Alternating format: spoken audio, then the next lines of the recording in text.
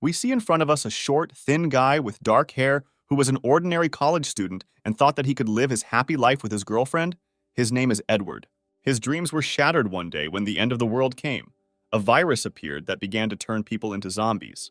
A terrible disease came from nowhere and literally in a matter of moments took over the whole world. City streets, various administrative and entertainment buildings, nooks and crannies, and shops all found themselves at the mercy of mindless creatures. The whole situation turned out to be very sad for our protagonist and his girlfriend. She, like many inhabitants of the planet, suffered the same terrible fate. She turned into a zombie due to the virus.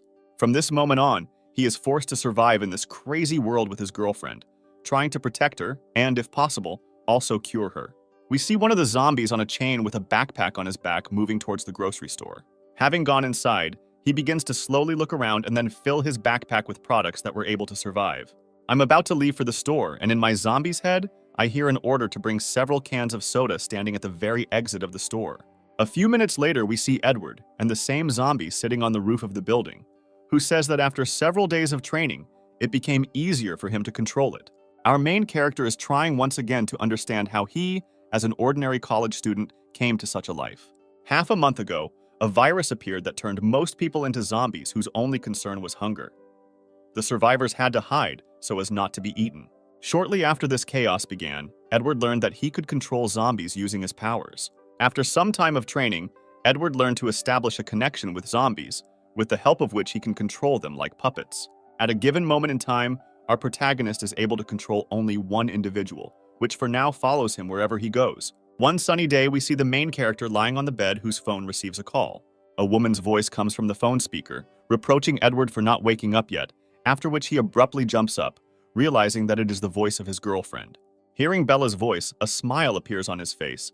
They begin to have a nice conversation, and after some time, our protagonist decides to ask him to do something for him. The girl immediately agrees, which causes a sharp surprise to appear on Edward's face because he hasn't even stated the essence of his request yet. Our main character begins to thank his girlfriend, saying how kind she is and how much she loves her, and literally, a moment later, wild horror appears on his face from Bella's screams. Edward jumps up, and cold sweat breaks out on his face. He realizes that all this was just another of the nightmares that never cease to torment his soul and mind. Having recovered from his fright, he leaves his shelter outside of which sits a chained zombie, over whom he still loses control as soon as he lets down his guard. By closing his eyes and using his powers, he again establishes a mental connection and control over the body of the walking corpse. Edward's main goal at this moment is to get to Bella's house, which is located at the end of the street and is completely infested with a huge horde of brain-eaters. In one of the buildings nearby, a loud crash is heard, causing all the zombies in the area to immediately begin to chase towards its source.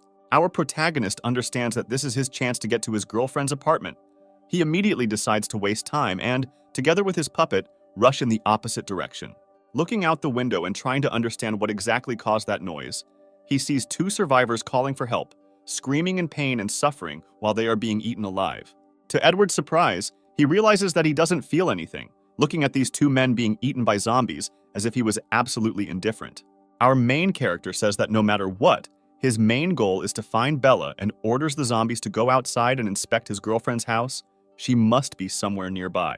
Through the eyes of the puppet, Edward sees a car accident, wondering if there are living people in the cars, ordering the zombies to move on. Noticing a red bus involved in an accident, he remembers that it was Bella who was riding on it and decides to check for the presence of her body inside the bus. He sees in front of him a tall, slender girl standing in a bloody dress and holding a zombie's head in her right hand. A girl with glowing red eyes immediately notices someone behind her and rushes to attack him. Without having time to react, the girl in an instant with a lightning strike pierces through the puppet controlled by Edward. Our protagonist cannot believe his eyes. The feelings inside him tell him that Bella, standing in front of him, is also infected with the virus. Edward understands that he cannot allow the girl to kill his puppet, because in this case, she will simply run away and decides to take control of it using his power. The imaginary spirit of the main character, which comes from his body, begins to move towards the soul of his girlfriend. Bella's soul looks incredibly defenseless and at the same time tender, being in the absolute emptiness that surrounds it on all sides. Trying to take control of her, a loud explosion of energy is heard, pushing Edward away and preventing him from carrying out his plan. In real time, the girl begins to be filled with rage, and with all her strength, she throws the zombie onto the ground of which she has been holding in her hands all this time. Our protagonist understands that she is resisting. If he fails to take control of her mind, she will remain like this forever. Having gained determination, he is not going to retreat, because saving Bella is one of his main tasks in the chaos that has surrounded him for a long time. Making another attempt to take Bella under control, the subtle emanation from his soul nevertheless touches the consciousness of the fragile, defenseless girl. In real time, the girl's body calms down, and our main character, sitting in a building nearby, exhales because his attempts were crowned with success. Edward orders her to move towards him. Ignoring his request, she freezes for a while and then takes out an incomprehensible red crystal from the back of the zombie's head. You don't understand what's happening. Our main character sees his girlfriend putting this crystal in her mouth. The body of our protagonist is overcome by an incomprehensible and strange sensation by which he understands that this thing restores the strength and health of his girlfriend. Having finally reached Edward, Bella stands opposite him and without moving looks him straight in the eyes, to which he notices that she smells nice. The protagonist presses his forehead to his girlfriend, promising and hoping that he will definitely find a way to fix everything, when suddenly the connection with her is interrupted. Edward does not have time to understand why exactly the connection was broken, and at that very second, Bella throws him to the ground. Due to the fact that the spiritual connection has weakened, the girl rushes at the victim in front of her with a wild desire to kill her. At the last moment, moments before the impact, our protagonist manages to regain control of his girlfriend's body and says that they should go to a safer place and clean her up. After some time, they find themselves not far from a clothing store surrounded by a crowd of zombies, while Edward, using his abilities, senses Bella's desire to kill the walking dead. He remembers the same red crystal that is in the back of the heads of the brain eaters and decides to help his girlfriend get a couple more on the way to the store.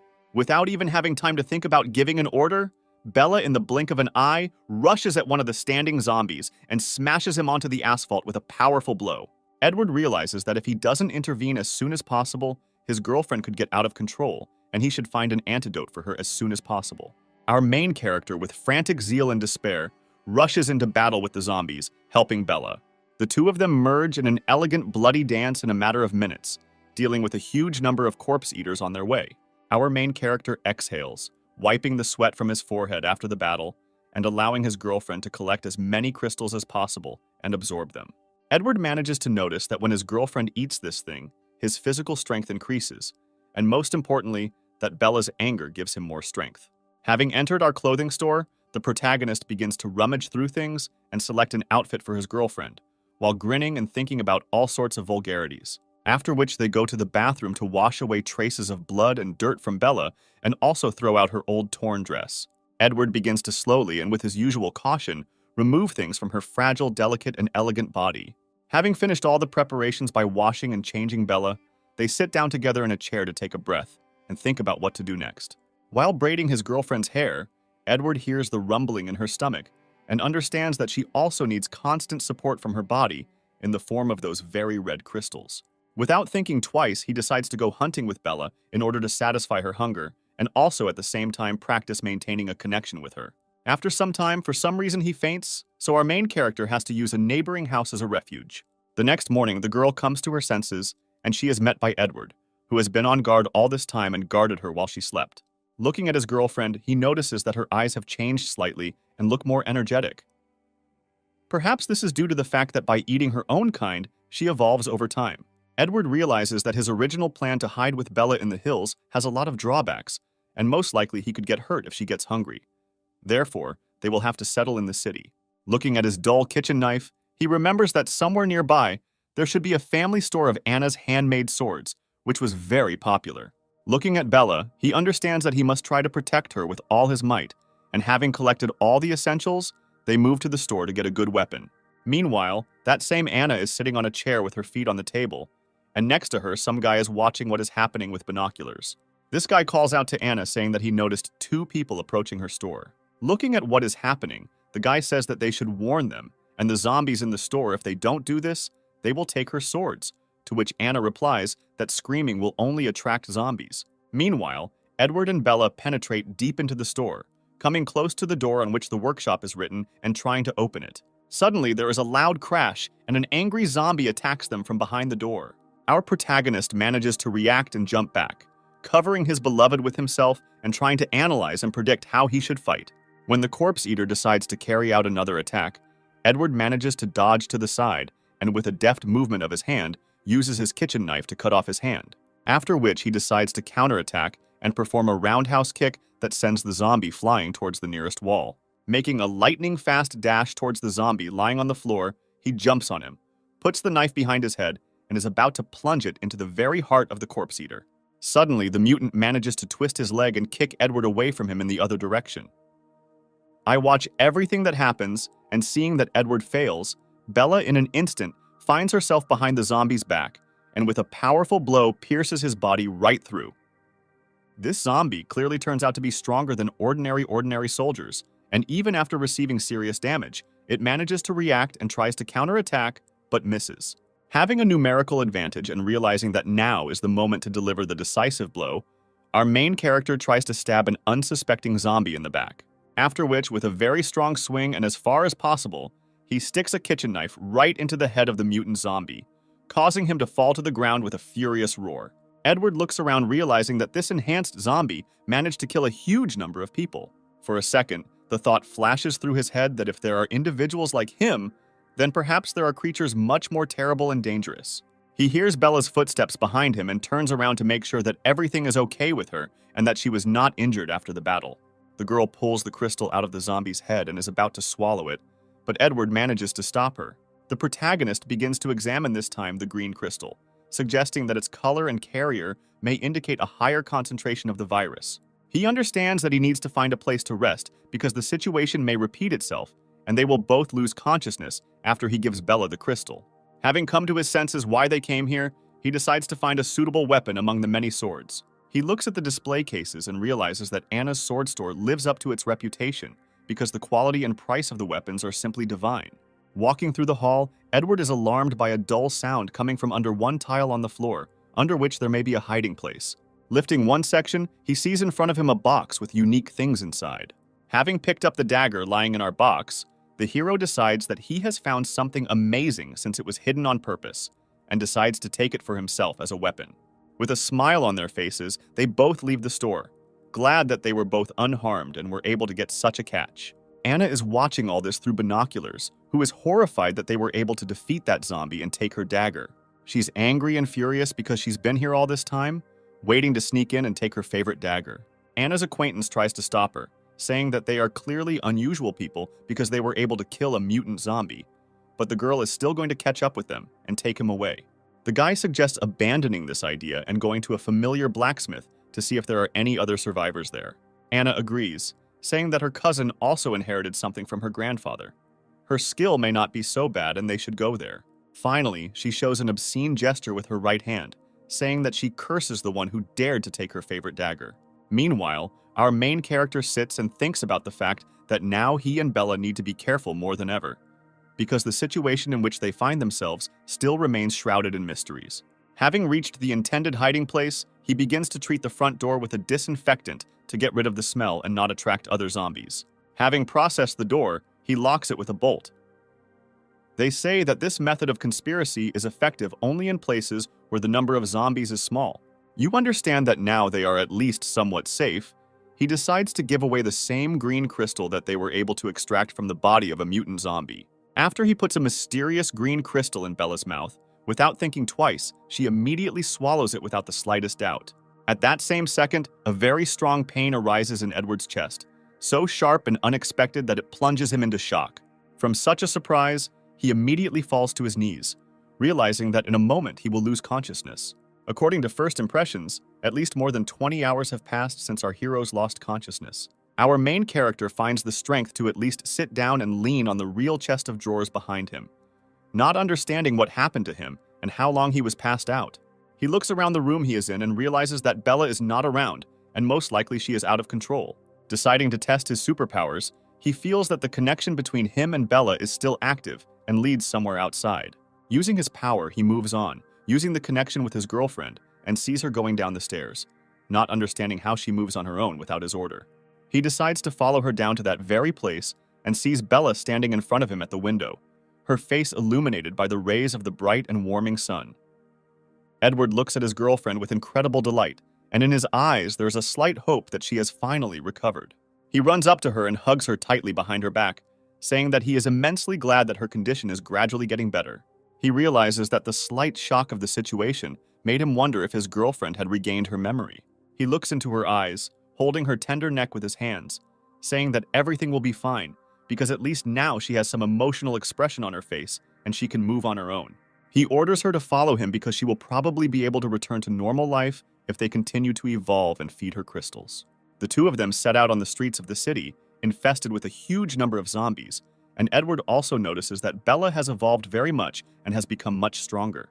While the girl alone deals with hordes of zombies, he sees that in her eyes they are like inferior creatures who do not deserve the slightest right to life. Also, looking at his girlfriend, Edward wonders how she will react when they have to face other survivors. He wipes the dirt and bruises from her face, knowing that he will do his best to prevent her from attacking other people using his control abilities. At the same moment, he hears loud noises and screams behind him, suggesting that it could be other survivors. He looks around and sees in the distance a guy and a girl surrounded by a huge number of corpse eaters walking straight towards them. He notices how a girl armed with a beautiful and graceful katana in the blink of an eye deals with the nearest zombie trying to attack her. This girl with long black hair and a red headband with white flowers on her head turns to her friend and says that they should go back to the store. They change the course of their movement, turn towards the building standing behind them, and begin to make their way deeper into the store. Edward, observing the whole situation that is happening from afar, remaining unnoticed, understands that this girl is clearly unusual, and there is something about her that is. Not only is she skilled in combat, but she is also not afraid of zombies. A certain confidence emanates from her body, and if she were an ordinary girl, she would have already turned pale and trembled with fear. He looks at Bella and suggests that she may also be a person with unusual abilities, and now is not the right time to meet her. Edward turns around, deciding to leave and not get involved in conflicts because it could harm him and his girlfriend. A green-haired guy who is clearly a friend of the girl with a katana notices our main characters and decides to call out to them asking for help. Edward is clearly unhappy with the current situation because his screams attracted the attention of nearby zombies. He decides that there is no way out anyway, and he needs to help these two because if this girl is really a person with abilities, she can find out Bella's true essence. He snatches from its sheath the same dagger that they recently got from the sword store and intends to defend themselves from the zombies attacking them. Meanwhile, the girl with the katana tells her friend not to scream because by doing this, he attracts even more hordes of corpse eaters. The guy with green hair points out that he noticed other survivors, and they might help them. A girl with black hair and a red headband turns around and looks outside the store of our protagonist, who is dealing with corpse eaters. Edward manages to fight with ease because after Bella's evolution, his abilities also improved, and now he can control 3 zombies at the same time. He uses his powers to take control of nearby zombies and order them to simply step on him without attempting to attack and treats them like pathetic dolls. A guy with green hair sees our main character fighting coolly and tells the girl with a katana, whose name is Shanna, to pay attention to this. A beautiful and slender girl with a katana, whose name is Shanna, says that this does not concern her at all. The green-haired guy and his girlfriend are running towards our protagonist. Go. There is no need to force them. A moment later, the girl manages to notice Edward's dagger sticking out and unsheathed and tries to snatch it, but misses as he manages to react and return it. Shauna falls face down on the ground, and her friend, confused, asks what came over her and why she behaves this way in front of other people. Dissatisfaction is clearly visible on the face of the girl with the katana. She asks where our protagonist managed to get this dagger, to which she receives the answer that it does not concern her.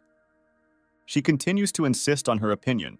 Without such wild aggression on her face, she once again asks where he got this weapon, asking him to tell him everything in detail. Edward replies that he took it from a sword store, which causes Shauna wild surprise and misunderstanding. Sitting on her knees, the girl examines the protagonist's dagger, asking whether any of the survivors inside the store survived, or whether they are all long dead. Edward looks away, asking Shanna to get up from her knees and stop staring at him from the waist down. She immediately turns her gaze to Bella, saying that he has nothing to worry about because his girlfriend doesn't mind at all. Shanna immediately runs up to Bella, hugging her hand and pressing her whole body against her, saying that such a beautiful girl obviously won't be jealous. At this second, the thought of tearing the victim standing next to her into pieces flashes through Bella's head, but Edward manages to order her not to move, using his strength. Edward warns that his girlfriend cannot speak, to which Shanna expresses regret that such a beauty turned out to be completely not mine, and asks for forgiveness. She holds Bella's hand, apologizing once again, saying that she doesn't look very good and she should rest in their hideout. She also looks at Edward, saying that she liked him too and should follow her and have a good rest, and also drink some beer. But they don't grab their hands, and the forces begin to drag them along, saying that they haven't seen the survivors for a long time and they have something to chat about. After some time, they find themselves in one of the apartments of a multi-story building somewhere not far from their meeting place. The green-haired guy says that the place is small and they will have to make room a little, but it is clean and safe. The door to the apartment is opened by a young girl dressed exactly like Shanna and happy that they returned unharmed. This girl manages to notice Bella and Edward, asking how they managed to meet two more survivors. They go inside the apartment in which there are several more people, and the guy with green hair begins to tell what things they managed to bring after today's hunt. Edward manages to assess the situation and notice a huge number of people in their apartment, and that this is clearly not without reason. The green-haired guy remembers his new acquaintances and introduces Edward and Bella to everyone in the apartment. He grabs our protagonist by the shoulder, saying that even though they have known each other for so long, he still doesn't know his name, to which he receives the answer that his name is Edward, and his girlfriend is Bella. He also asks not to ask her too many questions since she doesn't know how to talk, after which he points his hand at her. The green-haired guy decides to notify everyone that Edward helped them out a lot, so they decided to invite him here and have lunch together. One of the guys lying on the sofa notices that how could he help them? After all, Shauna can handle it very well herself. One of the girls asks the guy lying on the couch, whose name is Jacob, not to be so rude, and he, in turn, makes the situation seem like they just want to eat for free and she shouldn't shield them. The green-haired guy also decides to stand up for Edward, saying that they know practically nothing about him and he helped them out a lot. Jacob tells his friend Emmett not to be so kind because there is only enough food and water and they have nothing to feed strangers. Emmett turns towards Shanna, asking her to support him in any way and prove him wrong. Our main character assumes that they just want to laugh at him, and he is not too interested in quarreling with such petty people who like to drive strangers away.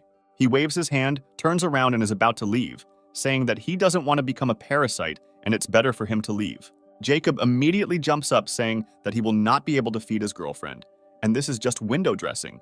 In order to present himself as a real man, he should not behave so arrogantly. At the same second, Edward makes a sharp jerk towards the offender, since he clearly did not like what he said. He grabs Jacob by the clothes, lifting him up above him and pinning him against the wall.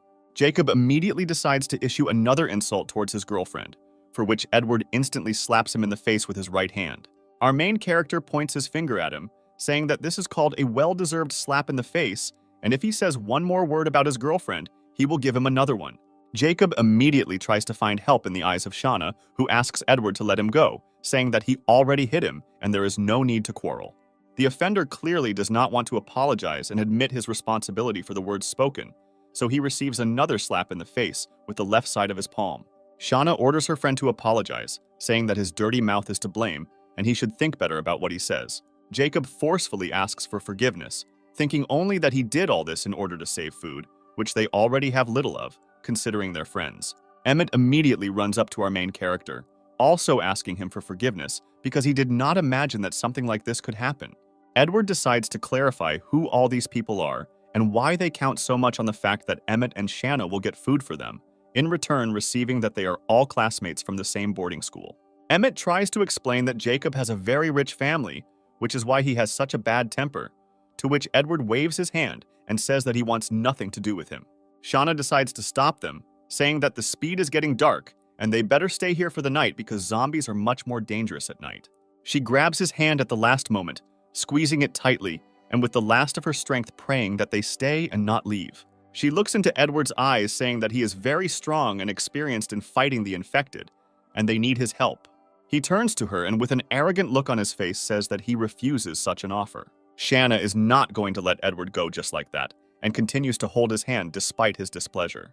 The girl looks at the main character with a pitiful look, saying that they are all survivors, and they need to stick together and help each other. Our protagonist once again expresses his dissatisfaction while looking at Jacob and says that he will never help in his life if it has to do with this person. He glances at Shauna's classmates present in the room, saying that feeding these mediocrities is her personal choice, and he is not going to help her with this. The girl tries to catch him saying that he will agree to help them if it is not connected with Jacob, and smiles maliciously. Shauna says that they are students from the 3rd high school, to which Edward replies that this is a very prestigious boarding school, and of course he has heard about it. The girl explains that when they left their school, some of their classmates remained there and asks our protagonist to help them get there.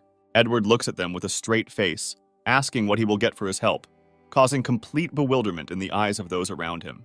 Emmett is immediately disappointed in people, saying that, in his opinion, in case of disaster, people should have helped each other, but the world still remained incredible. Shauna says that his demands are very reasonable, but it seems to her that he has already received payment since he took the dagger forged by her cousin Anna. Edward looks at his dagger, wondering how a small and fragile girl, being Shauna's cousin, could forge such an amazing weapon. She explains that it was their grandfather who taught them blacksmithing, and although her skills are not that good, this dagger is still very good. After which she grabs Bella by the shoulders, suggesting that they have agreed on this, which means they should stay overnight with them, and they won't have to worry about anything.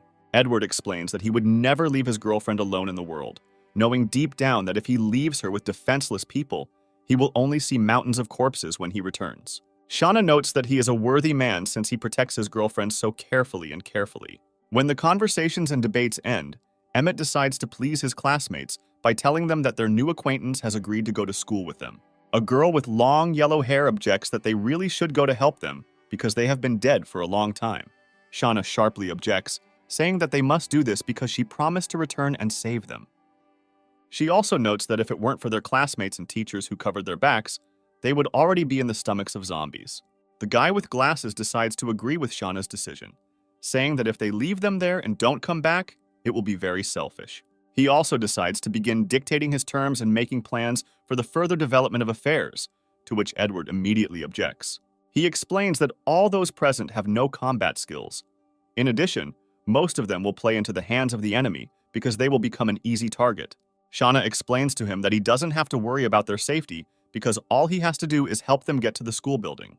A slight panic and uncertainty about what awaits them begins to spread among all the classmates present.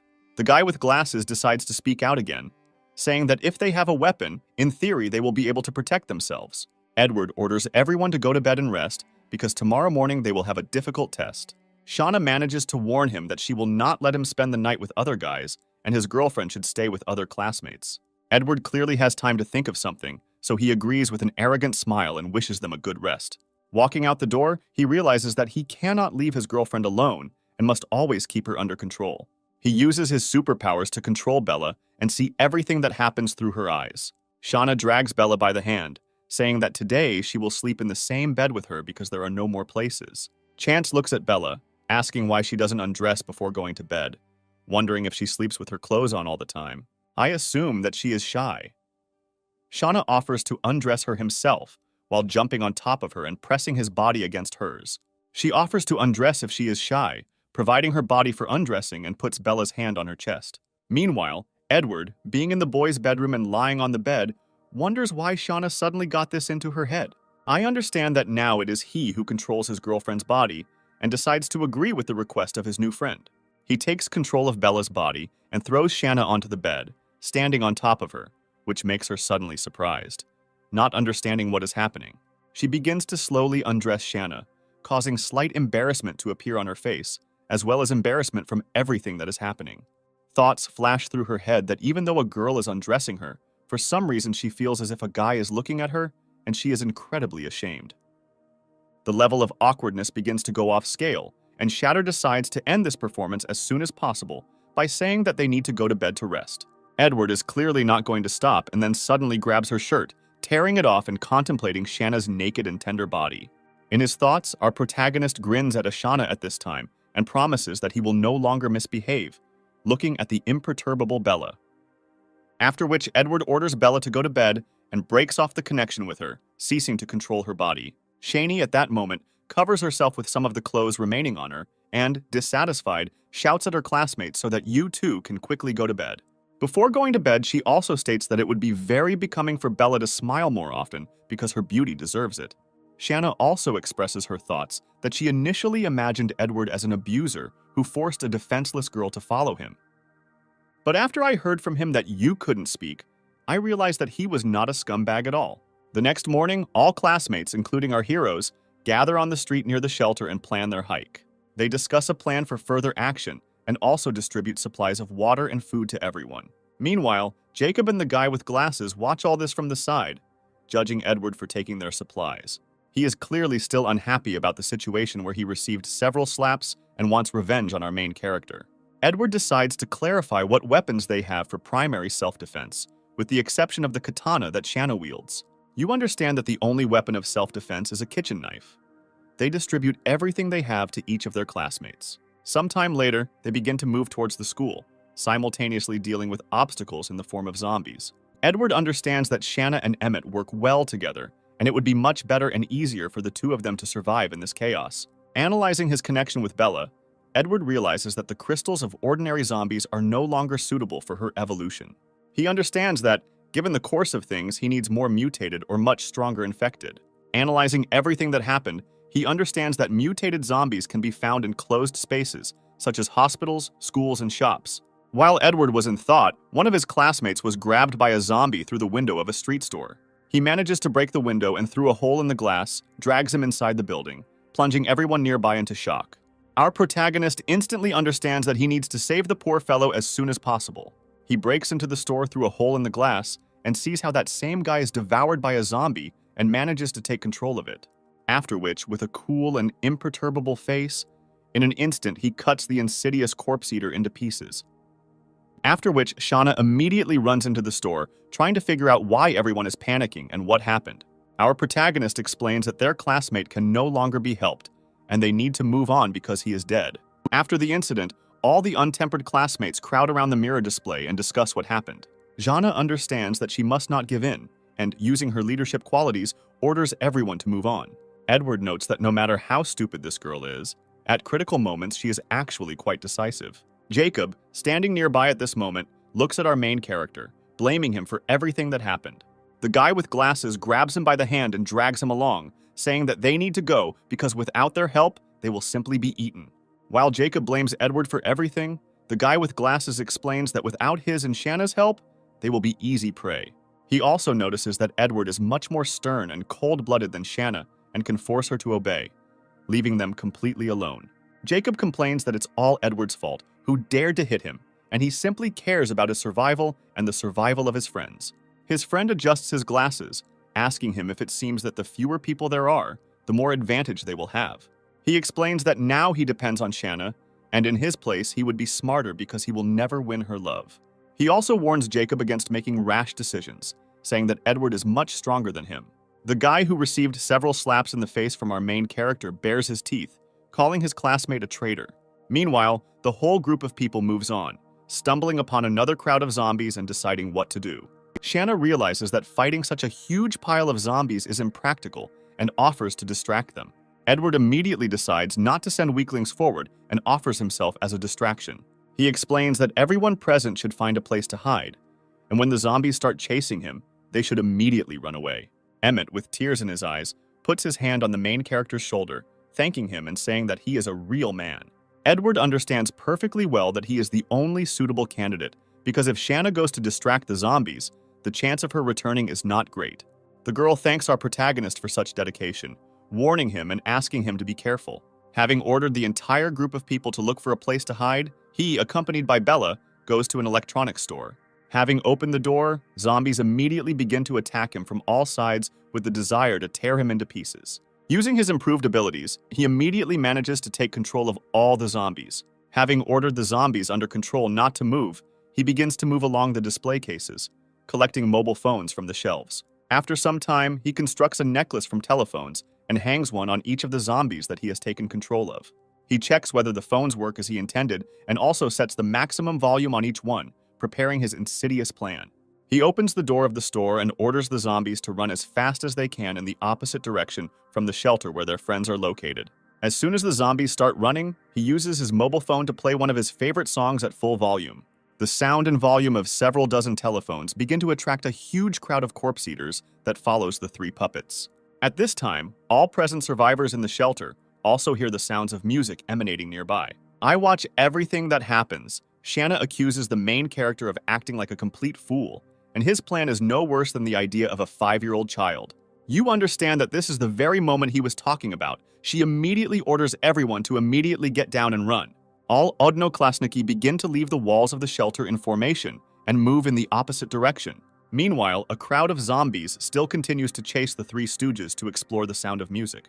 While the zombies are distracted, the survivors manage to catch up with Edward and Bella, saying that they have little time left and should hurry. Unexpectedly for everyone, someone's corpse falls from the roof of a multi-story building to which zombies were attracted. At this moment, the entire crowd of corpse eaters is sharply distracted by the sound of the fall and turns their attention to our heroes. Edward realizes that they have very little time left, grabs the girls by the hands and rushes away, saving them.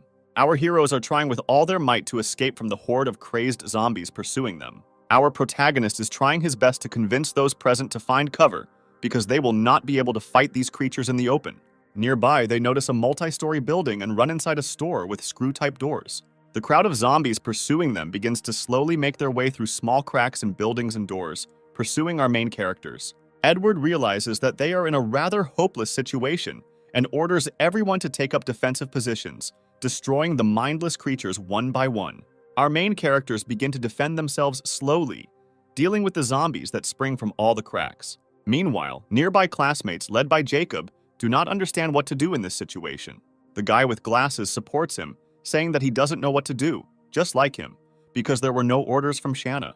At this moment, zombies also begin to descend the stairs from the upper floors of the building to the sounds of battle, from which our heroes find themselves clamped in a vice.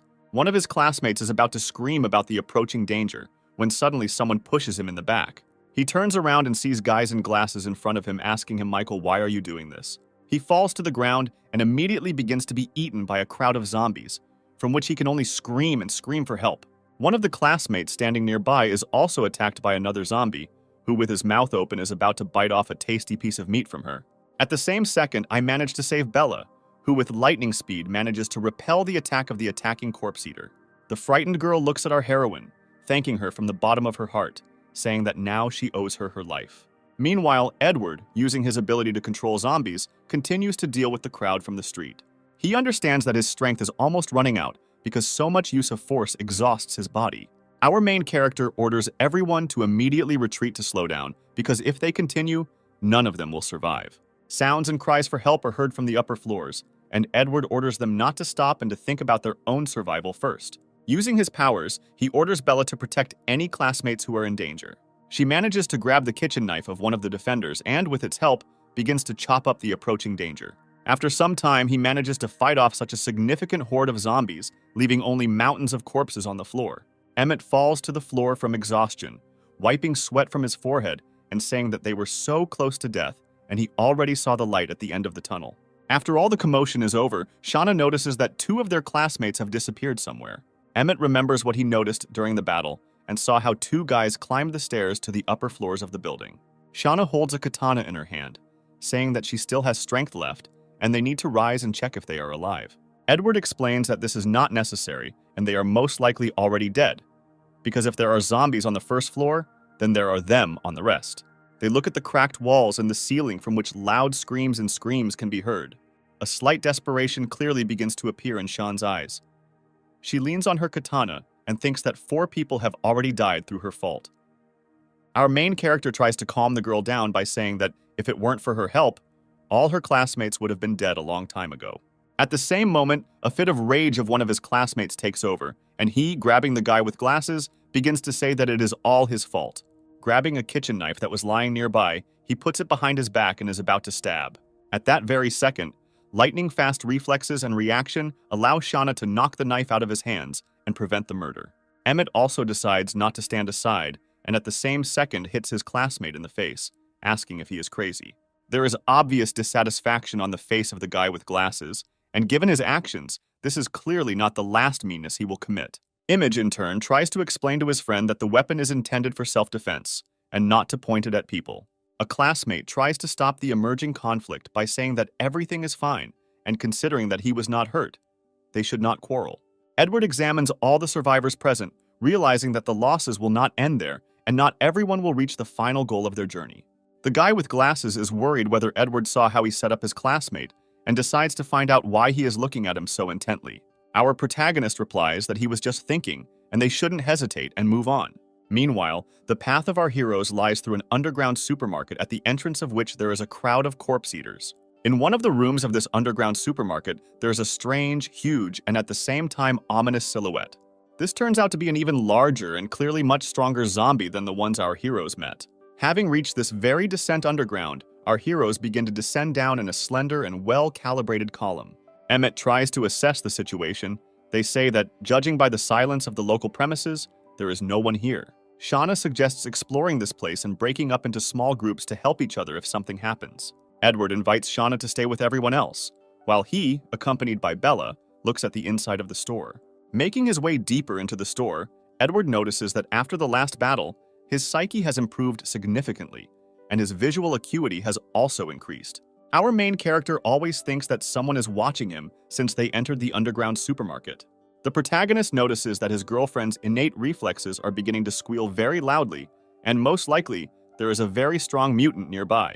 Screams begin to be heard from the depths of the store, and our heroes immediately begin to follow the sounds to check what is happening there. Turning the corner, they see one of their classmates being eaten by the same mutated zombie, and Jacob just watches all this. The guy who is being eaten by a zombie screams in unbearable pain, asking his friends to help him and save him. A moment later, Zombie decides to switch from one victim to another, rushing after Jacob standing next to him. He notices Edward and Bella running towards him, asking them to help him. Edward takes out his dagger, realizing that in front of him is a very strong and formidable enemy, and he needs to be extremely careful. Although the mutant zombie has enormous dimensions, it is still incredibly fast and agile, and almost manages to catch up with Jacob. Having overtaken him, he makes a sharp wave of his hand, causing him to quickly fly into the nearby shelves. Absolutely without losing concentration with his second free hand, he swings in the hope of smearing our main character across the floor. Edward's reflexes allow him to react and dodge an attack that is much stronger and faster than that of ordinary zombies. The main character understands that he cannot hesitate, and he must deal with him as soon as possible before Shanna arrives. He uses his powers to loosen his control over Bella, giving her complete freedom of action and the ability to fight at full strength. At the same moment, as if by magic, she appears behind the zombie's back and makes a powerful blow along the entire length of his body. Edward decides to use attack tactics from several sides, and while the zombie is distracted by his girlfriend, tries to strike again.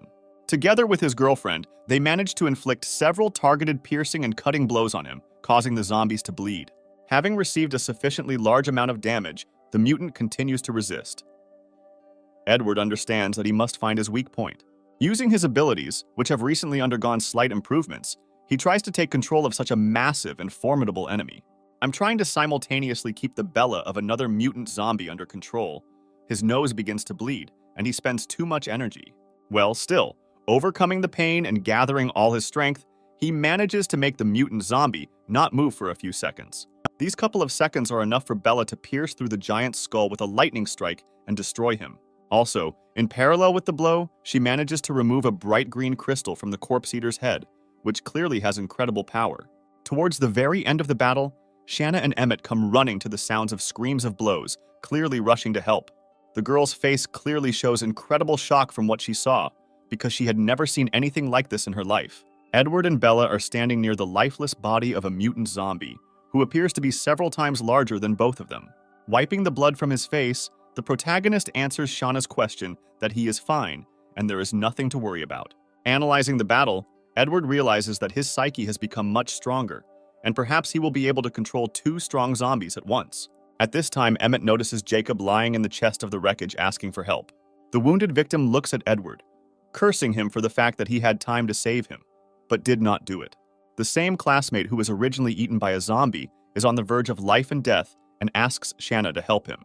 With tears in her eyes, the girl picks up a katana and says that she cannot do otherwise, after which she ends the torment of her friend. She explains that she could not do otherwise in this situation because they cannot help him in any way, but only prolong his suffering. Shauna is also trying to clarify whether everything is okay with our heroes, because they very quickly manage to cope with a huge mutated corpse eater. Hearing from Edward that everything is fine and she shouldn't worry, she thinks about the fact that this guy is clearly hiding something from her. The sign that has been helping and bandaging Jacob all this time tells our heroes that, in his opinion, he will not be able to go further. He says that the color of his wounds is the same as the zombies, and that he might transform if they leave him like that. Offering various options for solving the problem, Shauna immediately refuses the option of taking him with her. In such a situation, they should not risk taking him as ballast because the rest of his classmates are already turning away from him. Edward decides not to take part in this conversation, saying that these are their personal problems, and he is responsible for people he does not know. Shauna offers to leave Jacob here for a while, and if they return and see that everything is fine with him, they will take him back. Hearing all this, Edward realizes that he may not appreciate it at all, and the food and water will be wasted. They take Jacob to a safe room, leaving him some food and water, and telling him to come back when they leave school and check on him. Dissatisfaction with everything that is happening is clearly visible on his face, but understanding the position he is in, he has no choice but to agree. Turning around at the end, Edward looks at Jacob, realizing that he deserved this state of affairs with his behavior and attitude towards other people. After some time, our heroes find themselves near the building of the third high school, to which their path lay. Our protagonist notes that the situation looks too suspicious, and Emmett reports that all the zombies are most likely inside the school. In such closed places, there should be many zombies without food. They will mercilessly devour each other, and then it won't take long for them to mutate. Based on Bella's gut feelings, he realizes that she has smelled several mutants inside the building. I'm about to move forward, Edward stops Shanna, saying that at this point their paths diverge and he will go on his way. The girl smiles sweetly at him and says that in any case, she is grateful to both of them for their help and hopes that they can meet again. Emmett finally offers to give them a small part of his provisions, to which he receives a polite refusal and gratitude. Our protagonist finally says that he still has some business to do at this school, and they may well see each other again. After some time, moving along the deserted floors of the school building, the eyes begin to turn red again, foreshadowing the appearance of a mutated one. At the end of the corridor, they notice an elevator shaft, which, judging by the indications on the buttons, is still working. Bella immediately tries to react and start moving towards the elevator, but Edward manages to stop her with his strength. Without making hasty decisions, he decides to first check the elevator car by throwing an eraser lying nearby in his direction. Once on the desired floor, an incredibly loud growl and scream begins to be heard from the elevator car. In an instant, the elevator car opens and an angry zombie with glowing red eyes rushes at our heroes. Our protagonist manages to repel the attack using his weapon and stopping both of the attacker's hands. Using her favorite tactic, Bella tries to stab her in the back, but the speed and reflexes of this mutant are clearly superior to the previous ones, and he manages to dodge. The reflexes and speed of this mutant clearly surpass those of humans, and after a successful goal, he immediately tries to make a counterattack. Trying to defend himself, Edward loses his grip, causing the zombie to knock the weapon out of his hands. Without being confused and maintaining concentration, our main character manages to use his powers to take control of the corpse eater for a second. Bella, without losing the slightest chance, manages to deliver a sharp blow to the back, causing the zombie to lose his right arm. The attacker clearly does not like this state of affairs, and he, holding the rest of his hand, begins to frantically scream at our heroes. Edward manages to pick up a dagger lying nearby that he dropped. They say that now that he has lost his arm, he will become less dangerous. This time, together with his girlfriend, they decide not to distract the zombies from each other, and the two of them go into a frontal attack. Having received serious damage, the mutant can no longer defend himself so well and begins to receive even more injuries. A guy and a girl in love decide not to leave the enemy the slightest chance to escape or counterattack, continuing to advance and crush him with a series of blows. Edward manages to take control of the mutated zombie for another moment, giving Bella a chance to finish him off with one blow. Using her mutated body, the girl manages to slam the zombie into the floor with incredible force. Having collapsed to the ground, our heroes manage to catch their breath, realizing that the battle has been won, and they have won. Edward takes the crystal out of the zombie's head, realizing that it looks completely different from the previous ones because its owner is much stronger. Bella immediately opens her mouth asking Edward to absorb the prey he found, to which she refuses. He puts the crystal in his jacket pocket, saying that I will do it later in a safer place. Together with his girlfriend, our main character begins to make his way through the floors of the building, simultaneously clearing out all the zombies in their way. After some time, the two of them manage to collect a fairly large number of both weak and stronger crystals. Looking at his girlfriend, Edward realizes that the more crystals she can absorb, the sooner, in his opinion, she will be able to return to her human form. All these battles, according to our protagonist, improve both his physical skills and his spiritual connection with Bella. Edward asks his girlfriend to help him get up because he is too tired from fighting so much. At this moment, an item of clothing in the form of a garter falls from Bella's body right in front of his face. Raising his head, our main character sees his girlfriend's huge breasts in front of him and feels slightly awkward. He picks up the garter from the floor and returns it to its rightful place, tying it to his lover's collar. after which our heroes continue to move further along the floors of the building in search of the infected. At the same moment, using Bella's instincts, Edward realizes that there are still zombies in the school building, although in his opinion, they killed everyone. He understands that Shanna most likely does not have the strength to deal with the mutant zombie alone, and decides to find him on her own as soon as possible. Meanwhile, in the schoolyard, we see a wounded and disgusting-looking silhouette of a man.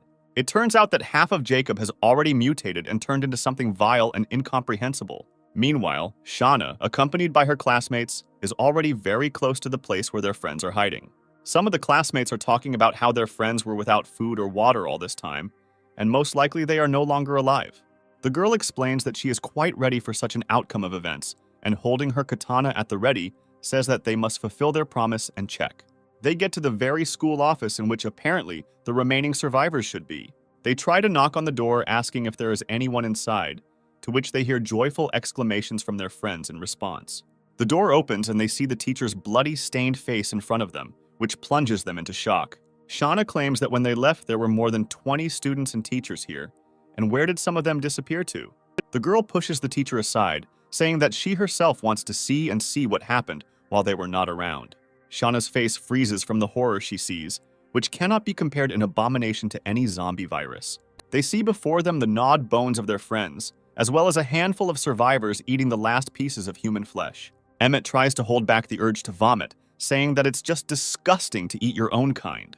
The teacher standing next to the girl begins to rejoice, saying that they will no longer have to live like this, and they will be able to get them out of here. Fury fills Shauna, after which she strikes with a lightning-quick kick right in the teacher's face. The man does not understand what is happening. He tries to get up to recover after the blow, asking what she is doing. Shauna covers her face with her hand, saying that Edward was right, and all these people are just a bunch of worthless parasites. She explains that they could provide for themselves, but instead of searching for food, they chose to eat their comrades alive. Shauna says that the weak cannot be blamed for seeking protection, but if they want to justify eating their friends with their weakness, then they are much worse than zombies. The girl turns around and leaves, saying that she is not going to help such scum, and now they are on their own. All the survivors present begin to blame Shanna for this state of affairs, and screaming, rush at her with the desire to kill her. Without the slightest shadow of doubt, the girl swings her katana, cutting off the head of one of the attackers. Meanwhile, Edward and Bella continue to explore the school premises in search of a mutated zombie. They stumble upon another classroom littered with mountains of corpses, finding no signs of mutated ones. Trying to verify his assumptions, Edward pays attention to Bella's reflexes, which do not foretell any danger. Finding no evidence of danger, they decide to go to other buildings of the school and check the location of the mutant zombie. Meanwhile, the headless body of one of the attackers falls to the ground with a roar, shocking the cannibals. Shauna turns to the offender, and on her face there is rage and a desire to tear these non-entities into small pieces. All those survivors whom our heroes came to save immediately begin to run away in the opposite direction. Shauna is not going to let any of them go because she has finally decided to put an end to these vile creatures. One of the teachers bows, begging for mercy and asking not to kill him because he will do whatever she wants. The girl does not agree, suggesting that apparently he heard the same thing from those people whom they killed and ate. The teacher raises his head trying to justify his actions, and at that very second, Shauna's katana cuts off his head. At this moment, the girl is caught up by her classmates, who have accompanied her all this time. They see Shanna's imperturbable figure in front of them, as well as her clothes completely bloodied on her face and a katana in her hand. Emmett runs up to her trying to bring her to her senses, realizing that the girl is in an unconscious position. At the same moment, one of the mutated zombies appears behind them and manages to kill one of their classmates. Everyone present begins to run away in panic, trying to save their lives. Trying to catch up and tear apart one of the children, the zombie decides to attack the backs of the defenseless and motionless Shauna. The guy with glasses manages to notice this and understands that they can't survive without her, and decides to commit another vile act. He grabs one of his classmates and pushes him towards the zombies again, drawing attention away from Shauna. The mutant is distracted by the body of an innocent guy and begins to gnaw his neck, causing drops of blood to fall on Shauna's face. This brings the girl to her senses, and she manages to react and pierce the zombie with her katana. Everyone present stands around the body of their dead classmate, deciding what to do next. The girl, who has experienced incredible stress after everything that happened, says that they cannot hesitate and need to move forward. All this time, they were watched from afar by Jacob, who is clearly here to take revenge. He decides to attack on the sly and grab Shanna, to which she manages to react, but is unable to defend herself. Jacob's physical abilities have clearly increased after the mutation, and he manages to make a powerful blow that opens the girl's body. He stands in front of the girl, who is trying to catch her breath and gather her strength, saying that they have met again. Jacob takes Shanna on his shoulder and tries to take her with him, but Emmett decides to stop him by stabbing him in the back.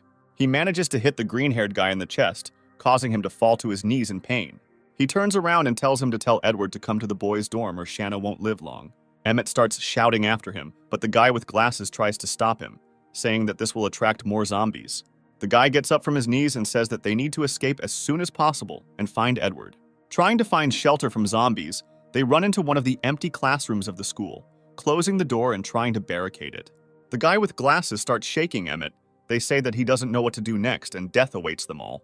He explains to his friend that they don't have many options for further action, and they need to somehow get out and find Edward.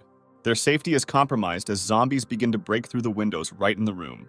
Emmett grabs one of the desks nearby, telling his friend that they will need to run on his signal.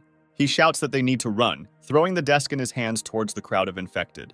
They begin to clear away the rubble to open the door, but stumble upon an even larger crowd of zombies. One of the corpse eaters rushes towards Emmett with the desire to tear him into pieces, and he, in turn, thinks that this is the last moment of his life. At the same second, several lightning-fast swings of the dagger occur, and all the zombies find themselves lying on the ground. In front of them is Edward, standing with a calm expression, holding his dagger in his hand. Emmett is immensely happy at the appearance of the main character, thanking him for saving his life and the life of the guy with glasses.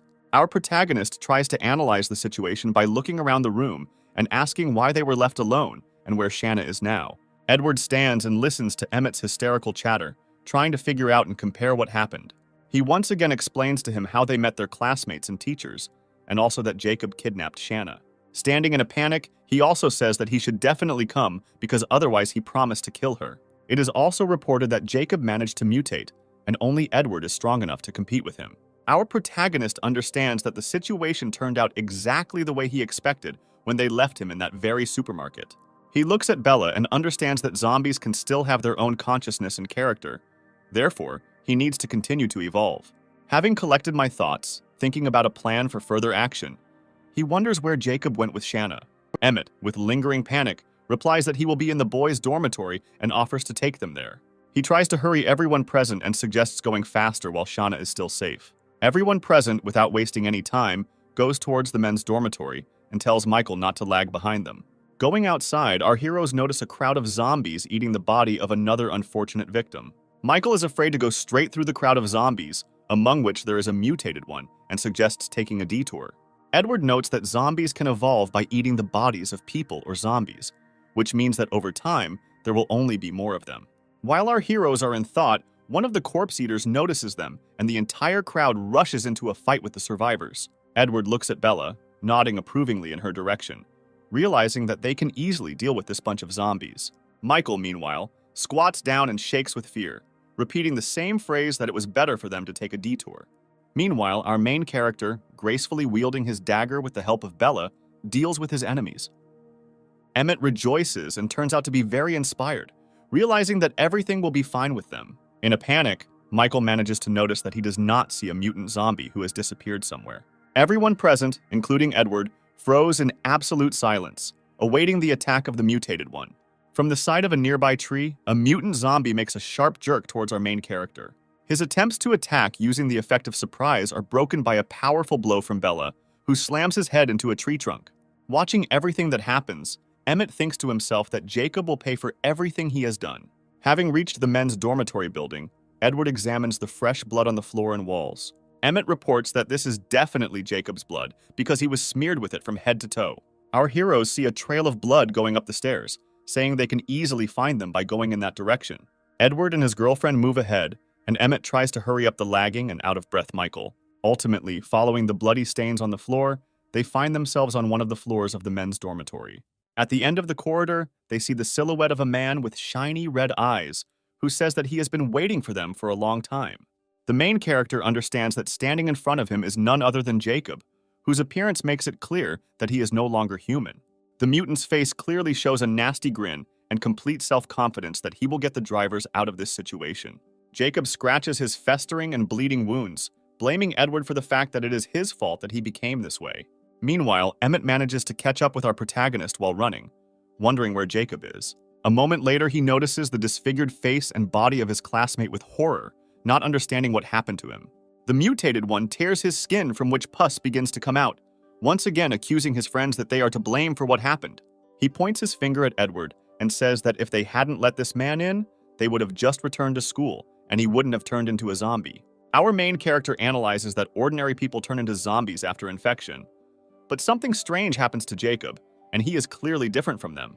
It seems that his body cannot withstand the defeat of a pure virus from a mutated zombie and begins to rot.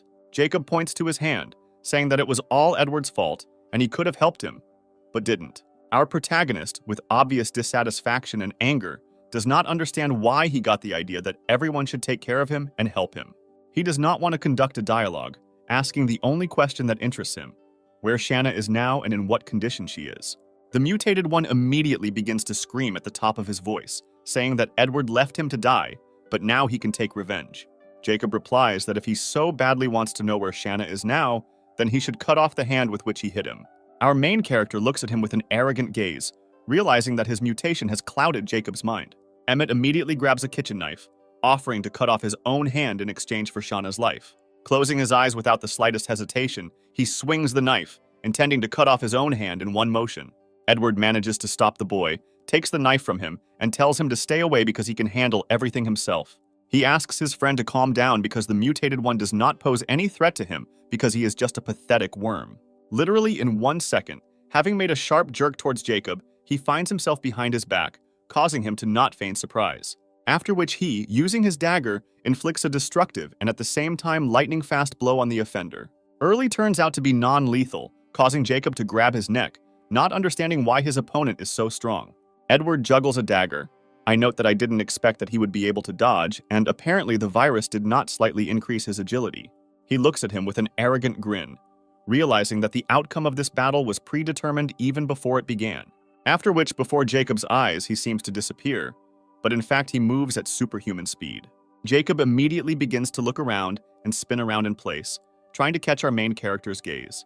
A second later, Edward is right in front of the mutant's face and looks him straight in the eye. Emmett, watching the battle from the side, cannot believe his eyes, amazed at the speed with which our protagonist moves. Jacob's eyes begin to glow red, and his face literally begins to exude hatred and rage. He tries to make a blow while speaking so that Edward does not dare look down on him. At the same second, our main character, with a slight movement of his hand, manages to cut off the attacker's hand. He turns towards Jacob and says for the last time he asks where Shanna is now. Jacob continues to smirk, saying that although his opponent is strong, he will only find Shanna through his corpse. He begins to once again describe the situation in which he was left alone to rot in the basement of the store, describing his emotions. I don't want to listen to the ravings of an offended boy. Our main character cuts off his head in one motion, after which he turns towards Emmett and Michael, saying that Shanna needs to be found as soon as possible. While searching the offices on this floor, they come across a bound and chained Shanna. Without thinking twice, Edward hurries to help the poor girl and knocks down the door to the office where she is located. They pull the gag out of her mouth, trying to calm her down and telling her that everything is over and they will help her. Emmett begins to untie his friend while trying to find out if she is injured and if everything is okay with her. A tortured Shanna tries her best to say that they shouldn't try to help her. Our main character understands what happened and begins to bare his teeth, wondering how Jacob could do this. Shanna grabs her hand, pointing out the injury she received, and informs her that she is infected and will soon turn into a zombie. Everyone present looks at the poor girl, trying to understand what is happening and find a way out of the current situation. Emmett looks at Edward in hysterics, asking that this is just a prank and Shanna is just joking. Being hysterical, he begins to scream in horror, saying that this is impossible and she cannot be infected. Our protagonist decides to bring the green-haired guy to his senses by slapping him in the face and ordering him to calm down. Shanna sees a kitchen knife not far from her, and a very rash and thoughtless decision appears in her head. Edward understands that the concentration of the virus in Shanna's blood is much lower than Jacob's, and apparently she can still be saved. Well, all this will be possible only if Shanna turns out to be the same as Bella, because if her body rots, then she will no longer be saved. Edward understands that he cannot hesitate in the current situation and asks for help, namely to take Shanna to a safe place. At that moment, he extended his hand to the girl, trying to help her get up from her knees and follow them. Tears begin to appear on Shanna's face, and she asks to leave her because attempts to provide help will not be successful. She grabs the knife next to her, imagining it to her neck, and says that she would rather die than become a zombie. I'm about to cut my artery. Bella manages to stop her by grabbing the knife blade with her bare hands. Then I throw it to the side and randomly hit the wall right next to Michael's head. Shauna begins to scream hysterically, asking why Bella stopped her and didn't give her the opportunity to die with honor. She looks at Edward standing next to her, fearing that she might infect both him and her friends. Shanna feels that she is slowly but surely beginning to turn into a zombie and experience severe pain, asking to be left alone. Emmett tries to get closer to his classmate by approaching her and asking what's going on. Edward manages to react, but there is not enough time just to tell him not to approach Shauna. A red glow begins to appear in the girl's eyes, and she immediately lunges towards her classmate. With a powerful blow of her hand, she sends Emmett flying, causing him to hit the nearest wall. The main character manages to notice that she has become much stronger and is most likely in the process of transformation. With the last of her strength, Shanna asks everyone present to leave because she is losing control over herself and her consciousness. After these last words, she falls to the ground unconscious, leaving everyone present in complete bewilderment. Emmett wonders what will happen next to his friend, whether she will transform like Jacob, and whether she can be saved. He notices that Shanna is still alive and tries to approach her, but Edward manages to stop him, telling him not to approach her. The girl gets to her feet with a calm face, and an ominous energy begins to be felt from her body. On her last legs of consciousness, she approaches our protagonist and asks him to hand them over. At that same second, he managed to react and knock Shanna onto her shoulder blades, pressing her to the ground. She sits on top of her, not giving her the opportunity to get up, and Edward asks not to harm her. Shanna continues to look towards our main character, trying to reach him with her hands, and once again asking him to give her something. I understand what they are most likely talking about. Edward takes out a bag of crystals from his pocket, asking if Shanna is talking about them. Seeing the contents of the package, the girl begins to try even harder to break free, begging him to give them to her. Edward notes that most likely her instincts tell her how to resist the transformation. Shauna grabs her head screaming in pain and is told that her head is going to explode. Realizing that there is no time to hesitate, the main character says that she can still be saved and asks Michael and Emmett to leave the room. Realizing that there is no time to hesitate, Michael grabs his friend's hand, leaving our trio alone and closing the door behind him. With the hope that this might have a positive effect, Edward takes out one of the crystals and puts it into Shauna's mouth. The girl's pain is clearly becoming less, and she grabs the main character's clothes, trying to tell him something. Shanna, with incredible lust on her face, extends her hand in his direction and asks him to give her more. Edward realizes that the crystals contain a pure virus and is perplexed as to how her body is still holding up. He looks at the girl writhing in pain, wondering if she can evolve like Bella. The main character decides to feed the girl another of the crystals he obtained, saying that there is no turning back and hopes that it will work. Having swallowed another crystal, Shanna immediately faints, but Bella manages to catch her and gently put her on the floor. At the same second, Michael bursts into the office and reports that a bunch of zombies are moving in their direction. The protagonist takes the situation into his own hands, saying that they are leaving now. They should pack their things and get out of here as soon as possible. They begin to make their way through the remaining corpse eaters in the school building and move towards the exit. She carries Shanna in her arms, and Edward gives orders and directs the group's further actions. I turn my attention to Michael. He is amazed that in the face of a threat, his body was able to release its full potential, and he keeps up with them. At the same moment, Emmett catches up with them, trying to catch his breath and holding Shauna's katana in his hand, which he could not leave here. There is a smile on his face, and he says that Shanna values her very much and it will be a shame to leave her there. Edward notices that Emmett is trying very hard for the sake of his classmate, and he, in turn, begins to make excuses and say that this is not connected with any feelings. The green-haired guy rubs his face with his hands, explaining that he simply values his friends very much, and without her help, he would have long ago turned into a zombie. The main character decides to support him, saying that he understands him perfectly, but now is not the time for chatting. They should leave. After some time, our heroes find themselves in one of the apartments of a multi-story building not far from the school they had just been to. Emmett, experiencing anxiety, once again asks if everything will be okay with his classmate. He looks at Shanna lying on Bella's lap and notices that she has been sleeping for quite some time. At the same moment, the girl regains consciousness and throws Bella away from her with a powerful blow. She stands tall with glowing red eyes, and a truly unimaginable aura emanates from her body. Edward covers the two defenseless guys with his body and tells them to leave immediately. He orders them to close the door and guard it from the outside and not to go inside under any circumstances. In the middle of a gloomy room stands Shanna, surrounded on both sides by Edward and his girlfriend. Saying her name, Edward notices that she reacts to him, which means she was able to retain part of her consciousness. I try to say her name one more time and she immediately rushes towards him with furious rage on her face. At the last moment, our protagonist's reflexes allow him to dodge and avoid a powerful blow to the face. He considers a plan for further action and orders her to be pacified as soon as possible. Meanwhile, Emmett and Michael, standing outside the door, hear the sounds of blows and scuffles, wondering what is happening there. After the sounds fade away, Emmett decides to check what is happening there. But at the last moment, Michael manages to stop him. He approaches the door and through it asks Edward if everything is okay. Hearing in response that everything is under control, they should not go inside. Meanwhile, Bella holds Shauna pinned to the floor, waiting to see what her boyfriend will do next. The protagonist understands that if nothing is done, then eventually they will all suffer, and they need to try to establish a spiritual connection. Having touched the girl with his power, the rage in her eyes cools down for a while. Shauna looks around and asks what is going on here, not understanding how she ended up here. Edward is immediately surprised and incomprehensible as to how Shanna can speak. He comes closer to the girl, saying that Shanna is her name, while also wondering if she remembers anything. I'm trying to remember what happened to her the day before. Her head immediately begins to split with pain. The main character immediately orders his girlfriend to hold Shauna again, not allowing her to escape while at the same time trying to take control of her. A moment later, he is transported to the world of spirits and sees with his own eyes what state the girl's soul is in now. He sees Shanna next to whom there is a huge amount of energy particles hovering, and her soul is in a disordered state. He suggests that this is due to the merging of two personalities, which in theory can contact inside her body. Gathering all his strength, he tries to break through the disordered state of her soul and establish a connection with her. He makes a huge number of attempts to reach Shanna's original consciousness, experiencing a huge number of failures.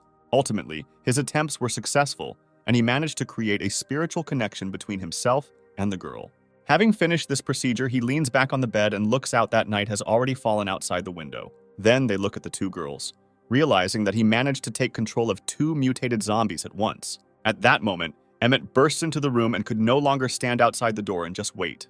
He immediately runs up to Shauna, grabbing her by the shoulders and rejoicing that she didn't turn into one of the zombies. At the same second, the girl throws him to the side, swinging her hand and intending to finish him off. At the last moment, Edward manages to prevent an accident and orders the girl not to move. Stunned and not understanding what is happening, Emmett wonders what happened to his friend and why she behaves this way.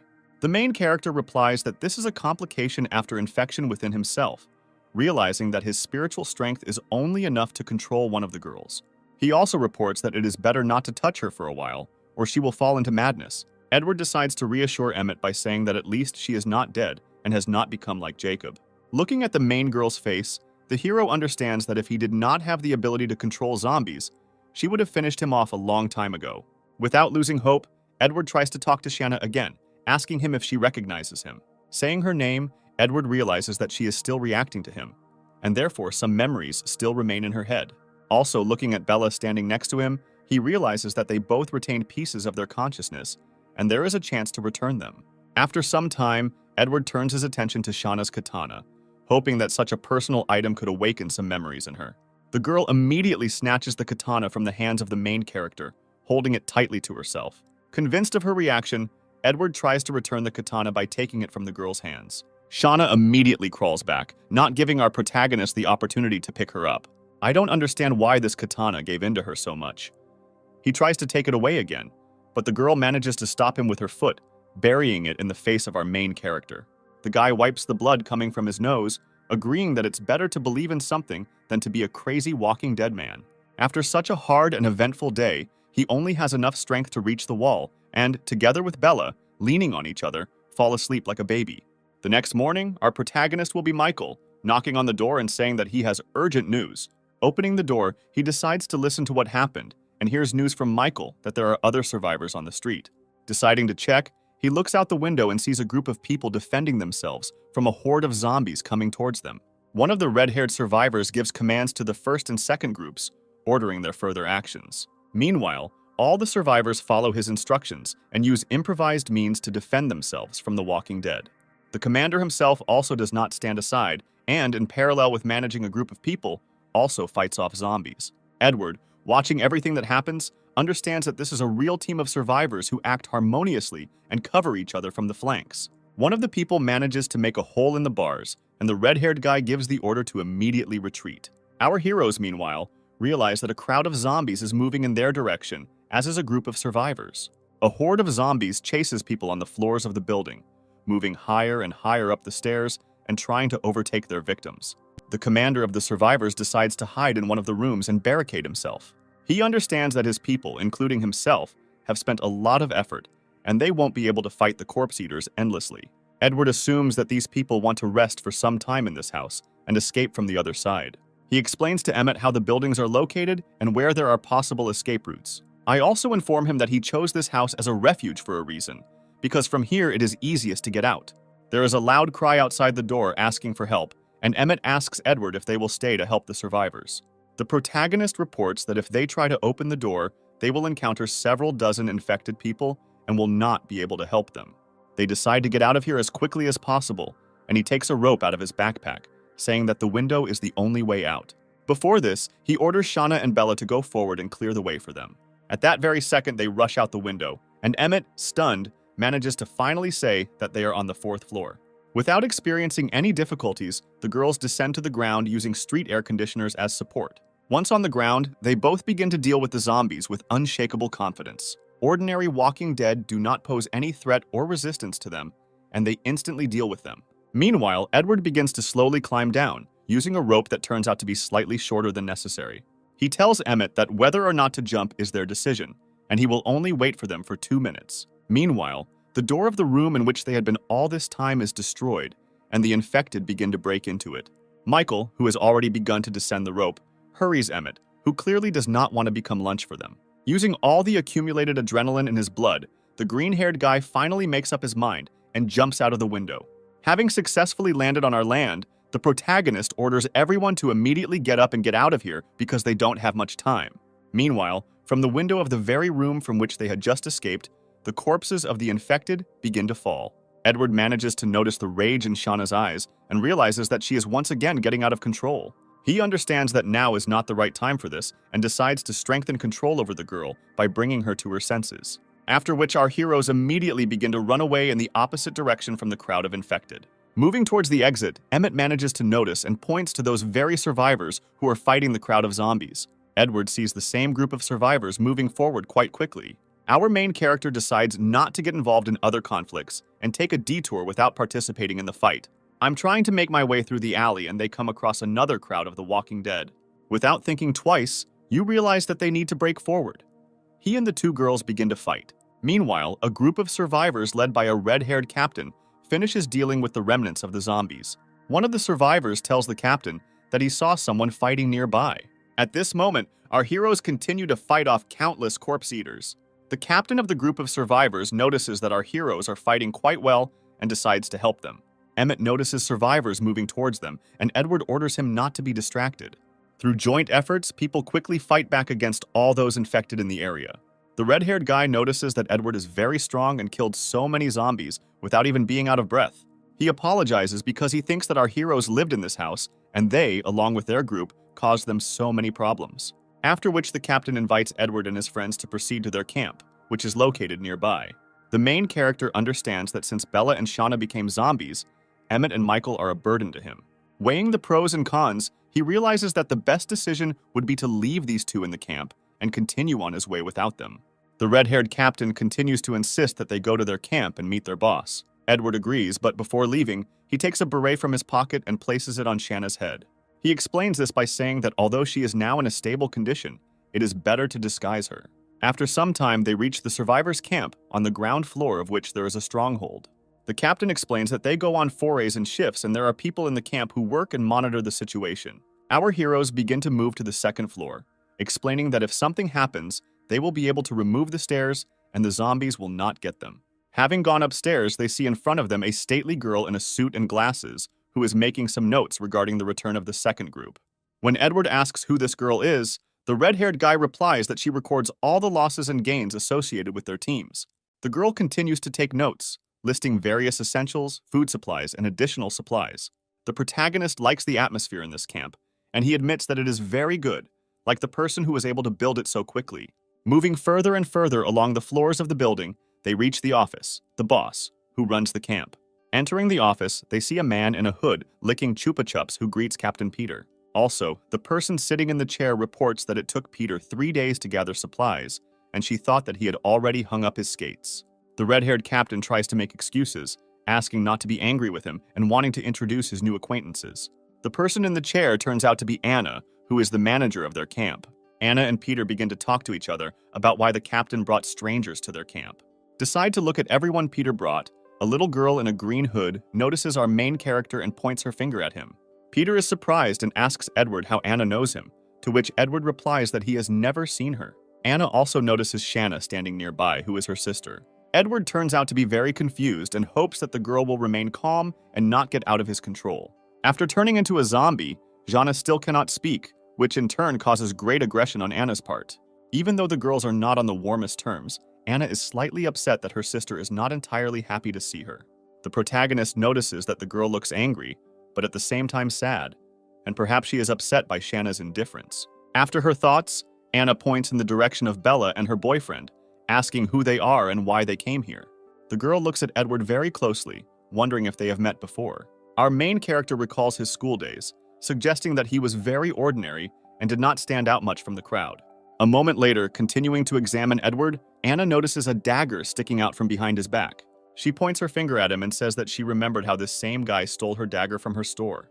The girl immediately begins to demand that the dagger be returned to her, to which Peter, standing nearby, also asks our hero to give it back. Edward is not going to give it up, which causes a storm of emotions on Anna's part. The main character explains that humanity has become the end, and anyone could enter the store and take it, especially since he risked his life and killed a bunch of mutated zombies to take it. The girl says that she doesn't care and this is her first dagger, and let him immediately return it to her, to which in turn she receives another refusal. At that same second, a tall, white-haired and menacing man appears behind Peter and asks who Anna is quarreling with again. Edward notices that even though Anna looks angry on the outside, she is actually very kind and even personally went in search of Shanna. This white-haired man turns out to be the captain of the camp, who is very happy to see Edward, saying that he saw him kill mutated zombies. He is very happy about the coincidence that there was a guy in his camp, and even with Anna's sister, and also accompanied by another beauty. The man extends his hand with a smile, saying that he is always glad to see new survivors and asking them to call him Charlie. Edward shakes his hand, introducing himself to who he is and how he ended up in their camp. In his head, he wonders who Shanna is to him, now that he has her under control, who they are to each other. Edward says that Bella is his girlfriend, and Shanna are just friends, and the two guys behind him are her classmates. Anna immediately intervenes in their conversation, once again in hysterics, asking for her dagger to be returned to her. The protagonist explains that he is not going to give it up because he risked his life, and Charlie is trying to resolve the growing conflict. The camp captain orders Anna to calm down, saying that she should be happy to meet her sister, and they all need to talk in a calm atmosphere. They all sit down at the table in order to discuss further actions and not take the conversation into an aggressive direction. Edward begins to imitate the actor, saying that they were just living peacefully in their shelter, but because of Peter's command, they had to leave it. Meanwhile, Emmett, standing behind him, tries to argue that everything was different, but Michael manages to stop him. Charlie apologizes, saying that they will definitely do whatever Edward asks them to do. He explains that there are a lot of people in their camp with supplies. He does not need material compensation, but only this dagger. Charlie immediately joyfully says that he should keep it, which causes a stormy stream of aggression from Anna. In his head, the camp captain understands that giving a dagger to a person capable of single-handedly killing a mutated zombie is worth much more. After a few seconds, Anna decides to take the dagger from the main character on her own and tries to hit Edward, but gets hit in the hand. The protagonist looks at the girl menacingly, warning that he will not stand on ceremony with her despite his relationship with Shanna, and this is the last warning. Anna tells him not to stress over such a trifle, after which she decides that she needs to clear her head and goes for a walk. Charlie once again apologizes that it was their fault that they lost shelter and supplies and invites them to join their camp. Edward thanks for the offer, saying that he and the girls have a couple of unfinished matters and they will not be able to join them now. After which he reports that his friends Emmett and Michael will be happy to help and are ready to stay here. Michael immediately agrees to join the camp, realizing that he can no longer tag along with Edward, who is completely indifferent to him. Charlie is very happy with this pressure. They say that now he is one of us, and he will treat him like a member of the family. Emmett is clearly saddened by this outcome of events, but deep down he understands that he is a burden to Edward. But still, he also decides to agree to the captain's proposal, which brings a wide smile to his face. After resolving the issue with his classmates, Edward says that they will not be able to stay in the camp even for one night because they have urgent matters. Charlie agrees not to force them to stay and expresses his hope that they will meet again. Edward takes Bella with him, and Shanna tries to leave the camp as quickly as possible and also says his final goodbyes. Moving along the exit, Emmett manages to catch up with him, shouting after him that he wants to say something. Edward turns around and asks what exactly he wanted in response to receiving a request from Emmett to take care of Shanna. He looks at the girl saying that even though she is now a zombie, she is unlikely to harm him, and he really hopes that Edward can bring her back to life. The main character puts his hand on the worried guy's shoulder, saying that he will definitely return his girlfriend to her previous state. Finally, Emmett enthusiastically promises to one day become stronger and surpass Edward. The main character agrees with this and then says goodbye, and in his head he thinks that it is better to live with hope in his heart than to be realistic and understand that they will not meet again. Anna watches them leave from the window, grinning and saying that she will return her dagger another time. Charlie tries to dissuade her from rash actions, but the girl forbids him to mind his own business. Meanwhile, our heroes set out on the city streets where a huge number of zombies are roaming. Bella, using her superhuman powers, literally tears apart infected people with her bare hands. Standing around the corner, Edward and Shanna understand that his girlfriend can handle such a small thing alone, since Shanna is very unstable. The protagonist is very afraid that he will once again lose control and the girl will fly into a rage. While he was in thought, he managed to gracefully and very elegantly kill all the zombies in the area. After some time, our heroes rise to one of the upper floors of a multi-story building. Edward looks at Bella's sweet face, realizing that she can hardly contain herself anymore. He locks the door, saying that they haven't eaten for several days, and it's time for them to feast on it. After making sure that they are safe, he begins to take zombie crystals out of his pocket, and someone's eyes sparkle behind him. It turns out that it rushes at Edward, knocking him to the floor and trying to take away all the crystals. He tries to calm the girls down by saying that they have killed enough zombies with food. Enough for everyone. Opening the package, he sees in front of him a large forked crystal, which slowly begins to absorb each other. Taking it in his hands, he suggests that stronger crystals can absorb weaker ones and then increase in size. The main character is overcome by severe pain and notices Shanna standing nearby with glowing red eyes. Shanna goes into a rage trying to break free of control in order to get the crystal. Since the crystals did not have time to merge into one, he manages to tear them in half, realizing that he has no choice left. He puts one half into Shanna's mouth, who immediately swallows it without the slightest hesitation. The girl is in severe pain and immediately begins to writhe and grabs her neck. Edward runs up to the girl, wondering if everything is okay with her and trying to find out what state she is in now. A blush is clearly visible on Shanna's face, and her eyes stop emitting hatred and aggression.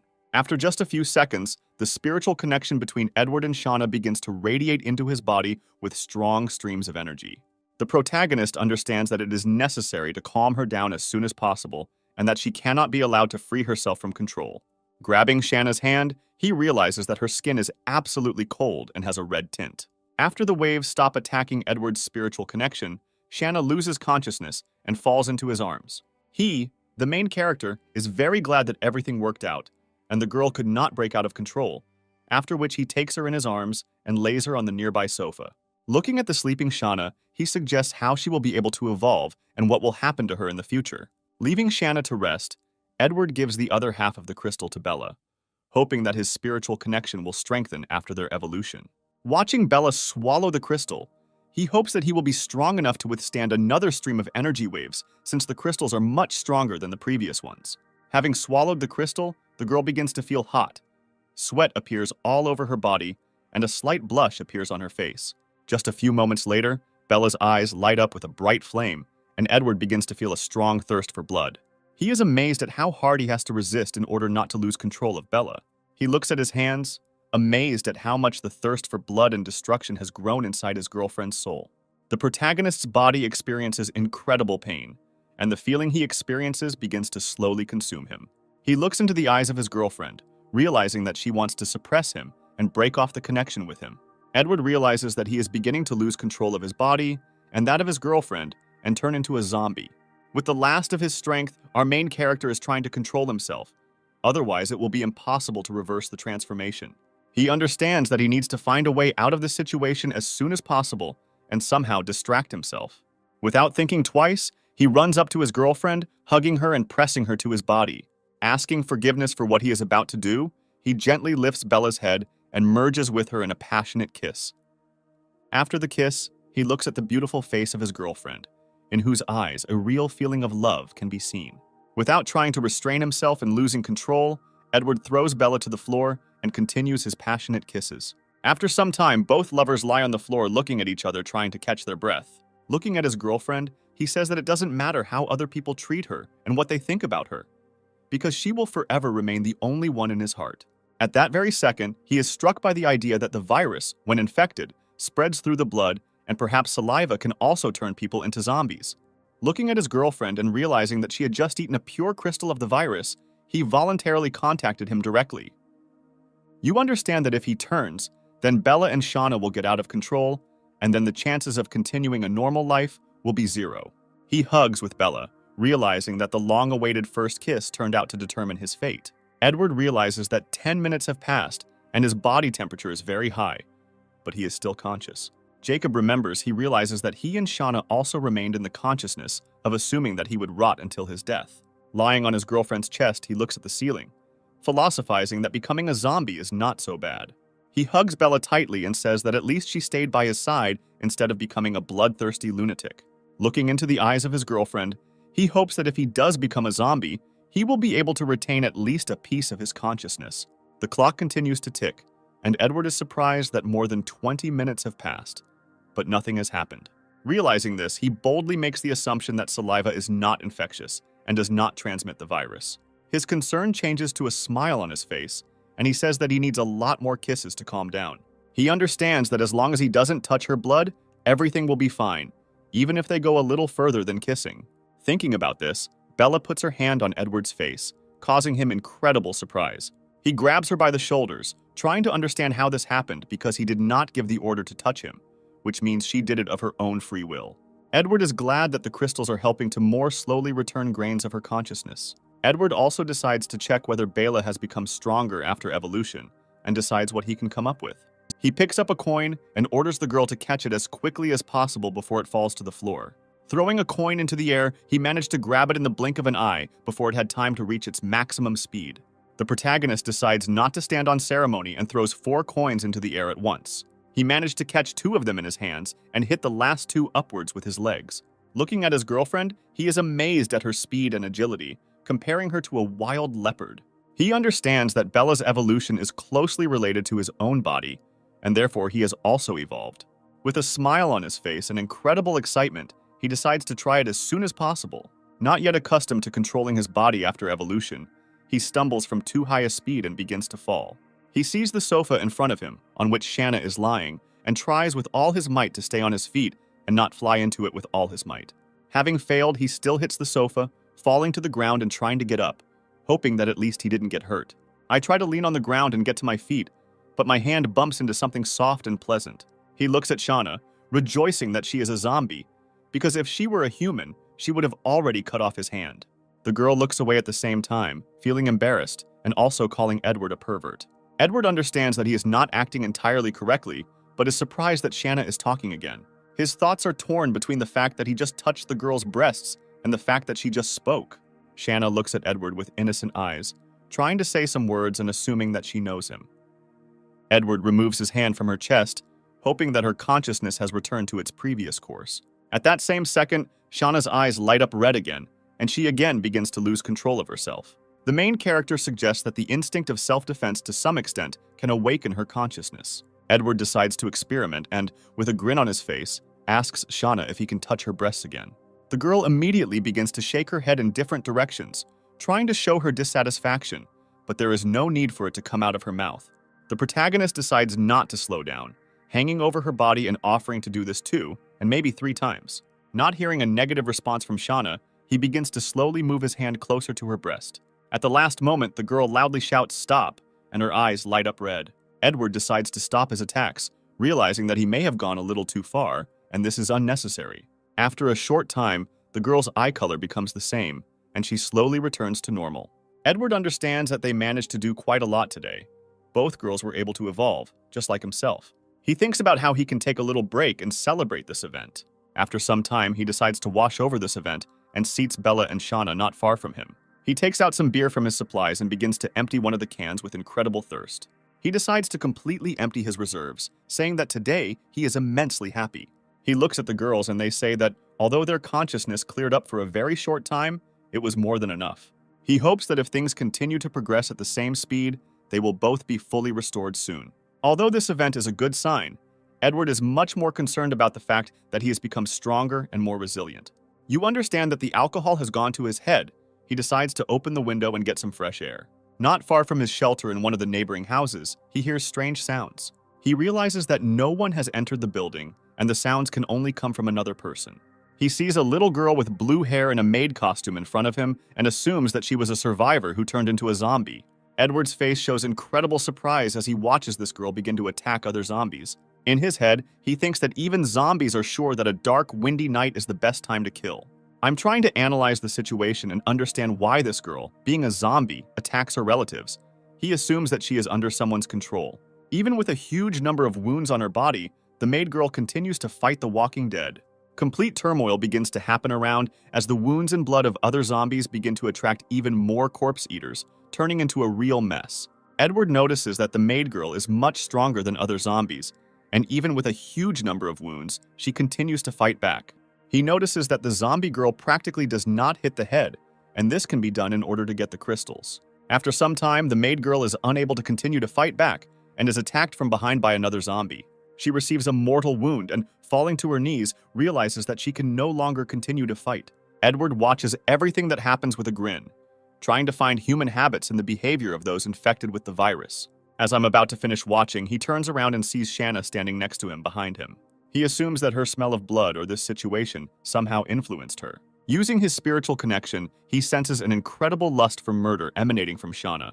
Meanwhile, one of the surviving zombies begins to slowly evolve before our hero's eyes. After a short period of time, his body has gained a significant amount of muscle, and incredible confidence is visible on his face. Edward continues to monitor the development of the situation, realizing that the mutated zombie is beginning to attract weaker individuals. He decides to give the girl a chance to grab that zombie and drag her here for research. Looking at Shauna, he understands that she is too unstable and could very well get out of control. He orders them to go there and quickly completely sort it out and bring him the body of a mutated zombie. Meanwhile, the mutant continues to deal with the crowd of ordinary zombies attacking him. Edward manages to notice that the mutated zombie, in turn, begins to eat only those places where the crystals are located. He gives an order to Bella, and at that very second, she finds herself behind the zombie, about to finish him off with one blow. Using his physical skills, and with one movement of his hand, he sends a zombie into a deep knockout.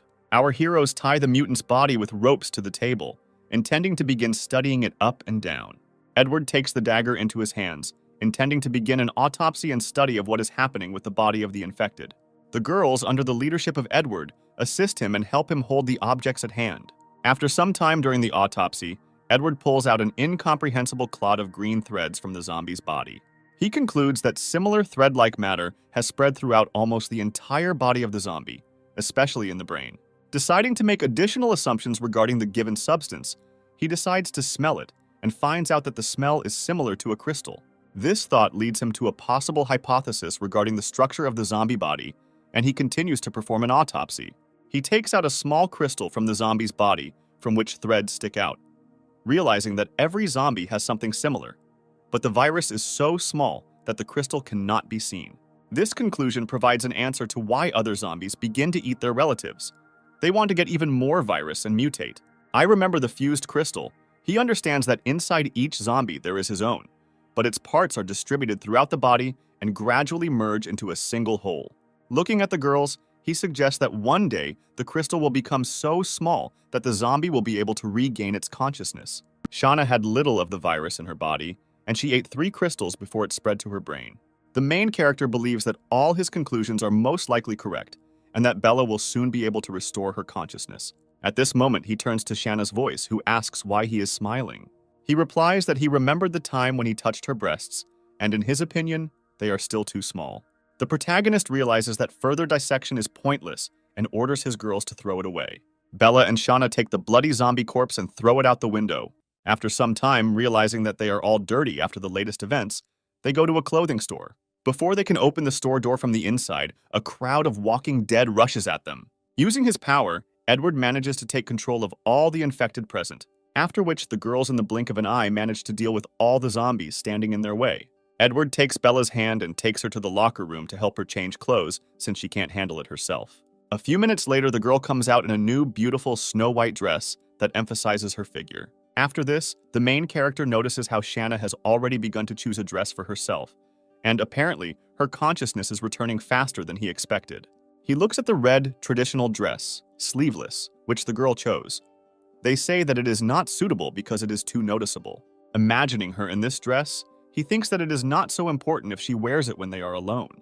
Edward rummages through the store shelves trying to find a more suitable outfit for the girl and hands her one of the options. He also remembers that, apparently, Shanna will not be able to change clothes herself and goes to help.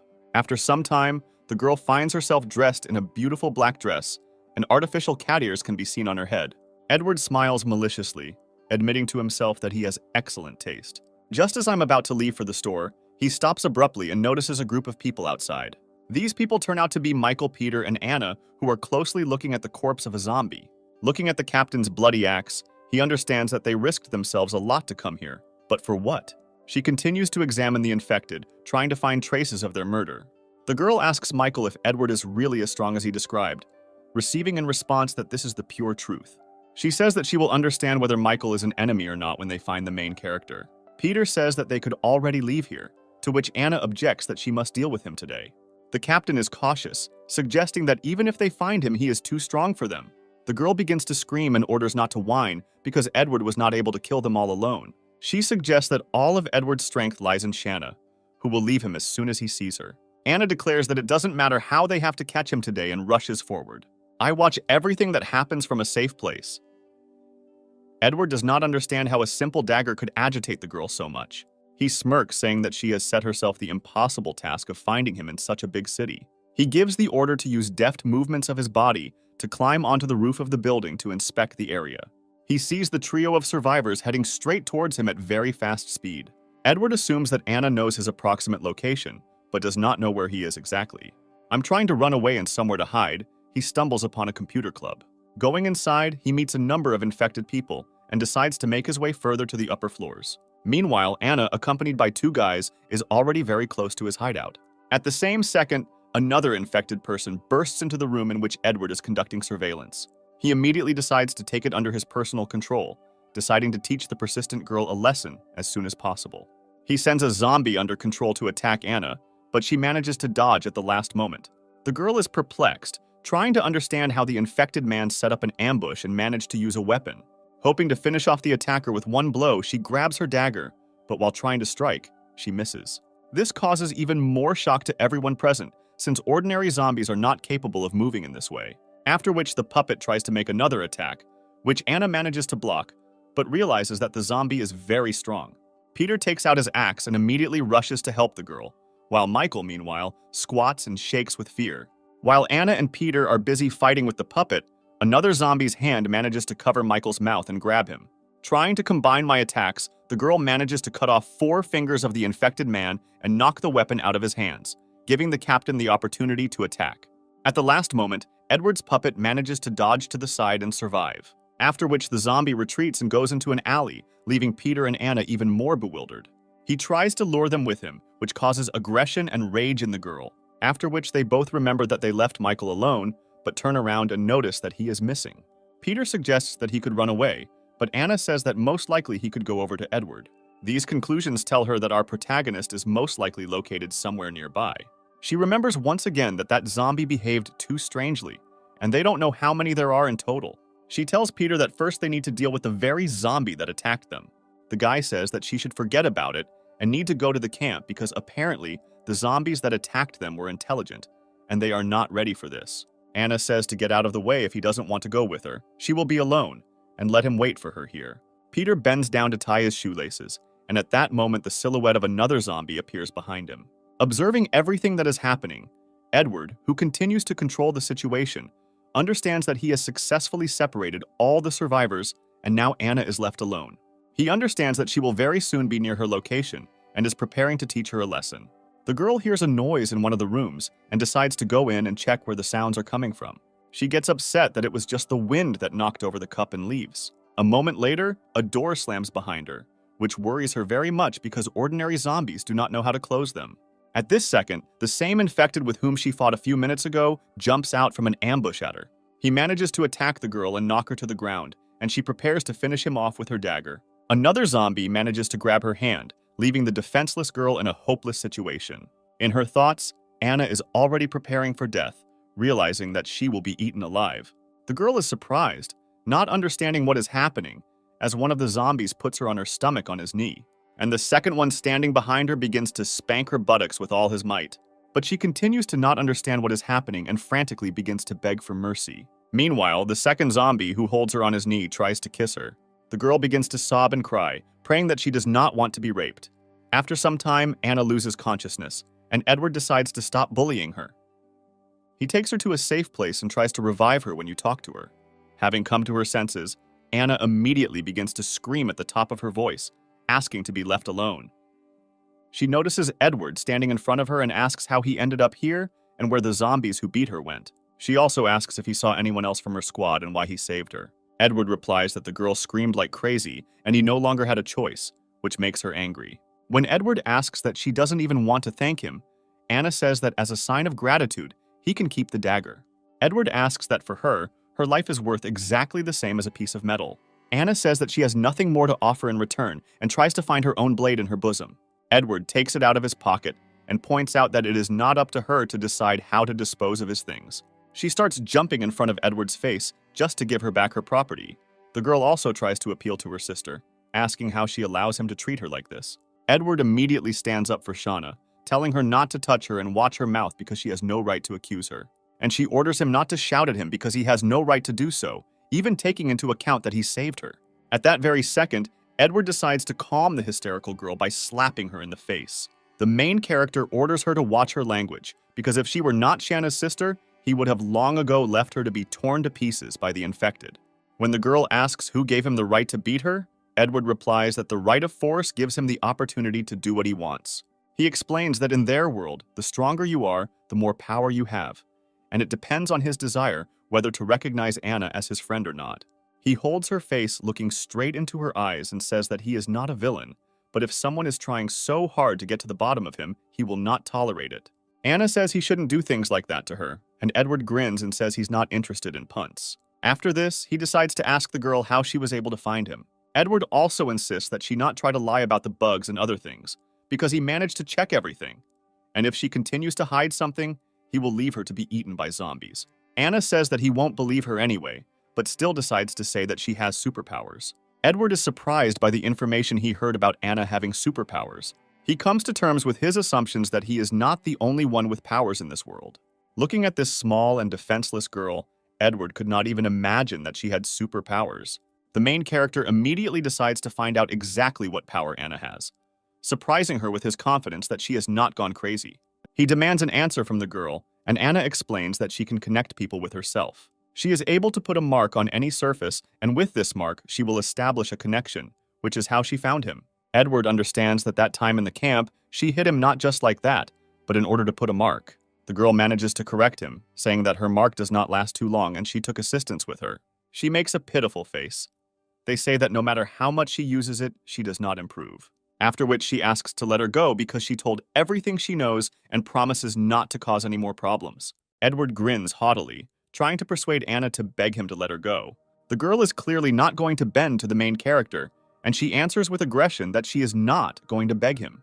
She understands that he is most likely mocking her, but at the last moment she looks at her sister and decides to succumb to the trick. Anna decides to make a cute face and says, "Forgive me, brother, for this behavior." Edward puts his hand on her shoulder and also asks for forgiveness for his behavior, saying that this is the last warning. He also adds that next time he will not be so gentle and kind and hopes that this will not happen again. As he leaves, he turns around and tells Anna to remember this moment and not to piss him off anymore, because there will be no second chance. Anna watches Edward leave in the company of girls and thinks that she can't just let him go. At the last moment, she manages to call out to her sister Shanna, asking her to stay for a few moments. She hands her something very small green. They say it is a gift from her grandfather. The main character notices this and tries to find out what she is doing, The girl hurries to leave as soon as possible and say goodbye. Edward approaches Shauna and notices that Anna has hung a small, excellent quality jade pendant around her neck. He grins, realizing that she came not only for her dagger, but was also apparently embarrassed by her true intentions, wanting to give a gift. His thoughts are interrupted by Shanna, who tugs on his jacket sleeve and asks why he wanted to kill Anna, since through their spiritual connection, she was able to sense his desire and intention. Looking at Shauna, he thinks that he really wanted to kill Anna. But at the last moment, he realized that this was probably her only living relative, and therefore did not do it. With his characteristic calm manner of speech, he explains that because they are sisters, he would not be able to do this. Shanna replies that she doesn't understand if he kills her, and she will be very sad, because it seems so to her. Edward tries to calm her down by saying that in the end they're relatives, and they have no one else in this world. He also clarifies that she should have remembered her sister. Otherwise, she would not have let her get so close to her, not to mention letting her hang a pendant around her neck. Ashana holds her head, saying that she really recognized her, and that besides this, a huge number of memories are spinning in her head. Edward takes her hands, telling her not to worry about it, because soon she will remember everything and be able to become her former self. The girl thinks for a second, and then tells him that she doesn't want to become the same Shanna. She adds that she and the White One are the same, and they don't want to remember their past. She takes Edward by the cheek and says that he is not one of us, and he is special as he should be. The main character smiles, saying that only he can pinch someone's cheeks, and next time she should show her affection differently. After which he grabs the girl by the waist, pulling her towards him, and gently merges with her in a kiss. They stand absolutely still for some time, enjoying the closeness and romance of this moment. After the kiss ends, Shanna tries to describe her thoughts, saying that she finds it a little strange and finds it difficult to describe her feelings. The main character replies that he was just showing her how to do it, and next time she can take the initiative. Shanna begins to get closer to Edward again, offering to do it one more time and commit it to memory. All this is observed from the side by Bella, who watches with a straight face as Edward directs Shanna to move her tongue. A few moments later, their kiss ends, and the girl's face shows slight embarrassment. Immediately after this, Bella runs up to Edward, hugs him around the neck, and also tenderly merges with him in a kiss. At the same moment, our protagonist's heart begins to beat with incredible speed and purity. Edward grabs his chest with his hand, experiencing severe pain, realizing that this feeling is similar to when he first kissed Bella. Looking at the way Shanna wipes her lips, he assumes that her saliva has exactly the same effect. All this time he assumed that the saliva of zombie girls was poisonous, but on the contrary, it was useful and acted as a stimulant. He hugs Bella and Shanna and smilingly says that his zombie girls are a real treasure. After this, he remembers that he left Peter tied up in one of the rooms, and after he comes to his senses, he can easily get out. Well, he's not going to just let Michael go because his assumption that he will keep a low profile has collapsed, and besides, he knows too much. He breaks the spiritual connection with the zombie who is guarding Michael, realizing that his days will be numbered. Edward understands that today he killed a person for the first time, although not with his own hands, because if he doesn't do this, Michael will cause too many problems. The main character looks at the girls and ponders his further path to the campus, where they will go tomorrow. Our heroes have spent too much time and effort and decide to find a place to rest and spend the night. The protagonist, in a company of girls, sits at a table in a makeshift shelter and holds a bowl of freshly brewed noodles in his hands. He remembers, looking at her, that from the very beginning of the apocalypse he ate noodles only in dry form, and it was a luxury for him to brew them. Not intending to hesitate, he picks up his chopsticks and begins the meal with incredible pleasure and pleasure. He also remembers that before the apocalypse, he didn't really need anything, but he was rarely satisfied with his life, and now only noodles are enough to be happy. In the modern world, everyone cares only about their own survival, and Edward's goal is to restore Bella and Shanna's sanity. Looking at Shanna at this moment, he notices that her combat power has increased many times, as well as her sword skills. The main character also remembers the very dagger that he took from Anna and decides to give it to Bella. He puts the blade in her tender feminine hands while hugging her from behind and asks her to try it on herself.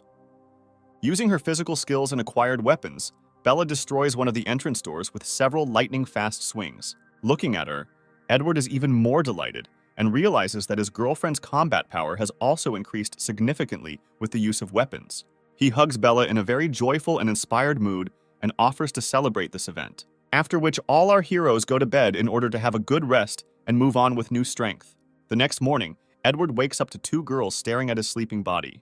When he asks what exactly they were doing, Shanna replies that she really wanted to bite him. She also explains that Bella also wanted to do this, but doubted her desires. The main character wipes the sweat from his forehead, glad that he woke up early enough that they didn't have time to bite him in his sleep. Having collected all his things, Edward goes to the roof of the building, saying that today they have to collect supplies. He uses his spiritual connection and takes control of several weak zombies, sending them to collect food at a nearby store. He also sends one of them to get a box of bottled water, assuming that this will be too much, but it is better to take it in reserve. Keeping Bella and Shanna under control, he realizes that 3 more weak zombies is the limit for him, and he needs to get more crystals for evolution. He also sends another infected person on reconnaissance, remembering that there should be a shopping center in that direction. His assumption is supported by dreams, and the zombie scout reaches a huge shopping center, which is clearly filled with a horde of zombies. Having collected all their supplies, they go to that same shopping center and go around it from the back entrance. Edward carefully plans all his actions, realizing that at the beginning of the epidemic, people were rushing to the exit, so most of the infected will end up on the first and second floors. He also understands that the staff area will be much safer, but he still needs to keep his eyes open. The main character orders Bella to go forward and Shanna to cover their group from behind and be extremely careful. Our heroes begin to move and make their way inside the building, slowly but surely reaching the 3rd floor and not meeting a single infected person on their way. Edward suspects that something wrong is going on because there is not the slightest reaction from Bella and Shanna. Moving further into the building, our heroes still come across a number of infected people and decide not to attract too much attention. The main character remembers that mainly on the 3rd floor they sold clothes, and in the center there is a supermarket, and most likely there is something interesting there. Our heroes move further and further into the shopping center, hoping that they will meet mutated individuals on their way. At some point, Shanna stops and wants to ask Edward a question that worries her, because it seems to her that something is wrong. At that same second, someone suddenly grabs the girl from around the corner and drags her away with him. Edward, accompanied by Bella, immediately rushes after the attacker in order to save Shanna. Meanwhile, the girl finds herself pinned to the floor trying to defend herself with her katana. Apparently, one of the mutated zombies in the mall who attacked her is baring her teeth with the desire to tear her apart. A few moments later, the door opens and an alarmed Edward rushes into the room, running to her rescue. Taking advantage of a second of confusion, Shanna manages to throw the infected away from herself with a powerful kick. He decides not to waste the opportunity, and while the zombies are in the air, finish him off with one blow. At the last moment, while in flight, the mutated one manages to dodge and avoid inevitable death. Edward immediately notices that she is not the ordinary infected he met earlier, because none of them could dodge attacks. He immediately orders the girls to step back, realizing that they need to be as careful as possible because this zombie is the most dangerous. The 3 of them slowly and carefully try to drive the attacker into a corner and deal with her with minimal losses. The main character understands that she is much smarter and stronger than other mutated ones and is already an advanced zombie. The infected, realizing that they are going to drive her into a corner, begins to drink furiously and her eyes fill with rage. Using her physical abilities, she tries to escape, realizing that the numerical advantage will not work in her favor. Shanna immediately manages to react to her attempt to escape and tries to strike with a katana, which the infected immediately manages to block. At this point, Edward tries to confuse the attacker by trying to take control of her with his spiritual power. The level of his evolution turns out to be completely insufficient for such manipulations, and the attempt is unsuccessful. The main character manages to feel his weakness with his whole body, since the rupture of spiritual energy occurs very quickly. The mutated girl clearly doesn't like this, and she immediately rushes towards Edward with the desire to tear him to pieces. Its speed clearly exceeds the reflexes of our protagonist, and without having time to react, he is pressed into the ground. The zombie reaches its mouth towards Edward's face with the desire to tear off a tasty piece of flesh from him. Trying with all my might to defend myself from the attack, the main character manages to grab the attacker by the throat, after which, with a powerful blow of his right hand, he hits her in the face, causing the mutated woman to lose several teeth. At this moment, rage takes over the zombie's mind even more, and she begins to control both of Edward's hands. In outbursts of anger, she squeezes our main character's shoulder with all her might, causing bones to crunch. Screaming in pain, the protagonist immediately orders the girls not to hesitate and to deal with the attacker as soon as possible. Bella and Shanna at that very second find themselves behind the zombies, about to deliver the decisive blow. In an instant, both of the mutated zombies' arms are severed and sent flying. Apparently, the infected woman did not even have time to realize what had happened and simply begins to scream in rage.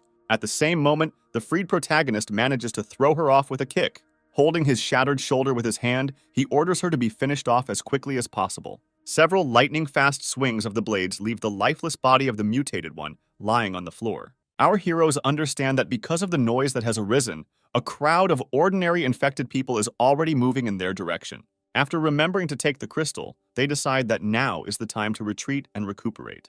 Having got out of the building, the girls help the wounded Edward get to the nearest shelter as quickly as possible. Having reached a safe place, the main character groans in pain and asks to be more gentle with him. Realizing that Shauna is not good at bandaging wounds, he asks Bella to do this. Edward suggests that his control over her is too weak and Shanna's bandages are too tight and may only cause more bruises. Remembering his last fight, he suggests that that girl was stronger than Bella and Shauna combined. Looking at Shanna, he thinks that if they both become advanced zombies, it will be amazing. His thoughts are interrupted by another crack of his own bones because he has weakened his control over Bella. Edward immediately manages to make a funny grimace and realizes that he cannot be distracted even for a second. Having finished binding our wounds, the heroes decide to think about a plan for their further actions.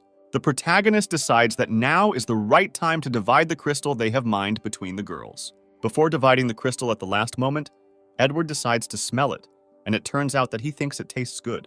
Remembering his past experiences, it seemed to him that the crystals smelled bad, and that now, in addition to the opposite, he wanted to eat them. He assumes that the girl's thoughts influenced his consciousness because for an ordinary person, such behavior is very strange. The main character breaks the resulting crystal in half and decides to give each of the girls one half. Shanna decides to give the more concentrated part of the crystal to Bella and puts it in her mouth. After absorbing the crystal, a wave of energy and pleasure begins to cover the girls. After some time, joy and pleasure are replaced by a fit of wild aggression, and their eyes light up bright red. At this moment, the protagonist realizes that they are both beginning to evolve and need to be on their guard. Using my spiritual power, he feels that this crystal is much stronger than those that were before, and that they cannot be allowed to take control. This time, the evolutionary processes took much longer than before, and at least 3 days passed. After this time, Edward calmly exhales, glad that everything happened without unnecessary complications. His joyful rejoicing is interrupted by Shanna, who suddenly says that she remembered something. What he heard evokes surprise and hope on the protagonist's face that the girl's memory has returned. Shanna points her finger at him and says that she remembered how he pestered her some time ago. She describes how he touched her breasts, took off her clothes, and groped her under the pretext of bathing. Edward, who clearly did not expect such a reaction, hoped that, having regained his sanity, the first thing he would do would be to pay and thank him for saving his life. Looking into his eyes, Shanna adds that she thinks that in the human world, this is called harassment. Decide to change the topic. The main character decides to clarify whether she remembered anything else about her past life. With a saddened look, the girl replies that it seems to her that she must have a huge number of memories, but her whole mind is as if in a fog. The protagonist understands that she only remembered what happened after her infection, but does not remember everything that happened before that. Shauna tries to console Edward by saying that she is happy with everything, and the state of things is not as sad as it could be. He grins, saying that her recovery is in full swing, and now she is even able to understand emotions. Having collected all their things, our heroes move on because their goal lies in the campus. After some time, our heroes find themselves in a picturesque area decorated with a huge number of neon signs. Edward realizes that the college town is located at the opposite end of the street and decides to send a small zombie to investigate. He sends the zombies forward, and he decides to explore the surroundings, amazed at the number of corpses that are located here. At this moment, Shanna interrupts him and asks why he doesn't like this smell. The main character turns around and sees sincere surprise and misunderstanding of what is happening on her face. He turns out to be quite dumbfounded by such a question, not understanding how to explain to zombies that an ordinary person cannot like the smell of rotting bodies. Jana says that she likes this smell, but if anything, she can pretend as if she doesn't like it. Edward grabs his head, asking higher powers what is going on in women's heads. The protagonist puts his hand on her shoulder, trying to calm her down and telling her not to think about such complex and deep things. He also points out that it doesn't matter to him whether Shauna likes something or not. The girl thanks him for such kindness. You notice that sometimes she really wants to bite him, wondering if this is normal. Meanwhile, their conversation is interrupted by the fact that the main character feels like the connection between him and the zombie scout has been broken. Edward says that he did not break control of the zombie on his own, and therefore someone most likely killed him. Looking through the eyes of a zombie scout just a few minutes earlier, we see how he made it to the karaoke bar. After which unexpected ambushes, someone hit him on the head with a blunt, heavy object. Looking at the girls, Edward realizes that their inner instinct also did not detect anything, which means it was most likely a person. Taking out his dagger from his bosom, he decides to go to that very place as soon as possible and check what happened. Having reached that very place, he discovers the corpse of a zombie scout, realizing that his assumptions have come true. At that same second, Bella begins to feel something strange and, looking deeper into the building, realizes that something is definitely wrong here. Edward decides to use his spiritual power and take one of the zombies on the street as bait. Having taken control of one infected, he sends it as bait and decides to ambush it himself. Using his puppet, he begins to destroy and smash everything around in an attempt to attract attention. After some time of unsuccessful attempts, he realizes that the zombie has made so much noise, but no one has reacted yet, and this is even more suspicious. With all this, he looks at his girlfriend and realizes that her instincts are clearly sensing something. The main character decides to continue crumbling everything around, waiting for the moment when the stranger deigns to show up. At some point, someone attacks the bait zombie from behind, piercing its head with a huge kitchen knife. The zombie attacker turns out to be a surviving guy with yellow hair who shouts that he knows about the presence of our heroes and asks them to come out of hiding. Encouraged, Edward crawls out from behind the bar asking how he can contact him. The mysterious guy decides not to engage in dialogue with our heroes and immediately begins to get into a fight. Attacking Edward, the stranger manages to pull out a red ball from his jacket pocket and throw it towards the main character, but he manages to cut it in flight. Having cut the ball, its contents fall into the eyes and nostrils of our protagonist, causing him to cough and cry. Taking advantage of the moment of confusion, the stranger wastes no time getting ready to finish off our main character. Shanna manages to stop him, knocking the weapon out of his hands and threatening him with her katana. Meanwhile, Edward, trying to rub his eyes and see at least something, orders the girl not to kill him. The unfamiliar guy exhales. I'm glad that he'll stay alive because I thought that he had just a few seconds left. His joy is immediately interrupted by a sharp kick in the back, causing him to fall to the ground and begin to groan in pain. An enraged Shanna explains her actions by saying that she was ordered not to kill him, but no one forbade him to beat him. The girl takes the stranger by the collar, giving the stranger several slaps in the face and warning him not to make sudden movements. Meanwhile, Bella takes a rag and a bottle of water from her supplies and tries to wash out our protagonist's eyes. Having regained the ability to contemplate the world around him, Edward notices the weapon with which the stranger tried to hit him. He realizes that he is holding in his hands a sharpened file, covered in zombie blood and scratches that are enough to kill any survivor. A yellow-haired guy standing in the corner with a dissatisfied look asks what they are going to do with him and what they want. He tries to justify himself by saying that he simply wanted to escape from the bandits, for whom he mistook our main characters. Edward points out that the stranger is too familiar with the surroundings, therefore he lives here.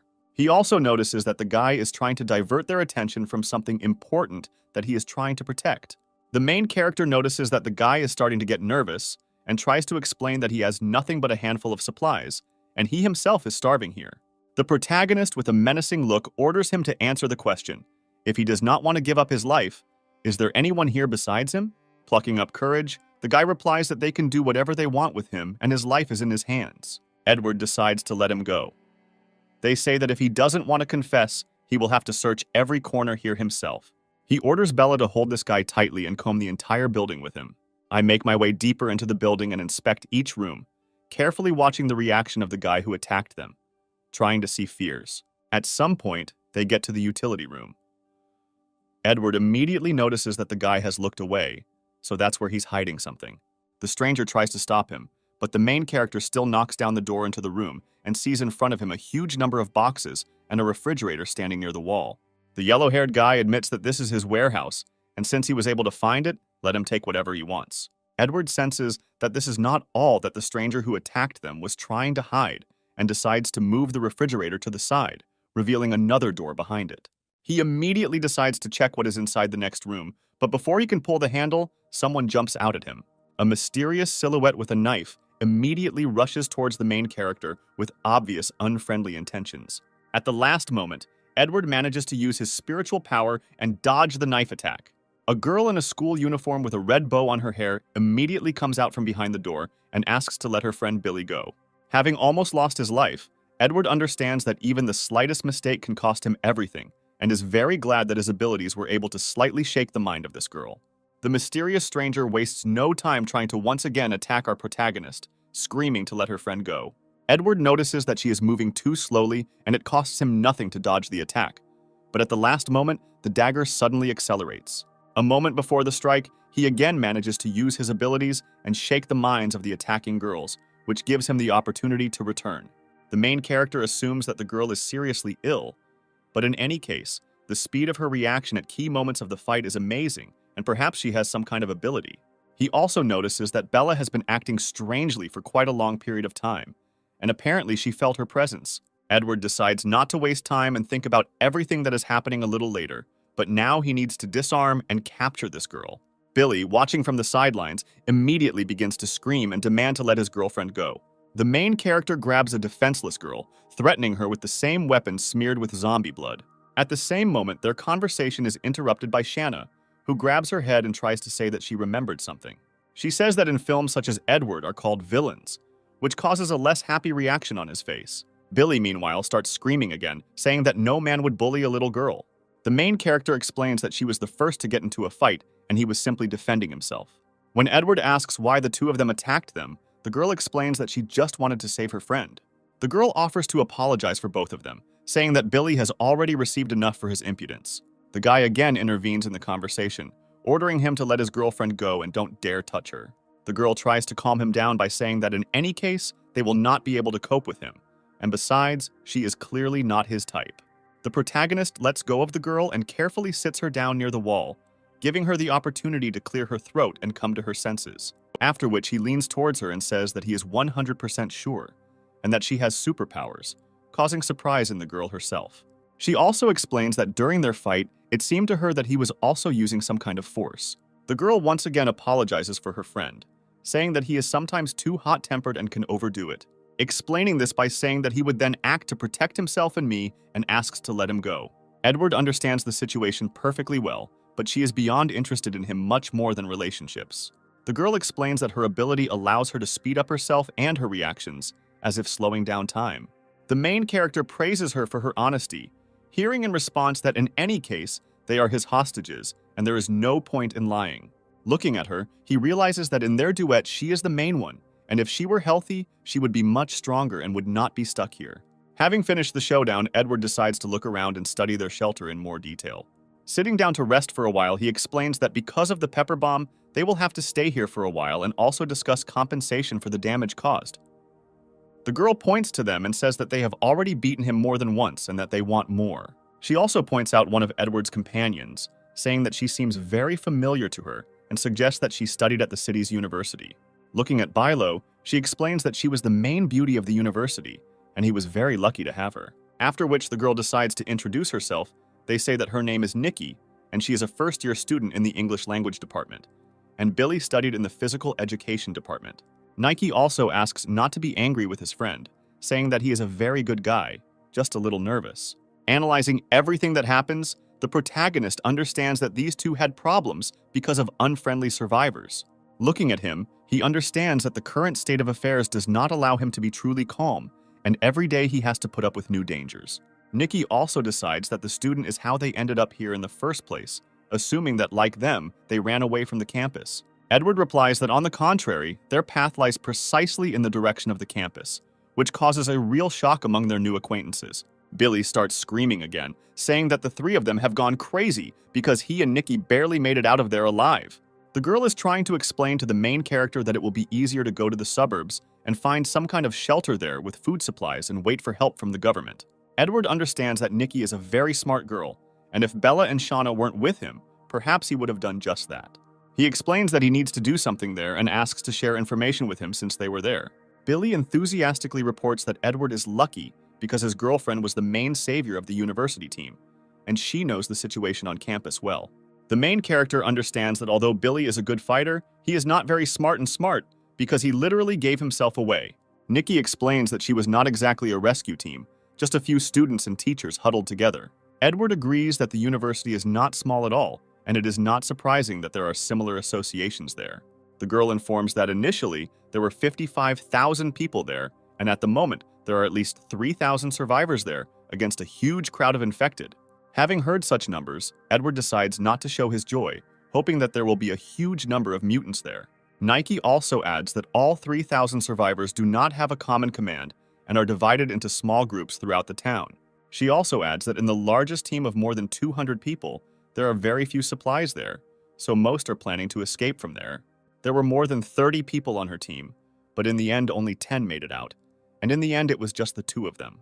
Reflecting on the further plan of action, Edward is upset that due to Nikki's health, he will not be able to show them the way. Billy again begins to object, saying that he is crazy because she is already weak and does not have to obey his every whim. The girl immediately shuts up her best friend by saying that she herself has the right to decide what to do. The guy tries to justify himself by saying that he and Nikki are one team and he is trying his best to take care of her and protect her.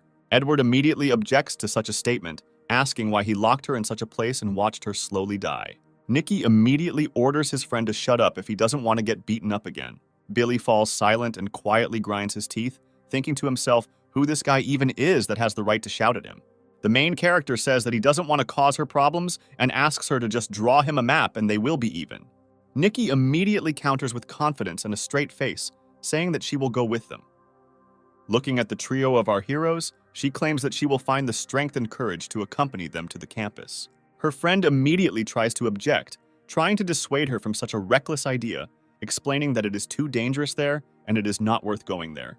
Nikki explains that the days go by and she only gets worse, and she doesn't want to die. She certainly doesn't have an illness. The girl claims that she will not become ballast and that he will help her along the way, but on the condition that he can take them to the university hospital. When Edward asks why she should go to the hospital, they will return to their rescue team. She simply smiles sweetly. The girl explains that she just wants to find some medicine in the hospital because it's better than just waiting for death. The main character understands that this arrangement is much better than going at random according to a map or information received orally. Looking at Billy, he understands that the two of them definitely won't get there, and if he were in their place, he would have done the same thing. Edward admits that this girl is very smart and knows how to make an equal exchange. These are the kind of people who fit perfectly into the world of the apocalypse. The protagonist immediately decides to set several conditions, saying that if through their fault they find themselves in danger, then his team will be a priority. Nikki asks to look at her and answer honestly whether, in his opinion, she can cause trouble. Standing next to him, Billy also agrees that everything along the way should go smoothly without any visible incidents.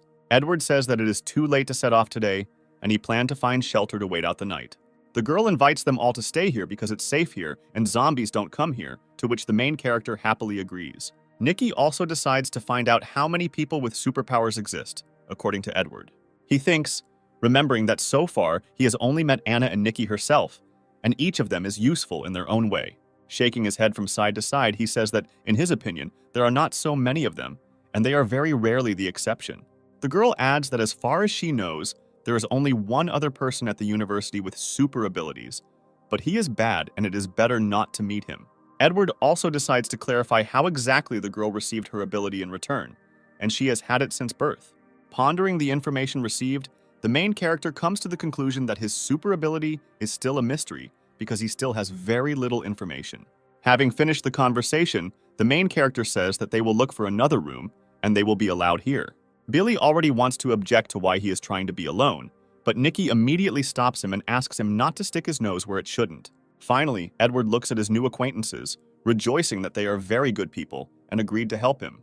After which he, accompanied by the girls, leaves the hidden room and goes in search of the room. Nikki is glad that their new acquaintance behaved quite well with her, although it is unlikely that she would have been able to do anything if he had begun to threaten her. She also says that Billy may hate him, but he must understand that his strength clearly puts him a step above them.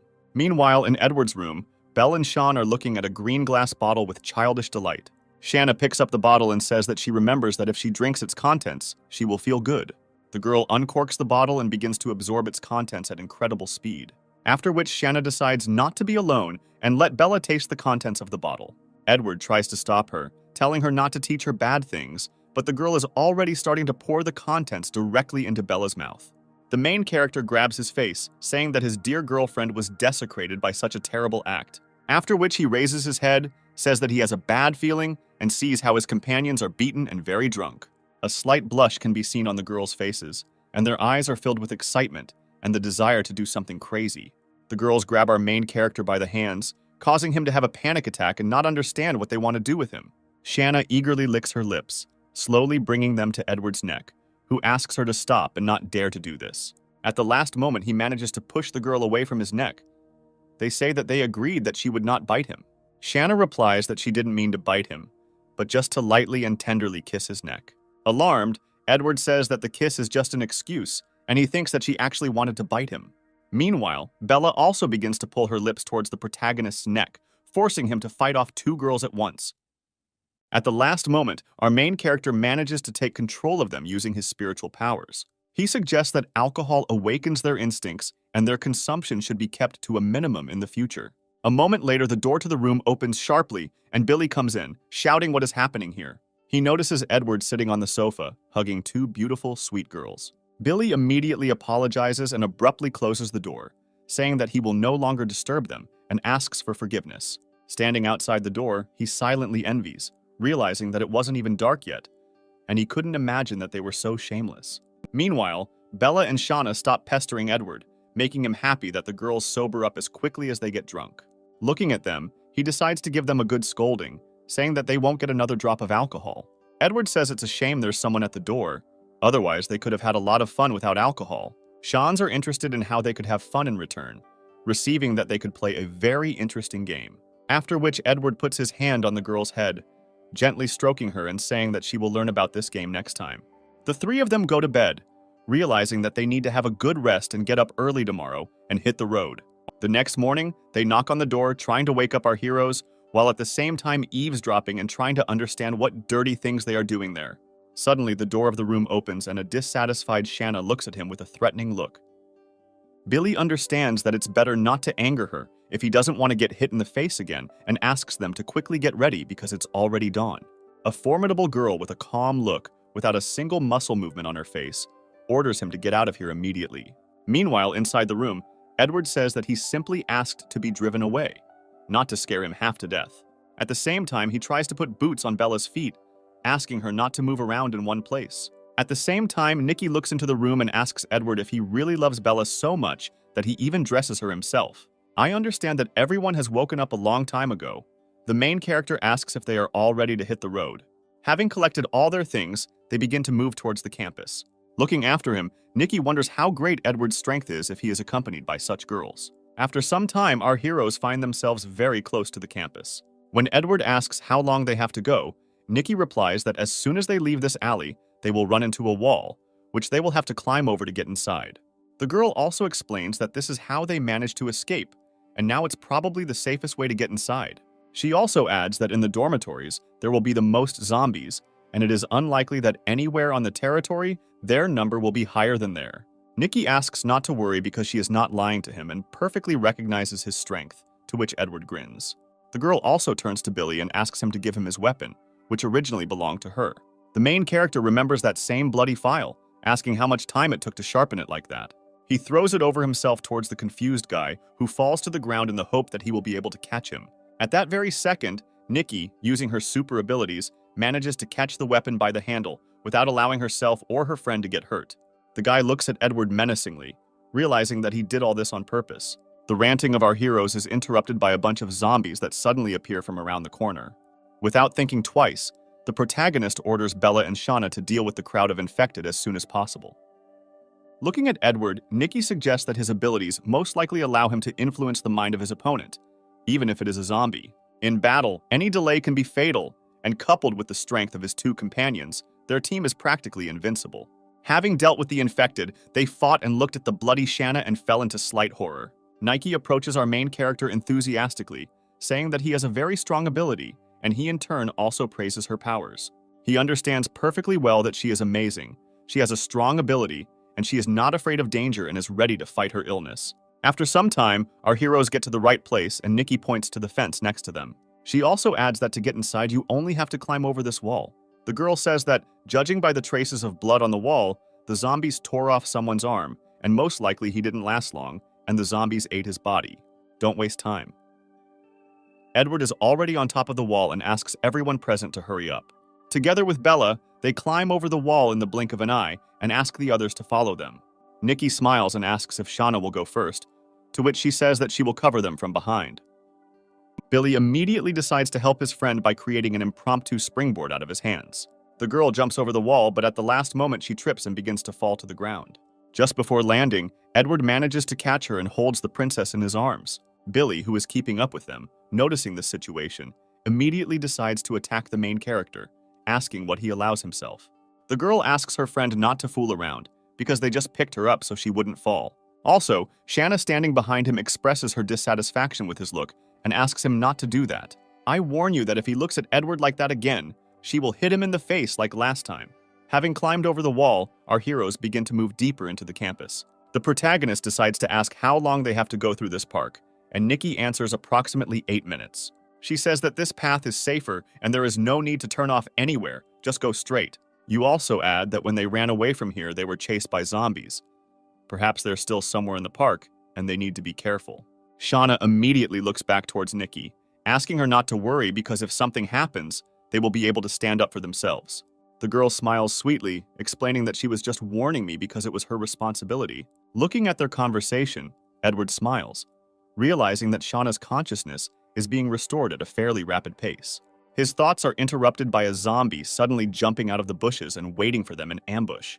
He quickly gets closer to Nikki, but she manages to use her super abilities. She grabs a utility blade from her pocket and plunges it straight into the chest of the attacking infected. At the last moment, it turns out that this blow was not enough, and the zombie is still alive. The enraged infected man manages to hit the girl with his right hand, causing her to fall to the ground.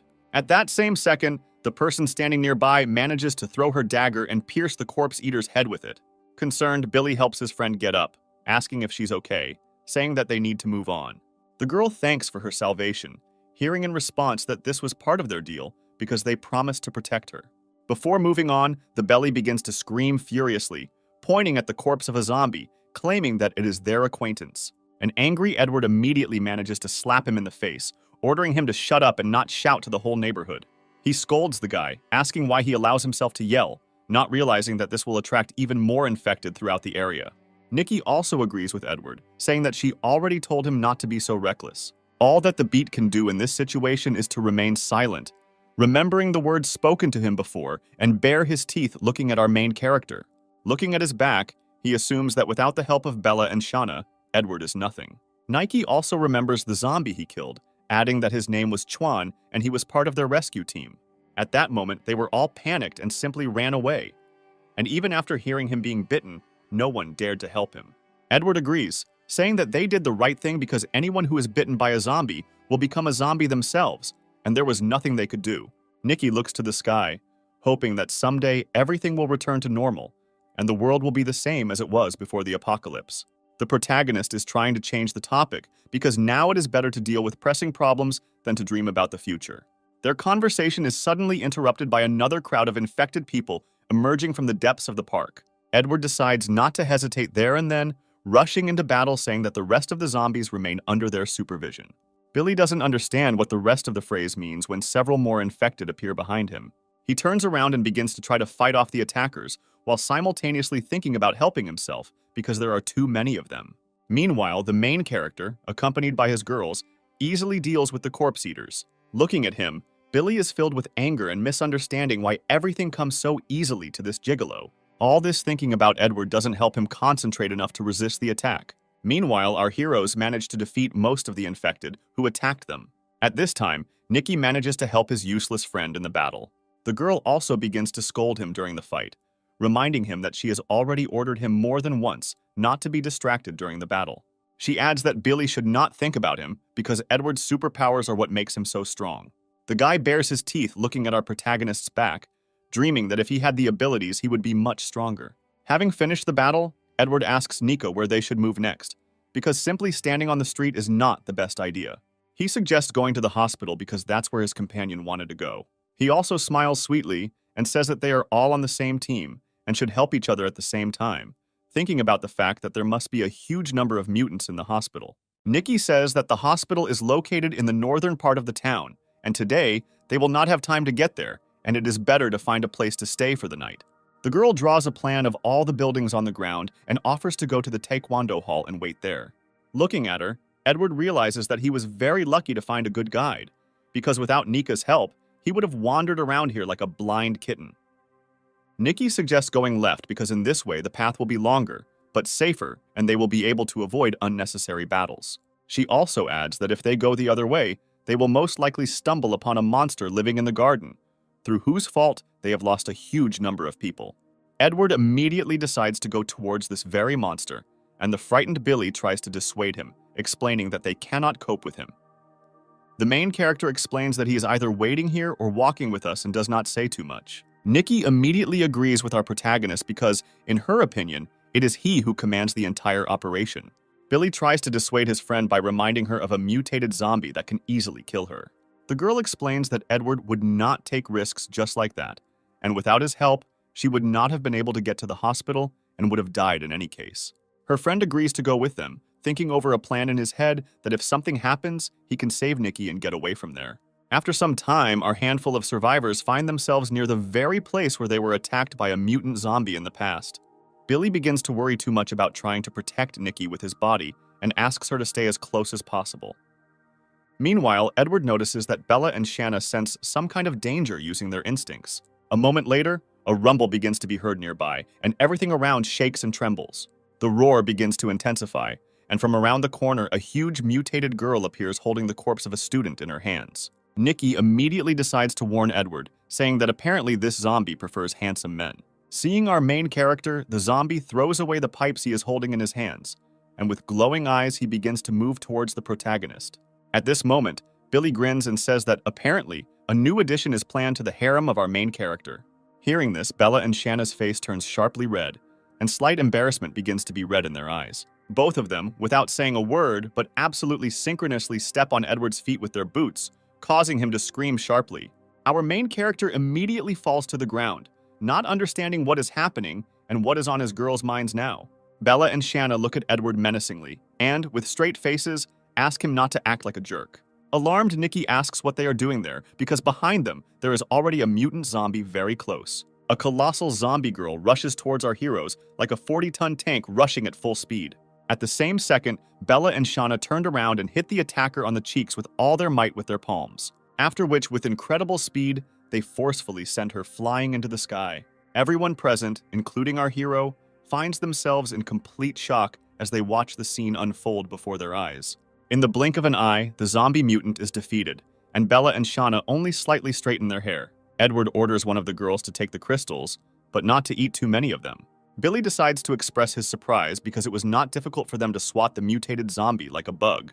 When Nika asks if they have met other mutated ones, Edward replies that this individual was not the strongest of those they had met. Billy, standing next to him, is in complete shock, realizing that it was the mutant who killed a bunch of their classmates, and they didn't even take a breath and dealt with her. Looking at the back of Edward and his girls, he realizes how great the difference in power is between him and Edward. Nikki notes, asking Edward that apparently they are not just lovers, but also loyal comrades. The main character agrees with this statement, realizing that it is very difficult to describe their relationship in words. Having gone further, our heroes still manage to get to the Taekwondo hall where they are going to spend the night. Nikki says that the room on the northern part of the second floor will be perfect for them because it has a good view of the street and is easy to leave if something happens. Edward is amazed at her knowledge, and the girl explains that her comrades told her about this place before the start of the apocalypse. Nike says that she is a weak girl and also sick, so she needs to make every effort to survive.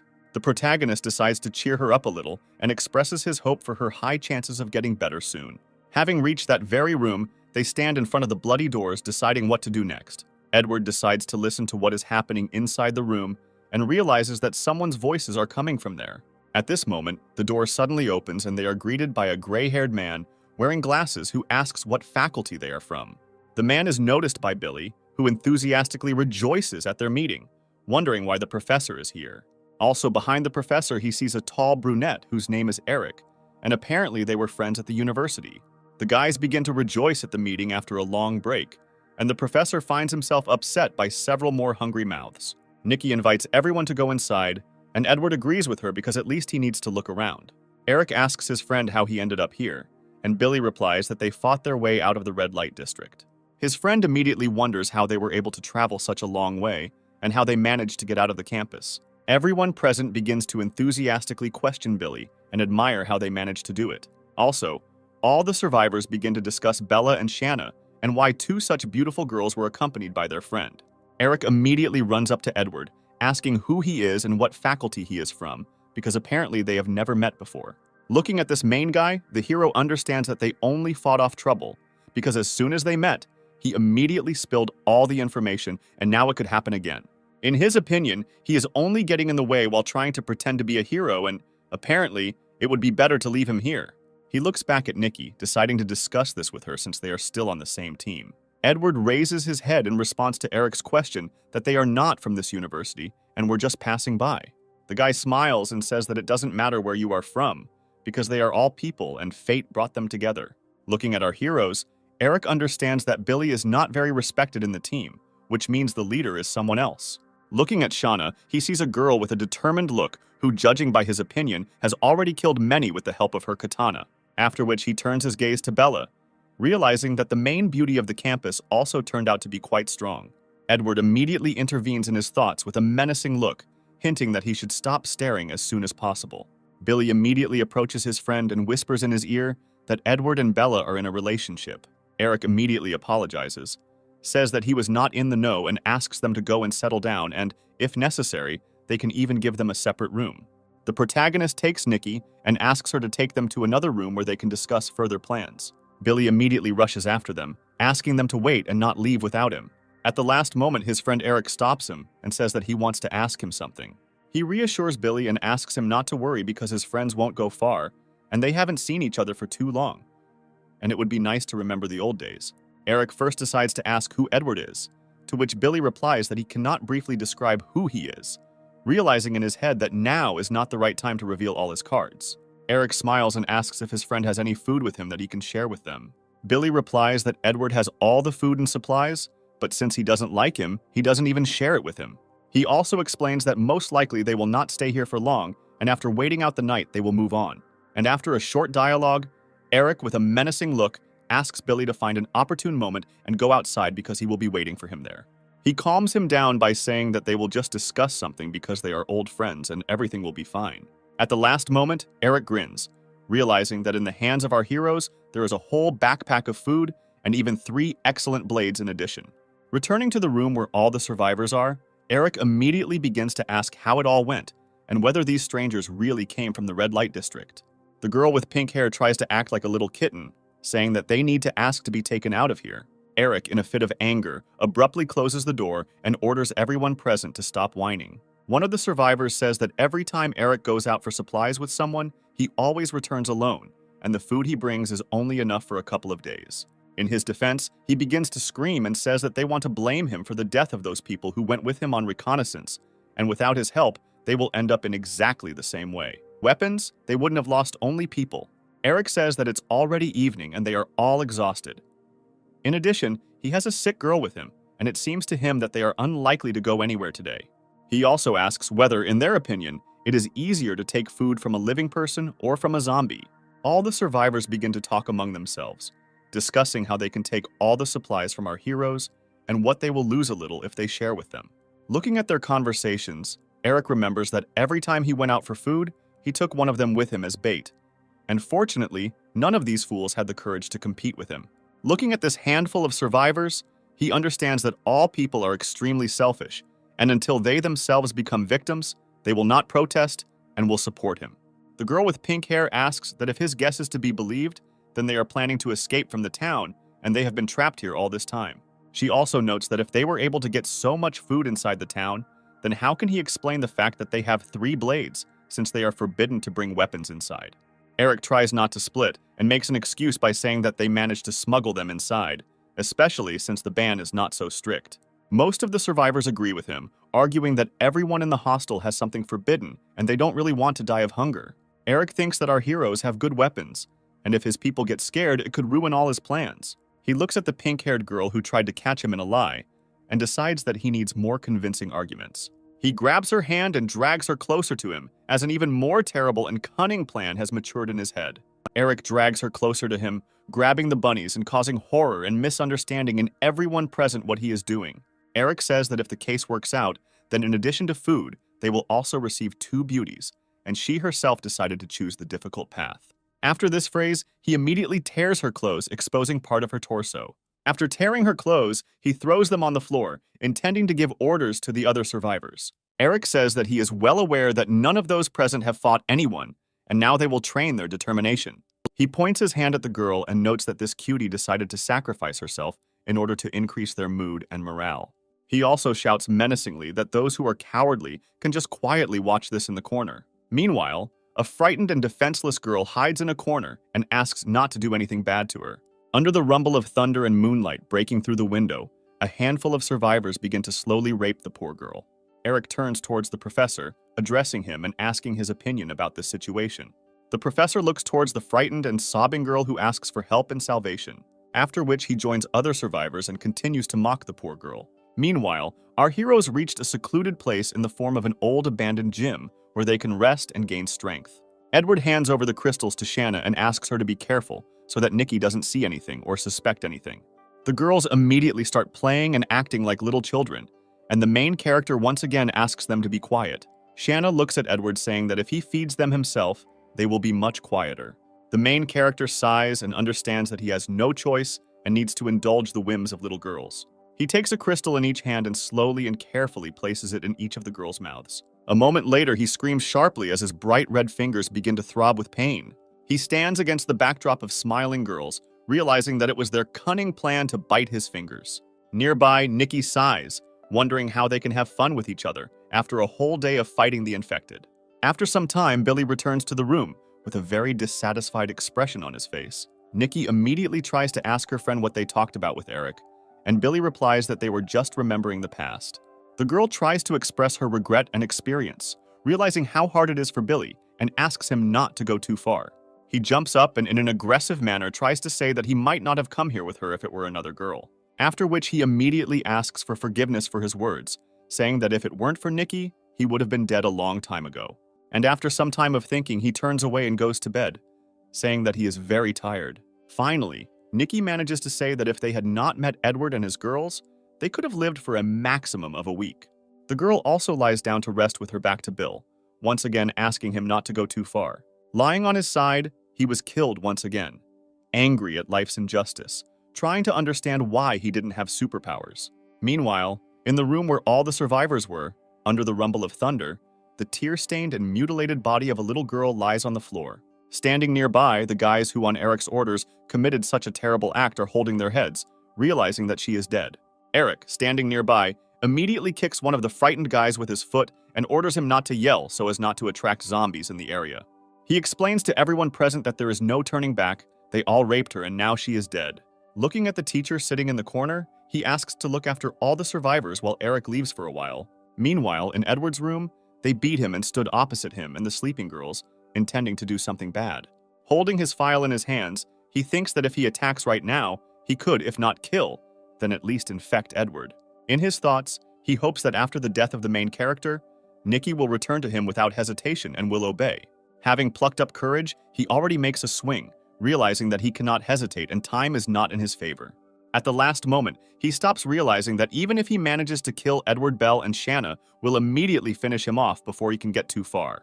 Having thought everything over again, Billy decides to finish him off after he takes them to the hospital, and the main thing is to pick the right moment. Having hidden his weapon, he decides to go meet Eric and at the same time find out what exactly he is up to.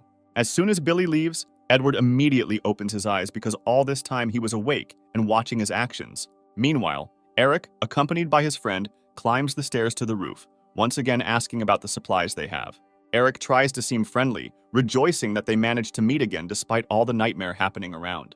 At one point, he leans sharply towards Billy and tells him that apparently he was not having the best day. Eric tries to gain Bila's trust by asking him not to hold a grudge against Edward and tell him if he did something bad. Billy begins to suspect that his friend is clearly up to something nasty, and he wonders why he should interfere with him. Eric scratches his fists, promising to cause trouble for anyone who dares to harm his friends. He also decides not to slow down and try to find out more information regarding Edward, and whether they really came from the red light district. Billy replies that they really came from there and also says that his girlfriend is sick and they went back to the campus to get to the hospital. Eric understands that our heroes are not so simple if they were able to make their way starting from the red light district. He continues to press the people, trying to find out how strong everyone who brought him here is, arguing that they are recent friends and he is not up to anything bad. I'm trying to find the words. Billy once again remembers the words of Nikki, who asked him not to go too far. Eric tries to pressure his friend by saying that he shouldn't be afraid and stop being a coward. Billy begins to shout at his friend, explaining that he is not afraid, but simply understands that he cannot cope with him. His friend replies that he doesn't believe in this because he has a lot of medals in Chinese boxing, and he is a professional in many sports, and how can anyone be stronger than him? Billy cannot withstand such pressure and provocations from his friend, and at the last moment, he manages to catch himself and almost gives him unnecessary information. He manages to realize that Eric is provoking him and decides to ask directly what exactly he wants from him. He replies that he is only interested in profit because Edward has a lot of different food and cool weapons that you can take for yourself. What he hears shocks Billy because, in his opinion, stooping to robbery in such a difficult situation for every person is unacceptable. Eric continues to put pressure on his friend, claiming that he has suffered enough and invites him to work together and quietly finish off Edward. Billy tries his best to dissuade his friend, explaining that this is a very bad idea. And Eric presses on the fact that he simply fell in love with that sick girl. He tries to bribe his friend by saying that if he follows his plan, they can capture her alive and he can do whatever he wants with her. Billy immediately begins to shout at his friend, telling him not to dare to hurt his friend under any circumstances. Eric explains that if they work together to get rid of Edward and take his food and supplies, they will be able to get out of campus alive. Billy decides not to end the dialogue and asks what Eric wants him to do, and he asks him to tell him everything he knows. Bill's patience is at its limit, and he still reveals to his friend that the main character has super abilities. He tries to describe that she is very strange, and he does not fully understand how she works, putting forward his assumption that most likely he is weak in close combat, unlike his girls. He also asks not to touch Nikki, saying that she is sick and poses absolutely no threat to them. Eric says that his friend is very caring and then puts his arm around his shoulder, saying that he wants to ask him one more thing. Taking advantage of Billy's gullibility, Eric pierces him through with a piece of iron pipe, saying that he is too cowardly and can ruin all his plans and cannot be left alive. Billy turns out to be dead and, without even having time to say anything in the end, simply falls onto the cold concrete floor. After searching his body, Eric takes away the same bloody file, saying that he just needed a convenient weapon. Having committed such a vile act, he tries to think about his further actions and develop a plan to get rid of Edward and his girls. He is also wondering how exactly he should use the cannon fodder in the form of the survivors under his command. And at this time, a strange noise is heard behind him. Eric immediately gets scared with fear, turning around and looking deep into the dark corridor trying to figure out who is here. He notices Edward standing in front of him, who says that their chatter has tired him out. Eric decides not to show his fear, trying to conduct a dialogue and find out how long ago he saw and heard everything. The protagonist explains that Billy was acting suspiciously, so he followed him from the very beginning. Eric admits that he greatly underestimated our main character, but if he finishes him off now, it will be much easier. He decides to make a sharp attack towards Edward, saying that it was very stupid of him to follow him alone. Edward, without any problems, manages to use his power for a short moment, shaking the sanity of Eric, who attacks him. After which, using the second advantage, he hits his opponent with his elbow in the stomach with all his strength, causing him incredible pain. Eric is trying to get up and recover from such an unexpected blow, promising to finish Edward here and now. He tries to strike with a bloody file in his hand, but the main character easily dodges such attacks.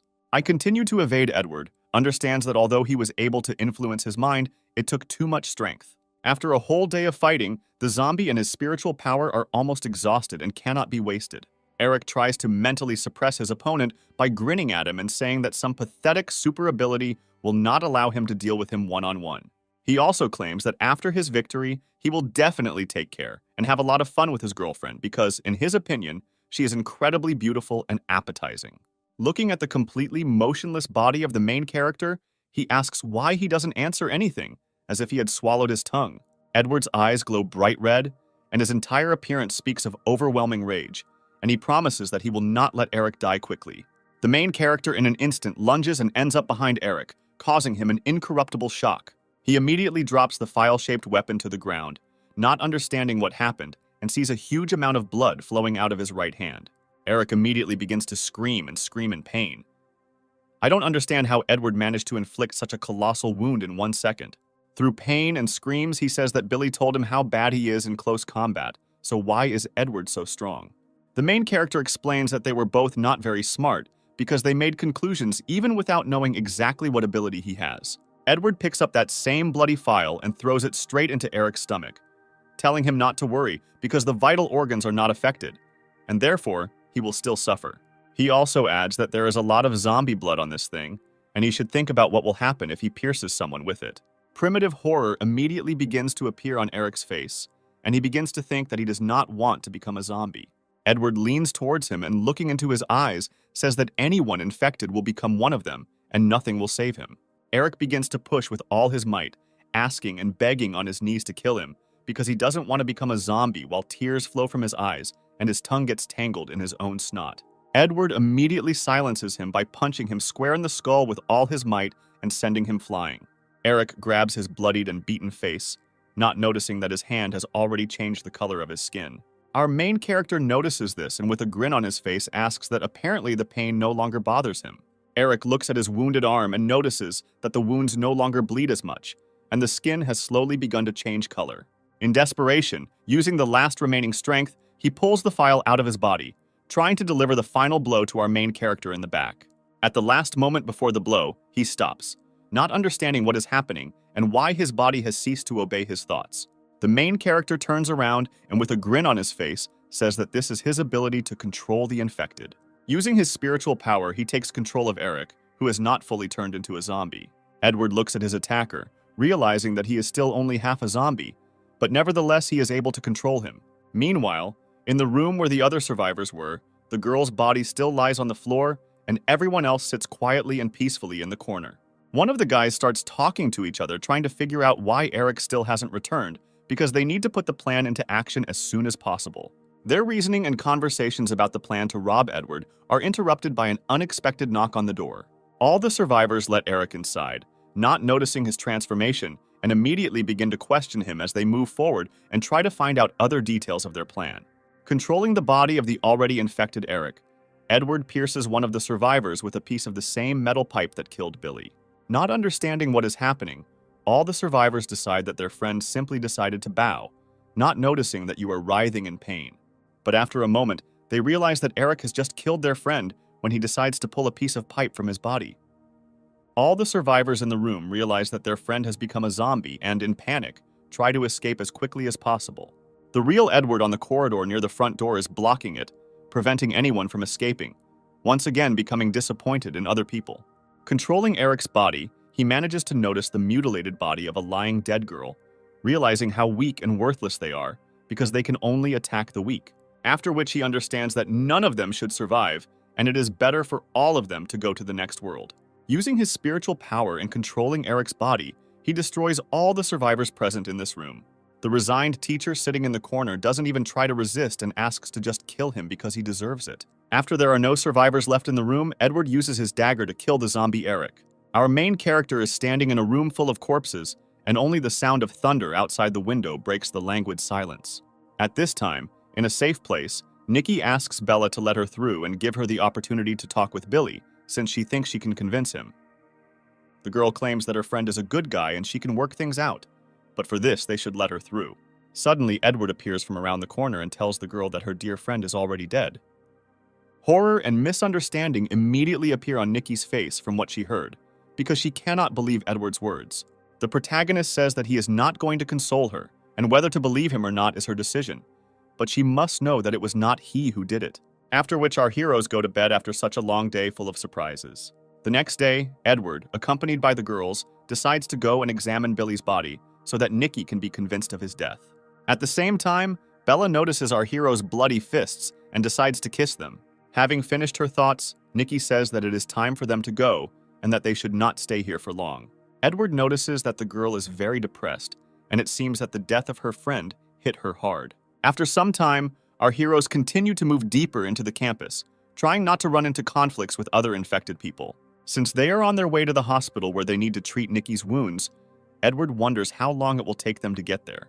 The girl points to a real building nearby with a spire, saying that this is the main building of the hospital. She notices that even though it turns out that he is just a stone's throw away, he is still far away, so they only have about half an hour to go, and the main thing is to be as careful as possible. Nike also explains that before the apocalypse, there was a laboratory in this building where classes were often held for students of different courses. Edward is very encouraged by the information that there may be a large number of zombies inside the building and orders Shauna to look after Nikki, and he and Bella will go and scout out the situation. Shanna promises that the order will be carried out exactly, after which she grabs Nikki by the shoulders and orders her not to move. She throws the defenseless girl into a nearby hedge and orders her to rest and wait for Edward's return. Meanwhile, Bella, accompanied by the main character, begins to make her way through the hordes of the infected. The protagonist, using his superpowers, takes control of a number of zombies. Then he decides to try a new technique and force them to fight among themselves without attracting too much attention to themselves. Having finished collecting the crystals, he says that he will have to be content with this. If they are kept for too long, Nikki may suspect something. Meanwhile, Shanna continues to hold the defenseless girl, not giving her the opportunity to budge.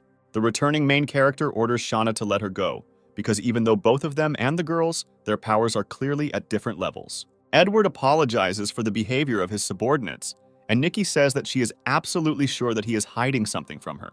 The girl admits that she didn't tell everything herself, because initially she wanted to go with them to the hospital to get medicine so as not to die, but all this time something was bothering her. Looking into the eyes of our main character, she asks why Bella, who also studied here, could not show him the way. Looking at his girlfriend, the protagonist realizes that he was too busy collecting crystals and forgot that Bella also studied here. I'm trying to come up with a cunning plan so as not to give myself away. He doesn't find anything better than to say that he lost his memory. When Nika asks how this could happen, he replies that he told her everything she needed and she shouldn't stick her nose where it shouldn't. The girl gets upset and asks for forgiveness, promising that she will no longer ask unnecessary questions and then asking to follow her. Before she can take a few steps, she falls to one knee, clutching her hand, causing surprise to everyone present. Shanna immediately manages to notice that she smells a faint smell of blood and suggests that Nikki is wounded. She continues to sniff the girl, thinking that she might be infected, and she, in turn, tries to find an excuse. Nikki takes off some of her clothes, showing her bandaged and wounded hand, saying that this is the reason why she needs to get to the hospital at any cost. She also says that a seriously wounded girl will only be a burden for them if Edward decides to leave her. She will not resist. The main character orders her to stop talking nonsense because he made a promise and intends to fulfill all its conditions. Edward says that he gave his word that he would take Nikki to the hospital, which means he will do it no matter what. Bella and Shanna help Nikki get dressed and follow Edward, who continues to move towards the hospital. At that same second, having spent a large amount of strength, Nikki falls unconscious, and Shanna, who is standing next to her, manages to catch her. Having come to his senses, the hero suspects that she most likely deteriorated early and needs to be taken to the hospital as soon as possible. Ordering his girls to clear the way for him, he grabs Nikki in his arms and tries to carry her to a safe place as quickly as possible. After a short period of time, he still manages to reach the upper floors of the hospital building and lay the exhausted girl on one of the hospital beds. The main character realizes that it will be unpleasant if zombies get in here while he is providing first aid, so he instructs the girls to guard the door. Edward takes off Nikki's clothes, trying to calm her down and saying that he will take care of everything, and the girl asks if he knows how to stitch. He picks up a scalpel and says that although he has never sewn people up, he knows how to darn socks quite well. These words clearly do not have the expected effect, and Nikki begins to doubt whether she wants to trust such a professional as Edward. The main character uses a scalpel in his hands and carefully removes the bloody bandages from the poor girl's wound. He ponders the task he has set for himself to treat the area around the wound with medicine and stitch it up, assuming that with his current spiritual strength, he will definitely succeed. Nikki tries to stop him by saying that darning socks and stitching living people are two different things, and the main character replies that there is no one else to do this but him. The girl lies on her back, saying that she is very scared and asks to be as gentle as possible with her. Nikki tries to hold back her screams and moans, and the main character asks her not to hold back because no one will hear her here. The girl continues to shake and squirm in pain, asking to finish as quickly as possible because she can't stand it anymore. After some time, the same bloody bandages and a number of medical devices appear on a tray next to the bed. The girl wipes the sweat from her forehead, saying that it was damn painful, while stroking the freshly applied bandages on the stitched wound. She covers her pink face with a piece of blanket, telling Edward that he is very bad at this. Meanwhile, the main character sharply opens the front door, asking Bella and Shanna, who are eavesdropping, what they are doing. He pats himself on the shoulder, asking who they take him for and that he would never dare to harm a defenseless girl. After which Edward says that much more serious things need to be discussed because they have run out of medicine and they need to search the hospital and look for new ones. Leaving Bella as the main guard, the hero heads to the third floor in order to look for the medicine they need along the way. Searching the upper floors of the hospital, he is surprised by the number of different supplies that he could find here, and, together with a guide like Nikki, they will be able to collect even more. The main character also remembers that last time he spent a lot of energy taking control of Eric, and he should remember that controlling a zombie that has not fully converted is a bad idea. This process takes a lot more energy than controlling a regular zombie, and it's much easier to lose control, so it's not worth it. While searching another of the hospital rooms, he discovers something strange. In addition to other supplies, all the medicines have disappeared somewhere.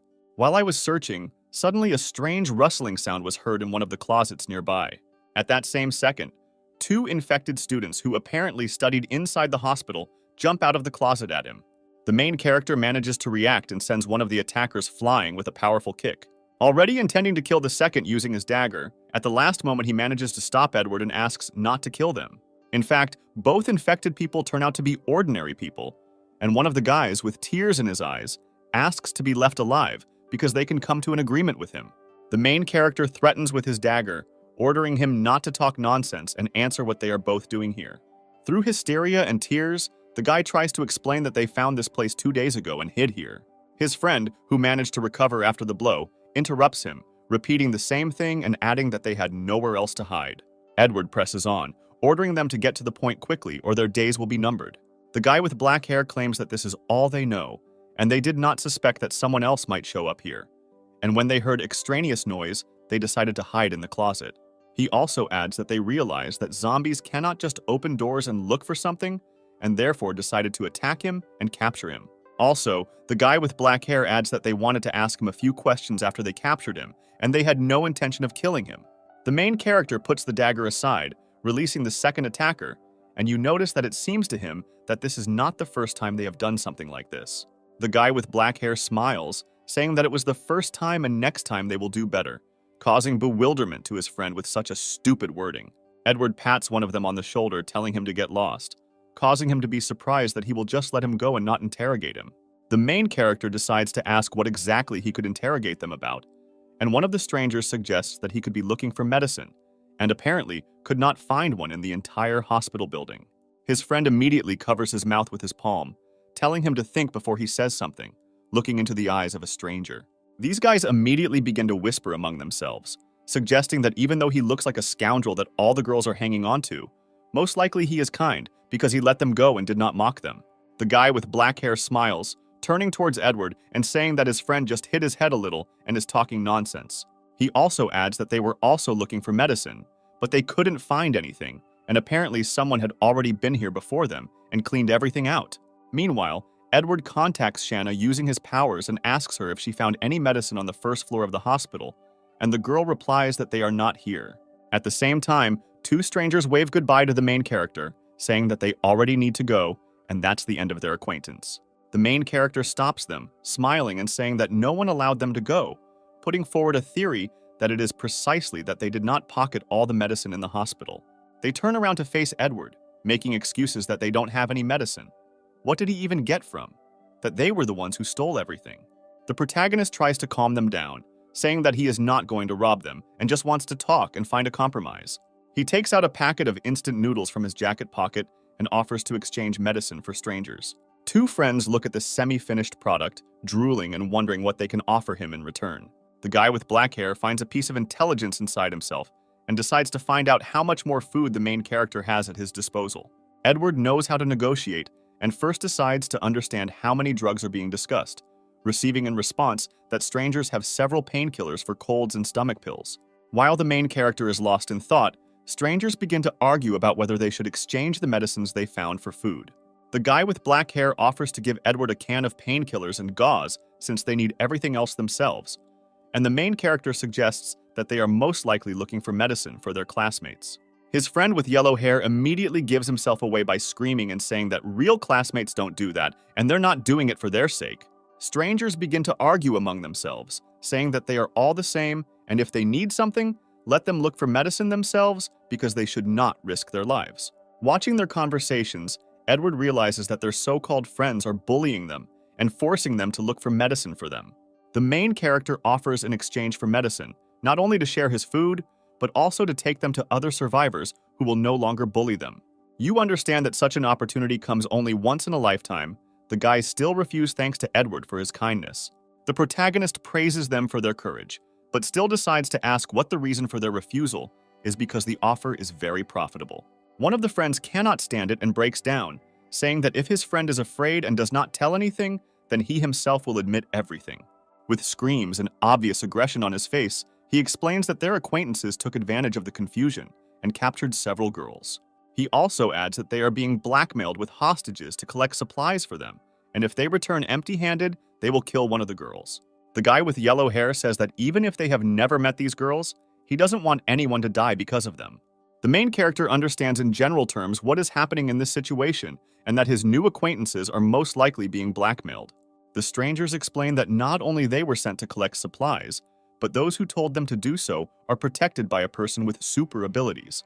It is for this reason that they cannot just leave because otherwise innocent people will suffer. They once again say that they are ready to exchange only part of the medicines for food, because if they give everything without a trace, they will most likely die.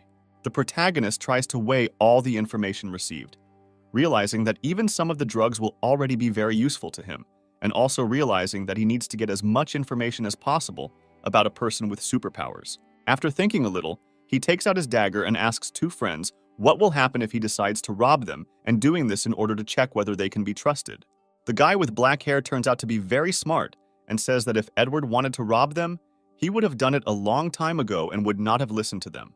The main character replies that maybe he just wanted to listen to them before robbing them. In response, the stranger with yellow hair threatens to cut his wrists, and the zombie blood with which they are covered from head to toe will turn him into an infected person that Edward will not be able to cope with. The protagonist agrees that the guys are clearly not cowardly and sheathes his dagger. He also reassures them, saying that robbery is not his style, and he agrees to a deal without bloodshed. Finally, Edward gives advice to strangers that if they want their plan to work, don't tell them about it in advance. The guy with black hair starts laughing at his friend's stupidity, and he in turn does not understand what is happening.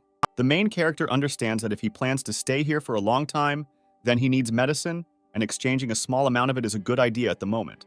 A guy with black hair interrupts Edward's thoughts by tapping him on the shoulder and asking permission to ask one question.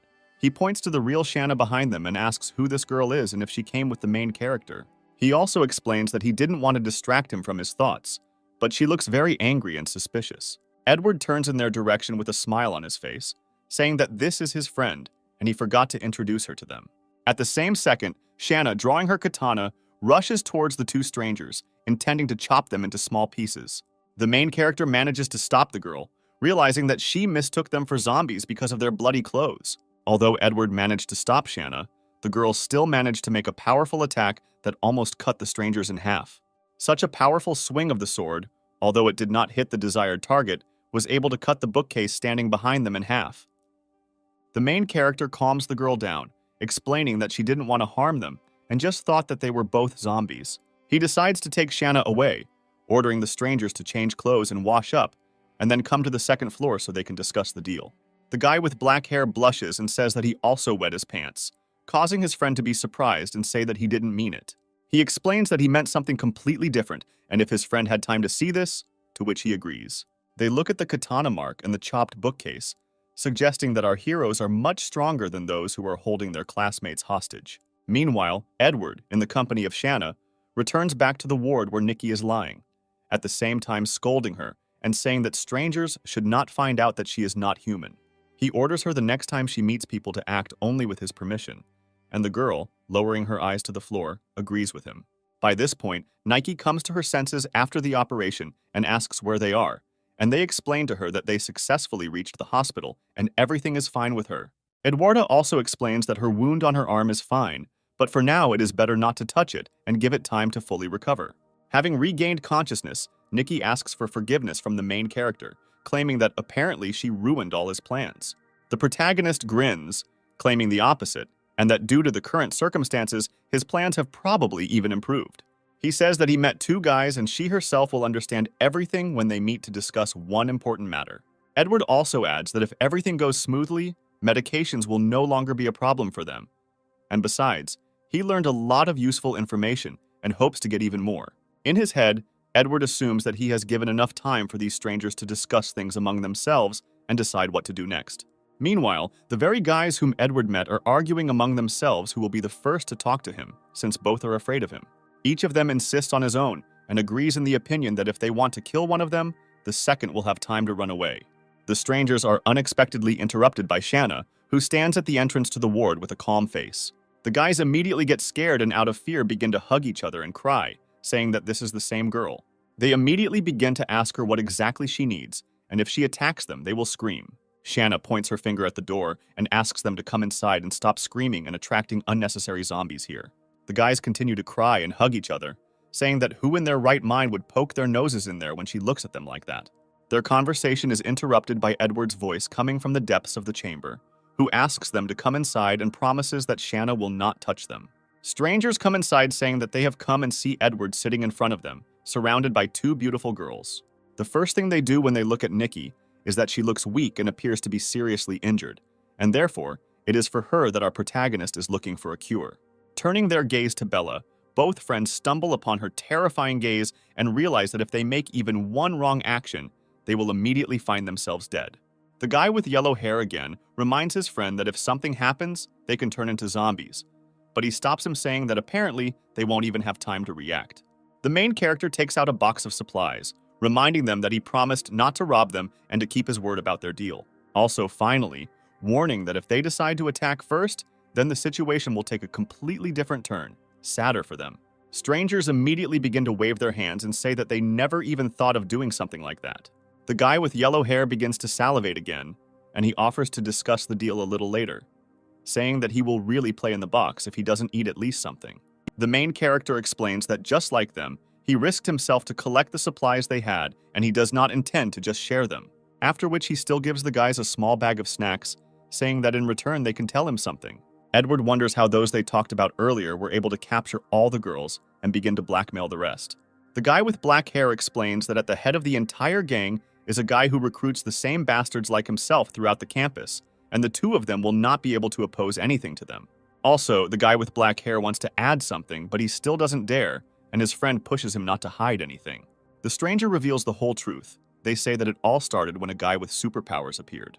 From this point on, Edward becomes much more interested and begins to find out the details and whether they saw him in person. Friends answer that they saw him only once, but apparently he is no longer a person. They cannot describe him in any other way. They remember the incident when they saw him come to the rescue to deal with the traitors. A handful of survivors had stolen a bunch of weapons, and it seemed impossible to deal with them easily. But when that guy returned, he killed them all instantly. And this is not an exaggeration. Everything really happened in the blink of an eye. Strangers delve into their memories trying to find at least some more details about the person with superpowers that interest Edward, until one of them remembers his name.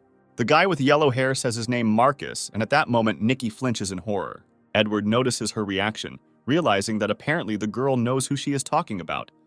But with all her appearance, she tries not to show fear. The main character decides to proceed with their deal by offering to take only 3 packages of medicines and leave the rest with the stranger. Two friends with sparkling eyes and drool running down their beards agree, without even trying to think about other options. Until they shake hands, Edward can't help but think that Nikki has become very depressed after hearing the name Marcus from strangers. The girl notices that they are looking at her very intently and asks the main character not to worry, because she will draw a map and indicate the places where the largest concentrations of the infected are located.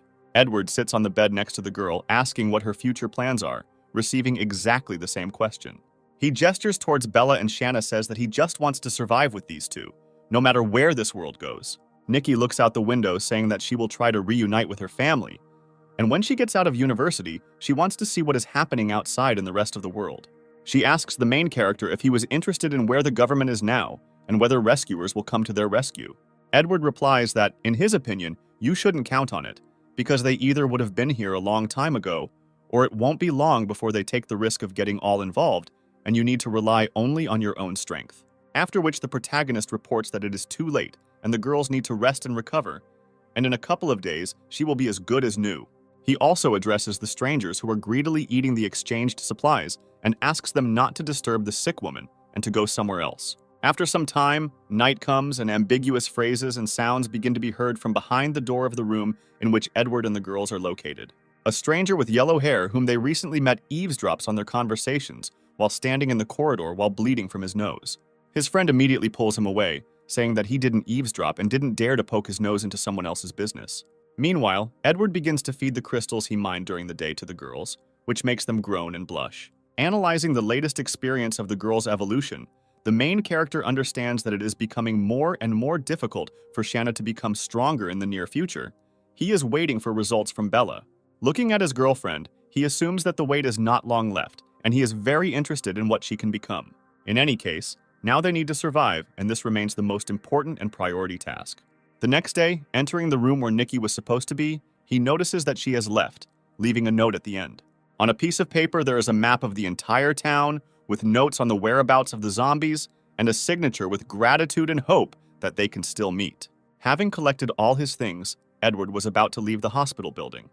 But he was stopped by two strangers whom he had met earlier asking to stay for a few more days.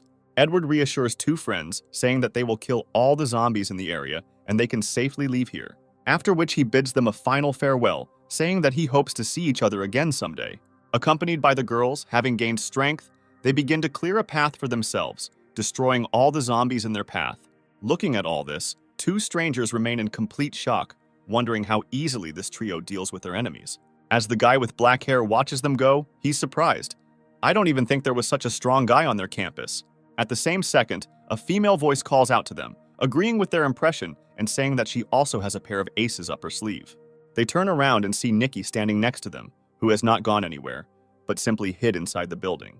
One of the guys immediately decides to ask her a question for what purpose she decided to stay, and the girl answers that she wanted to go with them. One of her friends decides to warn her, saying that she must understand that if she goes with them, she will dig her own grave. At the same moment, Nikki uses their superpowers and in a split second manages to cut off a piece of hair from one of the guys. This plunges strangers into complete shock that someone besides Marcus has superpowers.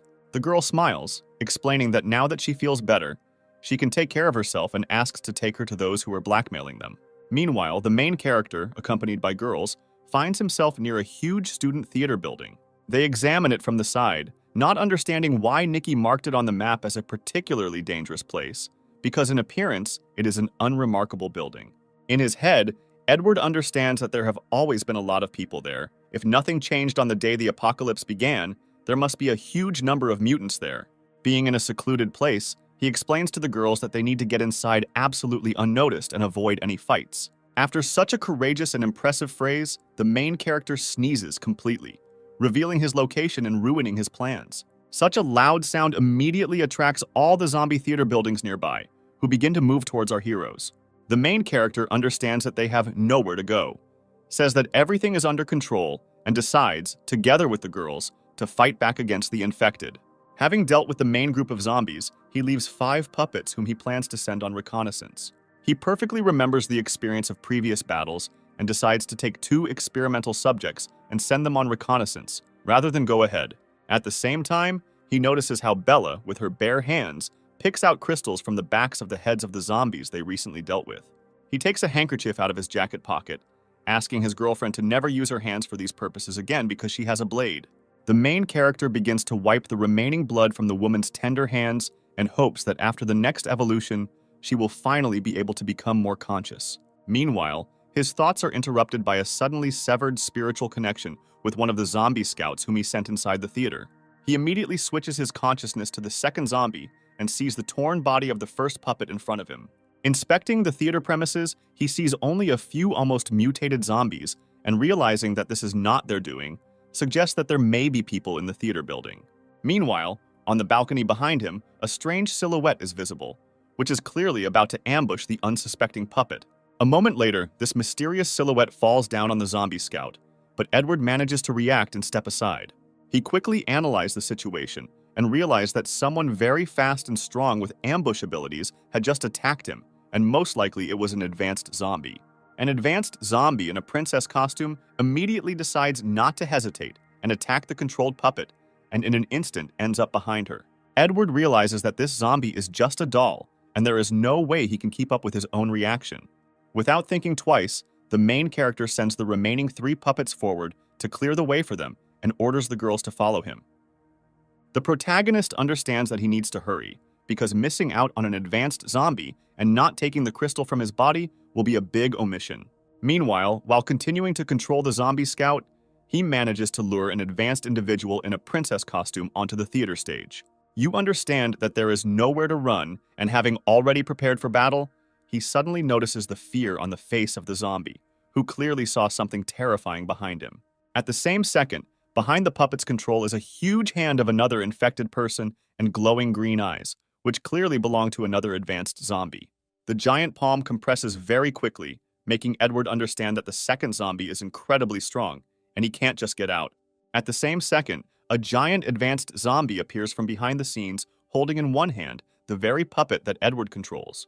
Judging by his terrifying gaze and colossal dimensions, the protagonist understands that he is much stronger than the first individual standing on the stage. Meanwhile, the remaining three controlled infected manage to clear the way for our main heroes. Edward decides not to waste time and quickly collect all the available crystals, even from the bodies of weak and non-mutated zombies. He understands that for Bella's evolution, he needs the crystals of those two advanced mutants, and it doesn't matter how dangerous it will be. Having finished collecting the loot, he orders the girls to follow him, and the two of them just stand behind him and do not move. Edward notices that the girls are standing absolutely still and decides to check what is wrong with them. Shan's face shows incorruptible weakness and uncertainty, and the girl declares that she is afraid to go there. The main character understands that she is absolutely right, and they will most likely cope with two advanced zombies. Even if he manages to defeat it, it will be a Pyrrhic victory. Edward pats them both on the head, promising that he will be able to protect them at all costs and will not let them be offended. After some time, our heroes reach premium seats with a beautiful view of the stage. The three of them sit in a chair and watch as two advanced zombies stand on the stage, and in the hand of one of them, there is a puppet of Edward. Looking at the silence between the advanced zombies, Edward realizes that they are both afraid of each other and most likely, until the moment of their appearance, they did not enter each other's territory. It was the appearance of our heroes, and in particular the zombie puppets, that upset this fragile balance. Analyzing the situation, the protagonist realizes that the zombie woman in the princess costume seems weaker and is not too happy about the situation. With a smirk on his face, Edward knows it's time to begin their small and unexpectedly formed performance. Having taken control of the still-living zombie scout, he, with the help of a stick in his hands, manages to knock out the eye of the zombie giant. Such an unexpected maneuver allows him to free himself from the grip and begin to run away from the opponent who is trying to overtake him. At the last moment, Edward's puppet manages to close himself and hide behind the second advanced zombie, using him as a human shield. An advanced zombie giant with all his might delivers a crushing blow to the body of another advanced zombie, causing an incredible explosion to be heard and waves of energy to spread out in all directions. After such a crushing blow, the female still continues to stand and bleed. The zombie giant realizes that he has greatly angered his opponent, and fear begins to appear on his face in anticipation of the subsequent counterattack. Left without most of its teeth, veins begin to protrude on the face of the female advanced zombie, and indestructible rage can be read in its eyes. Watching everything that happens from the side, Edward, in the company of girls, understands that the culmination of this battle will now take place. The female begins to run around the giant at incredible speed, creating a whirlwind of dust and energy around him. Having guessed the right moment, the advanced zombie manages to deliver a powerful blow to the body of another zombie. The main character notices that after such a blow, the big man is now practically immobilized and it's time to start acting himself. Realizing that the advanced zombies have sufficiently exhausted each other, he decides on a trick using his puppet. Using the staff that has been in his hands all this time, he grabs a female advanced individual, not giving her the opportunity to move. At this moment, the battered zombie giant is about to hit the opponents standing in front of him with his palm with all his might. He manages to slam the second, advanced zombie into the ground with all his might, leaving his lifeless body lying among a pile of stones. After such a powerful blow from the zombie, the giant raises both hands into the air and begins to shout in celebration of his crushing victory. At the same second, his rejoicing is interrupted by a female specimen, which turns out to be still alive and manages to spit out a tree branch holding in its teeth. The spit turns out to be so powerful and strong that the twig manages to pierce at high speed into the second eye of the zombie giant, completely depriving him of the ability to see, after which the advanced zombie notices Edward applauding in the stands, with his girls not next to him. The main character finishes applauding this performance and thanks all the participants, saying that they helped him a lot. He sums up the results of this event. They say that the zombie giant is completely blinded and cannot move, and the second one is seriously injured and can barely stand on her feet. Looking at the two advanced zombies, Edward assumes that they ate a whole bunch of other infected people, and most likely their crystals must be excellent. At the same second, Shanna appears behind the female, about to deliver her crushing blow with a katana. An advanced zombie manages to react and block the blow with his palms, spending too much energy on this. This turn of events is surprising, and our main character did not expect that, being so wounded, she would have the strength to resist Shauna. At the same moment, Bella comes to the girl's aid and in one motion cuts off the head of the infected zombie. Edward, watching from the stands, orders them not to know and to finish off the zombie giant as quickly as possible. The girls begin to deliver a huge number of lightning strikes to the body of the already wounded zombie, causing him extreme pain. Screaming in pain and being a completely blind zombie, the giant begins to destroy and beat everything around with his fists without understanding what is happening. The main character understands that even being blind and with wounded legs, he is still terribly strong, and it will be quite difficult for the girls to come closer. In addition, it is so large that Bella and Shauna's blades can barely scratch it without causing serious damage. Having thought about everything that is happening, the main character orders a decisive blow to the neck of the giant zombie as soon as possible. Shanna asks Bella for help, using her as a springboard to get to the desired position in an instant. Soaring into the air and diving down like a hawk with the help of her katana, the girl in one motion cuts the neck of a huge advanced zombie. The main character does not hide his joy from the fact that they managed to defeat 2 advanced zombies and asks to take their crystals as soon as possible. Edward holds 2 bright blue iridescent crystals in his hands and hopes that they will definitely be able to evolve with them. Our heroes leave 2 lifeless bodies lying on the stage, saying that the show is over, they need to find a safe place and rest. A moment after our heroes leave, the ceiling of the concert hall collapses due to damage to the foundation and falls onto the stage. By the evening of the same day, they manage to find shelter on the upper floors of the theater building in one of the rooms. The main character manages to barricade the door with the help of improvised furniture, and he hopes that this will be enough to survive one night. After which he looks at Bella sitting next to him and decides that it's time to begin her evolution. A concerned Shanna, sitting nearby, asks what the main character is doing so strangely. Edward ties Bella up and says it's a precaution in case he loses control of her, after which he decides to feed the girl the first crystal, after which she begins to blush and moan. A moment later, Edward's body also begins to experience pain, and he feels waves of energy emanating from his girlfriend. His face is near Bella's legs, and he is trying with all his might not to lose control over her. Although Edward took precautions, this was not enough to contain Bella's full power, and she manages to escape. The protagonist understands that everything is even worse than last time, and if she is not calmed down, they will all die here. Turning his attention to Shauna, he realizes that Bella's rage and aggression also affects her. Having decided that he is not going to give up just like that, Edward jumps up and merges with Bella in a passionate kiss. From such a surprise, the girl stops crumbling everything around and simply hugs her owner. Shanna watches everything that happens from the side, clutching her face with both hands and deciding that this situation is very erotic. After a long kiss, Bella calms down and loses consciousness right on the protagonist's shoulder. After his girlfriend's evolution, Edward decides that his strength must have increased as well and decides to test it. He picks up a tablet lying nearby and with incredible ease simply squeezes it with his hand, realizing that he has become much stronger. Paying attention to the chair standing nearby, he wonders how much his spiritual power has evolved. His surprise knows no bounds, since from now on he can influence physical objects, and not just the minds of zombies and people. Lowering the chair to the ground, he realizes that this takes too much energy, and it's better to focus on Shanna's evolution. Having swallowed the crystal, the girl lowers her head down and is absolutely motionless, and does not emit the slightest sign of life. Edward begins to panic because after a moment he realizes that he does not feel control over the girl, and most likely her mind has gone crazy. He grabs the girl by the shoulders, deciding to check what's wrong with her. He discovers that she just ate enough and fell asleep. The main character calmly exhales, understands that everything is in order, and most likely she needs more time to evolve than Bella, and decides to go to bed. The next morning, Edward will have Bella looking at him and calling him brother. Our protagonist jumps up, not believing his ears and surprised by the fact that his girlfriend can finally talk.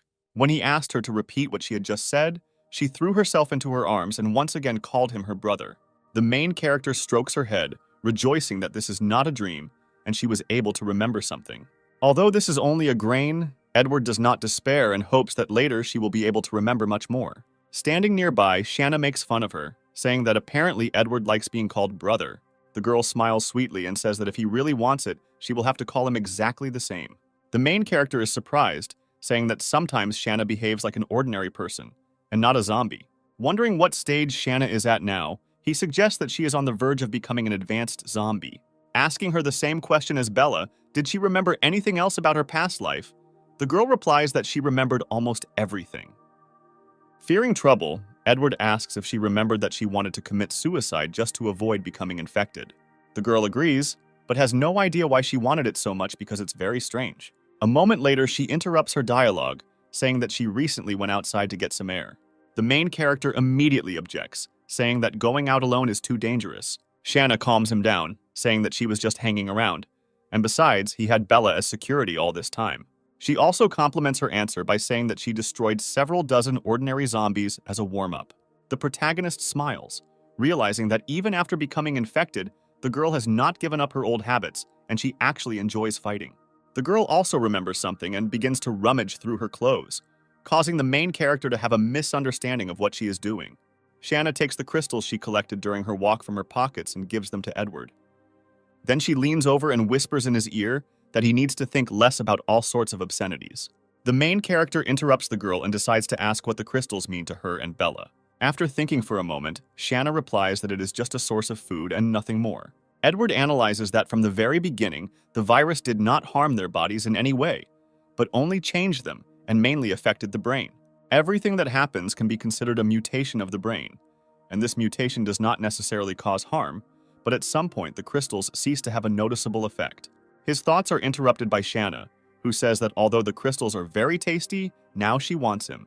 He also did not stand aside, licking the main character's collarbone, saying that he wanted to do with him the same thing as he had done with them before. Edward is surprised to realize that in the blink of an eye, he finds himself tied up and asks to immediately free himself. Both girls smile sweetly and say that he can scream as much as he wants because no one will save him anyway. Our heroes manage to have fun throughout the day, and in the end, the main character says that he has squeezed out every last drop. The next morning, the infected try to climb into their room along the walls of the theater building. The enraged Shanna immediately deals with all the troublemakers in a few minutes. She rubs her sleepy eyes with her hand, saying that they have been preventing her from sleeping since the morning. Meanwhile, behind her, Edward once again tells her not to dare to go somewhere without him. Looking at his girlfriend, the main character understands that Shanna's thirst for murder is sometimes even a little scary. After some time getting ready, our heroes decide to look at the map and decide when they will go next. Deciding to move to the neighboring main building, the hero clears the way for himself by the fact that after evolution, he can control 20 infected at once. Also, once again, thanks to Nikki for drawing up the map, without which they would have had a very hard time. Clearing a path for themselves to the neighboring building, our heroes get very tired and decide to find shelter and rest as soon as possible. Looking at the map, Edward notices that there is a library nearby, and most likely the number of zombies there will be small. Having reached the library, our heroes begin to move forward, realizing that there may be someone here besides them. Edward orders the girls to be on their guard, because at first glance the library room looks quite clean and tidy, and there may be people here. Having examined the main first floor, the hero realizes that it is clean and needs to check the second. Moving up the stairs to the second floor, a mysterious silhouette looks at him from around the corner, about to ambush him. A moment later, he is attacked from behind by a survivor, holding a metal pipe in his hand. The main character turns out to be much stronger than an ordinary person and manages to dodge and counterattack. Not having time to finish off the attacker, he begins to scream and beg for mercy, and Edward only slightly wounds him. The protagonist begins to promise that he will let him go only after he tells who he is and what he is doing here. At this moment, the doors on the second floor in one of the rooms open, and some more survivors come out. They immediately notice the brewing fight and, with obvious hostility, ask Edward who he is. The main character releases the attacker, asking him to calm his friends and order them to make unnecessary movements. The stranger begins to laugh, saying that it was stupid to let him go because they can defeat him with more numbers. After which he decides to frame Edward by saying that Felix sent him and needs to be killed. The main character is very desperate, realizing that sometimes he forgets that an apocalypse happened around him and people turned into ordinary animals. With a powerful blow of his hand, he sends the same attacker into a nearby bookcase, causing it to shatter into small pieces. He threatens everyone present with his dagger, asking who will dare attack him next. One of the survivors, in a fit of anger, decides to attack Edward with a metal pipe at hand. The main character easily deals with him, explaining that they came here to find shelter and get some rest. Their fight is interrupted by a fat man in a security guard's uniform who appears on the second floor and asks what is happening here. One of the survivors decides to pick up the slander directed towards Edward, saying that Felix sent him. A fat man in a security guard suit bares his teeth and asks why he hasn't seen him before if he works for Felix. Examining the main character, he wonders why such a wonderful fighter works for such a freak as Felix and understands that something is wrong here. He is trying to deceive the main character and wonder why Boss Felix sent him again for a new portion of supplies. Edward understands that the situation in the town is very tense and everyone is trying to deceive each other, so he needs to get more information. A man in a security guard's uniform is trying to guess what a guy like Edward, accompanied by two beautiful girls, has forgotten here. The man says that Marcus should have talked to their boss Felix, and he shouldn't attack them. The main character catches his ear on the name of one of the mentioned men and people and tries to remember where he heard it. The name Marcus pops up in his head, and he realizes that this is the same person with superpowers that one of the guys with the medicine mentioned. Looking at the fat man, he realizes that all these guys are too weak if they are constantly robbed of supplies. Edward decides that there is no point in pretending anymore, and explains that he doesn't know who Marcus is, and they were just looking for a place to stay. Having realized that the main character is in no way connected with Marcus and Felix, the survivors are no longer constrained by fear. A man in a security guard's uniform begins to immediately demand that Edward give him all the supplies and girls. Otherwise, he will be in trouble. The protagonist smiles maliciously, asking what will happen if he refuses. After these words, the man is overcome with rage, and he orders to kill the main character and take everything from him. Also, a man in a guard uniform tells Edward to blame himself for his failure because they just need supplies and women, after which he begins to laugh, pointing his finger in the direction of the main character and saying that he was very scared. At this time, Shanna tries to calm Bella down, asking her not to worry because Edward can handle it alone. The main character decides to clarify whether an attack on him alone by such a crowd is a fair and honest act. A fat man in a security suit explains that there was nothing stopping Edward from inviting his guys with him. Under the rumble of thunder, Edward grins, says that no one pulled his tongue, and asks to say hello to his guys. One of the survivors tells a man in a security guard's uniform that there are a huge number of zombies on the street making terrifying sounds. He immediately orders his subordinate to shut up and not talk nonsense because it is simply impossible. The man claims that the main character just wants to intimidate them, because the library has only one entrance. If there were zombies on the street, they would eat him first. At the same second, he hears a strange sound and turns around, looking out the window through which he sees angry mutants. Panic begins among all the survivors in the library building because the infected begin to climb inside through the window. One of them suggests that everyone go up to the third floor as soon as possible, since they can break the stairs and be safe. Edward praises them for their resourcefulness, noting that such tricks will not save them from the technique, which he practiced for 2.5 days. Using zombie puppets, he begins to control them like a basketball player and a sword, performing incredible dribbling and preparing to shoot. The zombie basketball player throws the second zombie, who was pretending to be a sword, onto the third floor, and he begins to deal with the survivors. Meanwhile, the captain, wearing a security guard's uniform, tries to escape through the window, saying that he is not going to end his life this way. Edward uses his spiritual power, thanks to which he can currently move objects and manages to stop the man by throwing him to the floor. Standing in front of him at full height, he ironically asks if the man wants to beat him again, because literally 5 minutes ago he exuded courage and confidence. The guard calls the main character a madman because at this moment there are a huge number of infected people inside the building and they will all soon die. Edward spreads his arms to the sides, demonstrating confidence with all his appearance and saying that all these zombies won't lay a finger on him and he will live. He gives the order to start eating the man alive, also finally stating that greed comes with a price. After all the survivors are dead, Edward's eyes briefly turn red, and he notices that people's deaths are affecting his mind. At this time, Shauna is sincerely happy, telling Bella that they did not have to fight with people, and Edward was able to completely figure it out on his own. Before he can finish his sentence, the main character grabs the girl and puts her on his lap, asking her why all this time she didn't do anything. Edward begins to spank her buttocks, saying that she is a bad girl and he will have to punish her for such offenses. At one point, the girl's moans stop, and with a slight blush on her face, she asks why the main character stopped. She turns around and sees him holding his girlfriend in his arms, saying that touching big breasts is much more interesting. Shauna looks at him with pitiful eyes, asking why he needs this, because it won't do any good. Edward, while touching Bella, explains at the same time that large breasts increase a woman's fighting ability. Shanna immediately attacks the main character, saying that she also wants to improve her skills and asks him to do the same with her. The main character states that there is no time for this yet and that he needs to carefully examine the library building, in particular the third floor. Inspecting the room in which the survivors lived, he finds a huge number of books lying on the floor that were not treated properly. At one point, he hears a sharp and unexpected sound of a falling book and decides to check everything again because someone could have survived. He looks around the corner and sees three tied-up young girls in torn and tattered clothes who have obviously been abused more than once. A girl with green hair starts screaming and asks to save them because they heard the screams of zombies who will soon be here and eat them. The second girl with glasses also adds that they do not want to die and pitifully asks to free them in return. They will do whatever Edward wants. The main character sees a huge number of bruises and abrasions on the girls' bodies, realizing that they were used to satisfy lust and were kept here like animals. Edward frees them from their shackles and asks them not to be afraid because he is not one of those people who held them captive.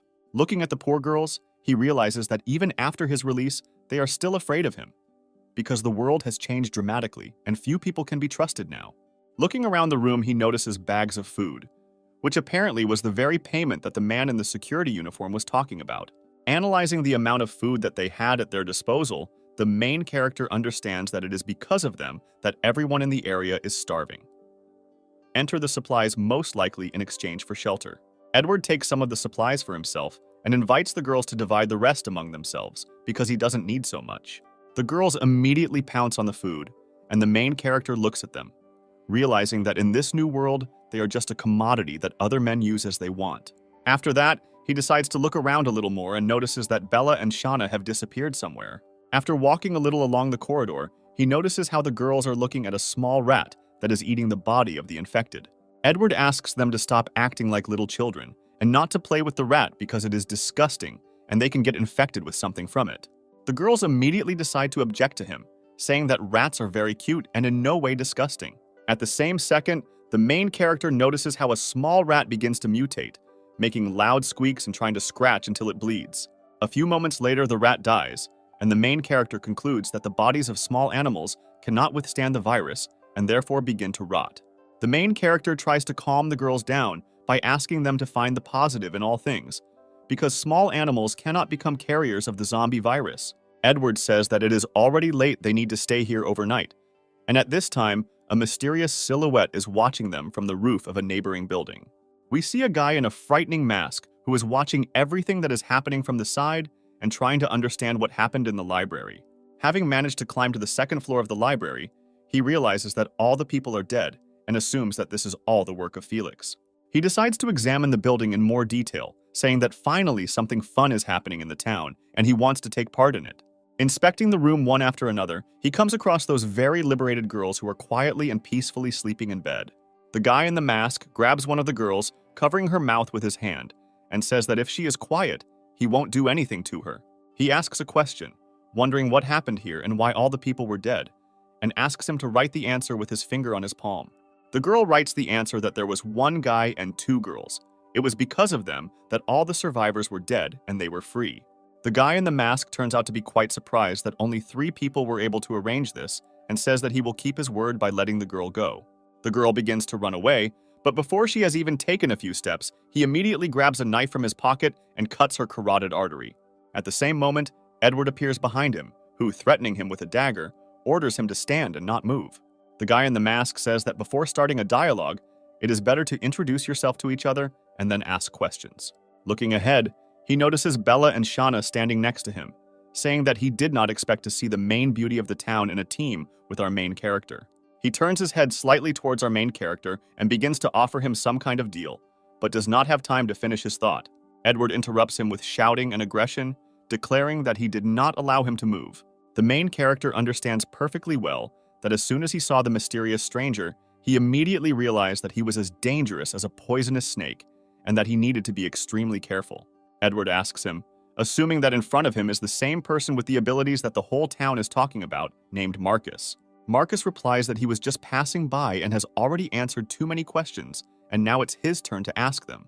The main character says that if he is interested in all these people, then they deserve their death. Marcus raises his hands, pretending to be friendly, and says that he doesn't want to become enemies with Edward and just came here to pick up supplies.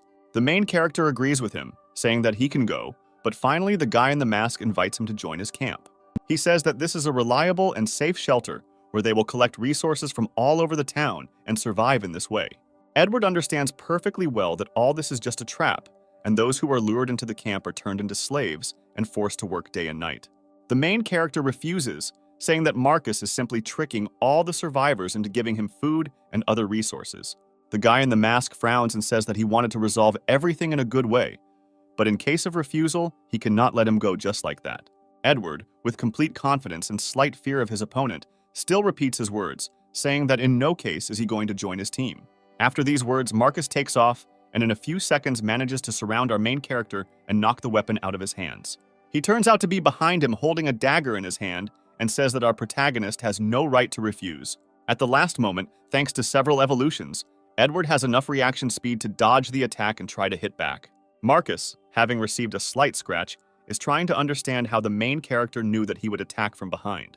He says that Edward is very strong and is currently most likely the fastest of all the people he has met. Marcus also adds that the main character is a good fighter, and he could use such people in the camp, and it's still not too late to join him. Edward again refuses, to which the guy in the mask gets even angrier and orders him not to be arrogant. Otherwise, he will have to pay dearly. After these words, Marcus rushes towards Bella, asking her not to be offended because in the past they were friends. The guy in the mask delivers a lightning strike, after which indescribable shock and surprise appears on his face. Bella, with just 2 fingers, manages to stop the dagger that Marcus tried to hit her with. At the same second, Shauna pulls out her katana, preparing to attack Marcus, and Edward tries to stop her. The main character rushes after the guy in the mask and asks to leave him because he wants to deal with him personally. Edward lunges at the guy with his dagger, but he manages to dodge, demonstrating fantastic acrobatic skills and reaction speed. The main character runs up to his girlfriend, asking if she's okay and if she didn't like it when she grabbed the knife with her fingers. The main character examines the girl from all sides, and she asks him not to worry because she's fine. Shauna, who is watching all this, says that she is very jealous because little sister Bella looks happy. With a very cute and childish face, she throws the katana to the ground, saying that she also wants to learn how to fight with her bare hands. Edward asks the girls to stay away and then looks at Marcus and asks him how he dared attack his girlfriend. Marcus, in turn with angry eyes and screams, declares that he will finish them all off right here and now. He begins to move around the main character at incredible speed, and Edward realizes that these after images are the result of his superpower, which increases the speed of movement. Marcus says that the main character is very smart because he was able to discover the secret of his ability, but this will not help him catch him. The main character understands that his opponent is right, but everything is not so bad because he will not be able to move at such speed indefinitely. Edward manages to use his strength to grab Marcus's hand just before the attack and slow down his movement. The main character inflicts a powerful blow on his opponent with a dagger, but is slightly wounded himself. Marcus, bleeding, tries to apologize, saying that the main character has won and he does not want to continue.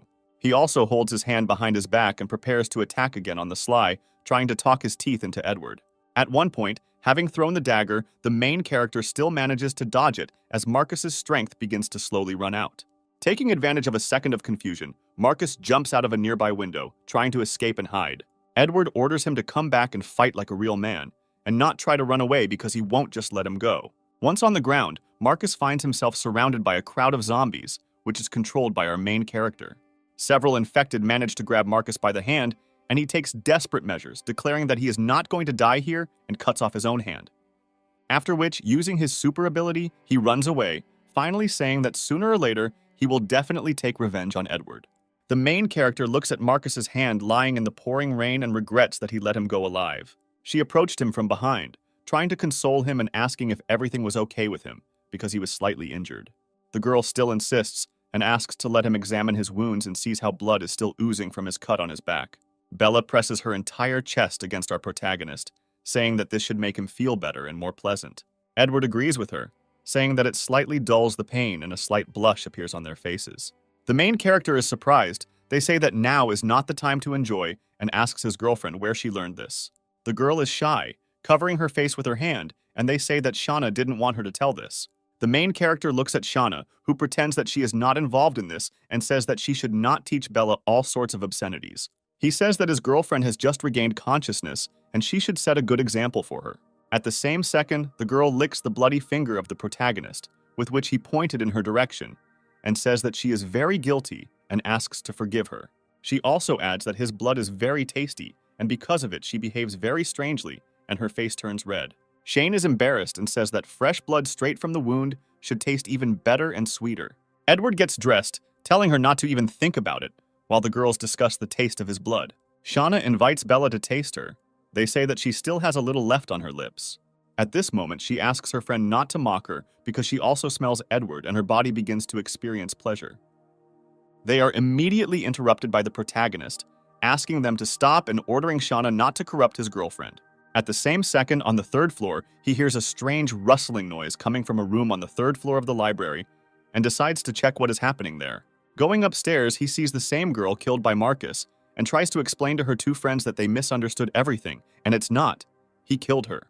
Edward says that their friend was killed by a man named Marcus, who has superpowers and is trying to find out what the girls know about him. One of them reports that his lair is located in the student swimming pool building, and through the window indicates exactly where it is. Out of emotion, the main character immediately sends a crowd of infected towards the pool with the order to kill anyone who gets in the way. Deciding not to hesitate on this issue, he orders Bella and Shauna to follow him and leave as soon as possible. The girl who showed him the way stops him, saying that Edward is the only good person they met here and asks him to take them with him. Her friend adds that sooner or later the food here will run out and they will both die of hunger. Girls begin to demonstrate their charms, offering in return their bodies and the fact that they are ready to do whatever they are told. The main character understands that if this continues, then his companions, in whom rage is already slowly boiling, will destroy these girls. Edward declares that he is a gentleman and will not dare take advantage of their plight. He also adds that he has some business to do, so he cannot take them with him. But if he meets anyone good along the way, he will send them here. After saying goodbye to the girls, Edward sets off towards the pool building with the promise to destroy Marcus that night. Meanwhile, the pool building looks quite safe as it is surrounded by a large number of bodies of water. Inside the building, there are a large number of surviving students, as well as supplies, and everyone is busy with their own business. We see a guy whom our main character had already met earlier, when he was looking for a cure for Nikki, who communicate with other survivors. An unfamiliar guy describes to him the situation that is unfolding inside the walls of the campus, and also that they are safe. Our old friend is going to leave for the last time with people talking about how Marcus was able to get seeds, and soon they will begin to grow fresh vegetables. After some time, he returns and we see a second guy with yellow hair, who we also met earlier, who is interested in whether he learned anything useful. Also standing next to them is Nikki, who decided to go with them to deal with Marcus, and apparently they are waiting for the right moment. One of the guys suggests that they should have extorted information from Marcus's henchmen longer, and then it would have been easier for them to deal with him. The girl replies that no, they deserve it, and besides, she needed to promote the guys up in the local hierarchy. The guy with black hair makes fun of his friend, saying that he just chickened out when Nikki decided to finish everyone off. He tries to justify himself by saying that he simply admires her abilities and she is very cool. Nikki says they've had enough fun and need to get down to business and decide what to do next. She adds that fighting Marcus is very dangerous, so she suggests the guys leave her alone before it's too late. The guys resolutely refuse, saying that they will never leave her alone because Marcus is collecting supplies, forcing other survivors to obey him, and they also want to deal with him. Nike says that if they are so determined, she won't ask anymore and offers to finally finish the job they started. The friends exude incredible determination, saying that Marcus clearly does not expect that they are preparing an insidious plan against him. Nikki can't believe she made it this far last time. She was the prey. It's time to change places. At this moment, Marcus still manages to get to his base, leaving a trail of blood behind him. Suddenly, a random survivor emerges from the toilet stall, notices his boss, and tries to understand what happened to him. At that same second, without thinking twice, Marcus grabs his dagger and chops off the head of the guy who was in the wrong place at the wrong time. Marcus understands that no one should see him in this state and begins to treat his wound as quickly as possible. He realizes that he has tried too hard to become what he is and cannot let it all go to waste. Having bandaged the wound on his hand, he begins to think about what to say to the people in the camp, and also considers a plan for revenge on our protagonist. He wants to take several people with him and use them as cannon fodder, thereby killing two birds with one stone. At the same second, his thoughts are interrupted by Edward, standing near the window, who says that he thought that in order to find the king of the campus, he would need to make more efforts. Marcus immediately tries to escape through the open door, but Edward, using his spiritual power, manages to close it. The masked guy crashes into it and falls to the ground, and the main character grins, realizing that he is getting better and better at controlling inanimate objects. Marcus doesn't know that the main character has superpowers, so he doesn't even know how he managed it and enters into another fight with him. At this time, Nikki, accompanied by two of his friends, says that he hears some voices coming from the top floor. The girl immediately hurries up the stairs to check where the sounds are coming from, because ordinary people are not there that late. The girl runs up to the very restroom in which the battle is taking place and hears the sounds of a fight, not imagining who can hold out for so long under such pressure. Nikki looks through the slightly opened door through the crack and sees our protagonist fighting with Marcus. An exhausted guy in a mask is trying to understand why he can't hit our main character. Edward says that there is nowhere else to run because the only way to escape is to try to flush down the toilet. Such ridicule is clearly not to Marcus's liking, and out of emotion, he again tries to attack the main character. Using my spiritual energy, Edward says that his opponent is not learning anything and once again slows down his movements with his own. Marcus misses again. I don't understand why he can't even slightly scratch his opponent. Edward is already extremely tired of playing with this crippled puppy and hits him with the blunt side of his blade. He continues to slap him with his dagger, and Marcus shouts that he is the king of the campus and is not allowed to be treated like that.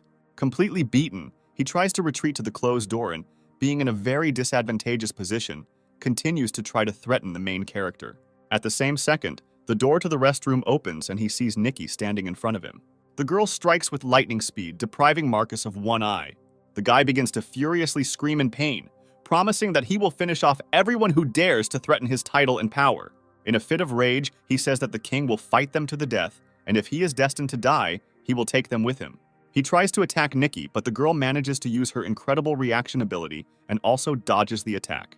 At the same moment, Edward decides to end his suffering and pierces him with his dagger, inflicting a mortal wound. Marcus's lifeless body falls to the ground with a crash, signaling the end of this battle. At the same moment, Edward allows his girls to climb inside, which surprises Nikki because the whole trio ends up here.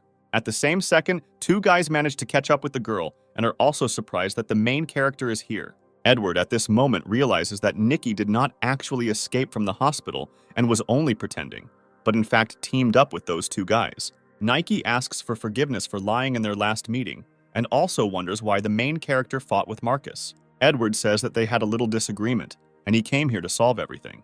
The girl says that she came here with her friends in the hope of convicting and destroying Marcus in order to begin commanding his base. The main character, with a slight touch of humor, jokes that he took the flag of leadership from a fragile girl.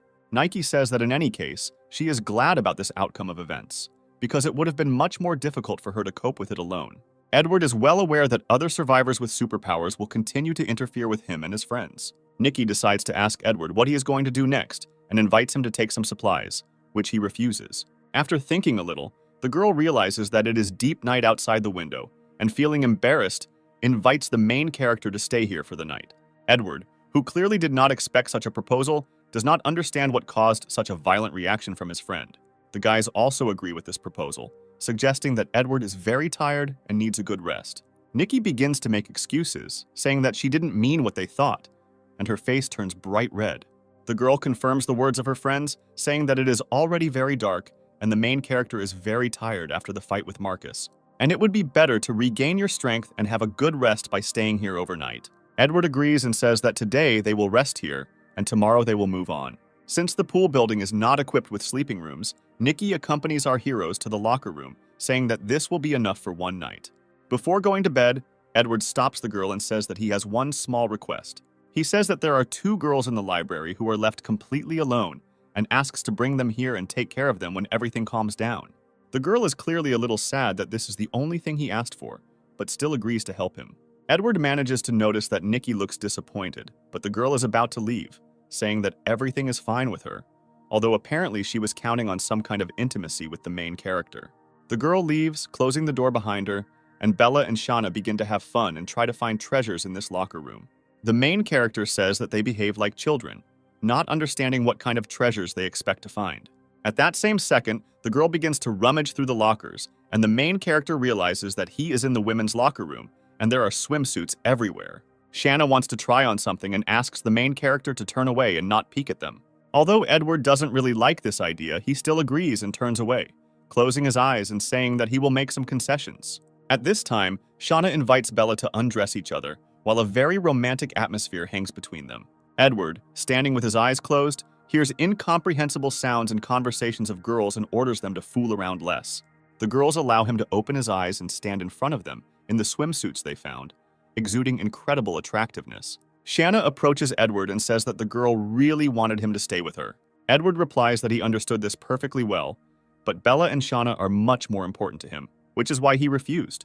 He adds that it is difficult to describe in words, but his choice is based on his convictions and he does not regret anything.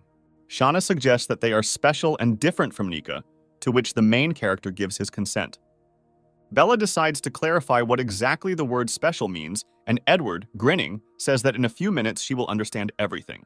After a while, Nikki, who wanted to ask something else, stands at the door to the locker room and hears the sweet moans and slaps made by two girls. The girl is both angry and embarrassed because she also wanted Edward to do the same to her.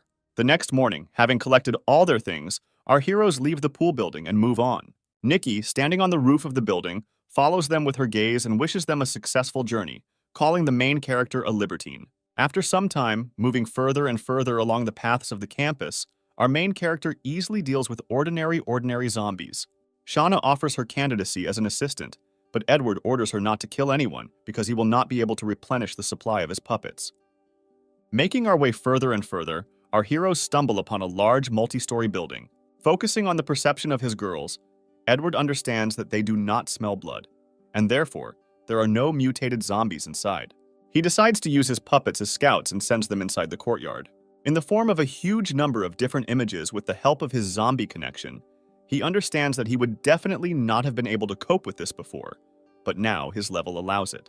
At one point, the main character notices a bunch of infected fighting each other in the courtyard. He decides to send his puppets into the fray to attract the attention of a mutated zombie that may be nearby. While he is giving commands to his subordinates, someone is watching him from the top floor. Sensing something was wrong, he turns around but doesn't see anyone behind him and decides that it was just his imagination. He decides that he has experienced sensory overload due to the fact that he controls a huge number of zombies at once. The fight he arranged did not bring much fruit, but he was still able to collect a certain amount of crystals. Looking around, he notices that Ishana has disappeared somewhere again and begins to get angry. At that same second, he feels the spiritual connection with one of the puppets abruptly break off.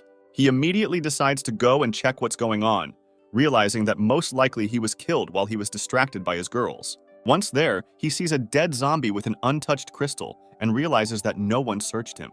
Edward assumes that the situation is arranged in such a way that he was lured here and the corpse is just bait. At that very second, without having time to react, someone grabs him from behind and begins to try to strangle him. The attacker throws him off a nearby wall and closes the door so he can't escape. The main character dies, and his opponent is most likely an advanced high-ranking zombie and sees in front of him a girl with white hair and a gorgeous figure. At that very second, memories of his student life and how one of his friends talked about one student flashed through his head. The zombie he had just met earlier was one of the most beautiful girls in the university named Vanessa. She gained her popularity among students after her stunning dance at one of the holidays. At that very second, through their spiritual connection, Bella and Shauna understand that Edward is in danger and rush to his aid. Vanessa, being much stronger, physically presses the main character against the wall and does not give him the opportunity to get out. The protagonist, not wanting to give up his life in this way, manages to use his spiritual power and throw the girl into the nearest wall.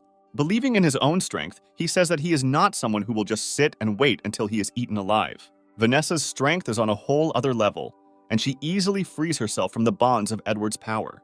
The main character cannot believe his eyes and the speed with which she removed the shackles, trying to guess how much she has evolved. He turns around, trying to find his dagger and asking the girl not to offend those who are weaker than her. Edward tries to grab and retrieve his dagger, but Vanessa's reaction time allows her to keep up with his movements. Successful in combining his spiritual power and slowing down the girl's movement, he still manages to pick up the dagger and scratch her with a lightning strike. Realizing that she simply cannot cope, Vanessa still decides to step back a little and think about further actions. At the same second, Bella and Shauna burst into the room, rushing to help our protagonist. Edward reports that everything is fine with him, and it was the mutated zombie who ambushed him. Looking at Vanessa, he could not even imagine that one of the university students would be so strong and hospitable. The girls immediately rush to attack the mutated zombie, declaring that no one dares to just sue their master. Vanessa, realizing that she cannot cope with 3 opponents, decides to retreat and jumps into a nearby window. Shauna offers to give chase and not let her go, but Edward orders her to calm down. He says that he tried to control her during the battle, but could not, and therefore she is very strong and they could pay dearly if they chase her. He also adds that they have not lost anything and will simply let her go because she already knows what they are capable of and will not risk attacking in the future. At this moment, Shauna sniffs the main character and says that she smells blood that does not belong to him. Edward orders her to stop doing nonsense and suggests that they think about their further plan of action. They decide together that they have already seen enough within the walls of the campus, and it is time for them to get out of this university. Looking into the distance, the main character says that they are sufficiently equipped for further travel and offers to find a place where they can spend the night. At the same time, he notices the upset look of Shauna, who is holding her katana and says that something is wrong with her. The girl says that her sword began to crack during the battle with 2 advanced ones, and after she broke the door, the cracks continued. Edward realizes that Shauna will be much weaker without her weapon and suggests that she look for a new one. She offers to go to her old house, where we can find weapons for our main character. Edward agrees because Shauna's family specialized in making weapons, and his current dagger is a little short and could use an upgrade. You understand that the time is approaching night. Our heroes go to look for shelter, and a mysterious silhouette continues to secretly follow them. After some time, our heroes stumble upon a multi-story building, and Edward decides to check it out by going up to one of the rooms on the upper floors. Shauna, standing behind him, is immediately surprised by the beauty of the apartments that she sees, and the faces of our heroes are covered with a slight blush. Our heroes see in front of them a motley room decorated with a huge amount of pink decorations, which, apparently, used to be one of the rooms of the Love Hotel. The main character suggests looking for another room, but the girl, without listening to him, immediately jumps onto one of the beds, saying that it is very soft and comfortable. Edward understands that he will no longer be able to convince them, but still agrees to stay here for the night. Before starting to rest, the main character goes to reconnoiter the situation and orders Shauna not to teach Bella any obscenities while he is away. The girl agrees with him, but as soon as he leaves, she makes an ominous grimace and says that when he returns, it will be too late.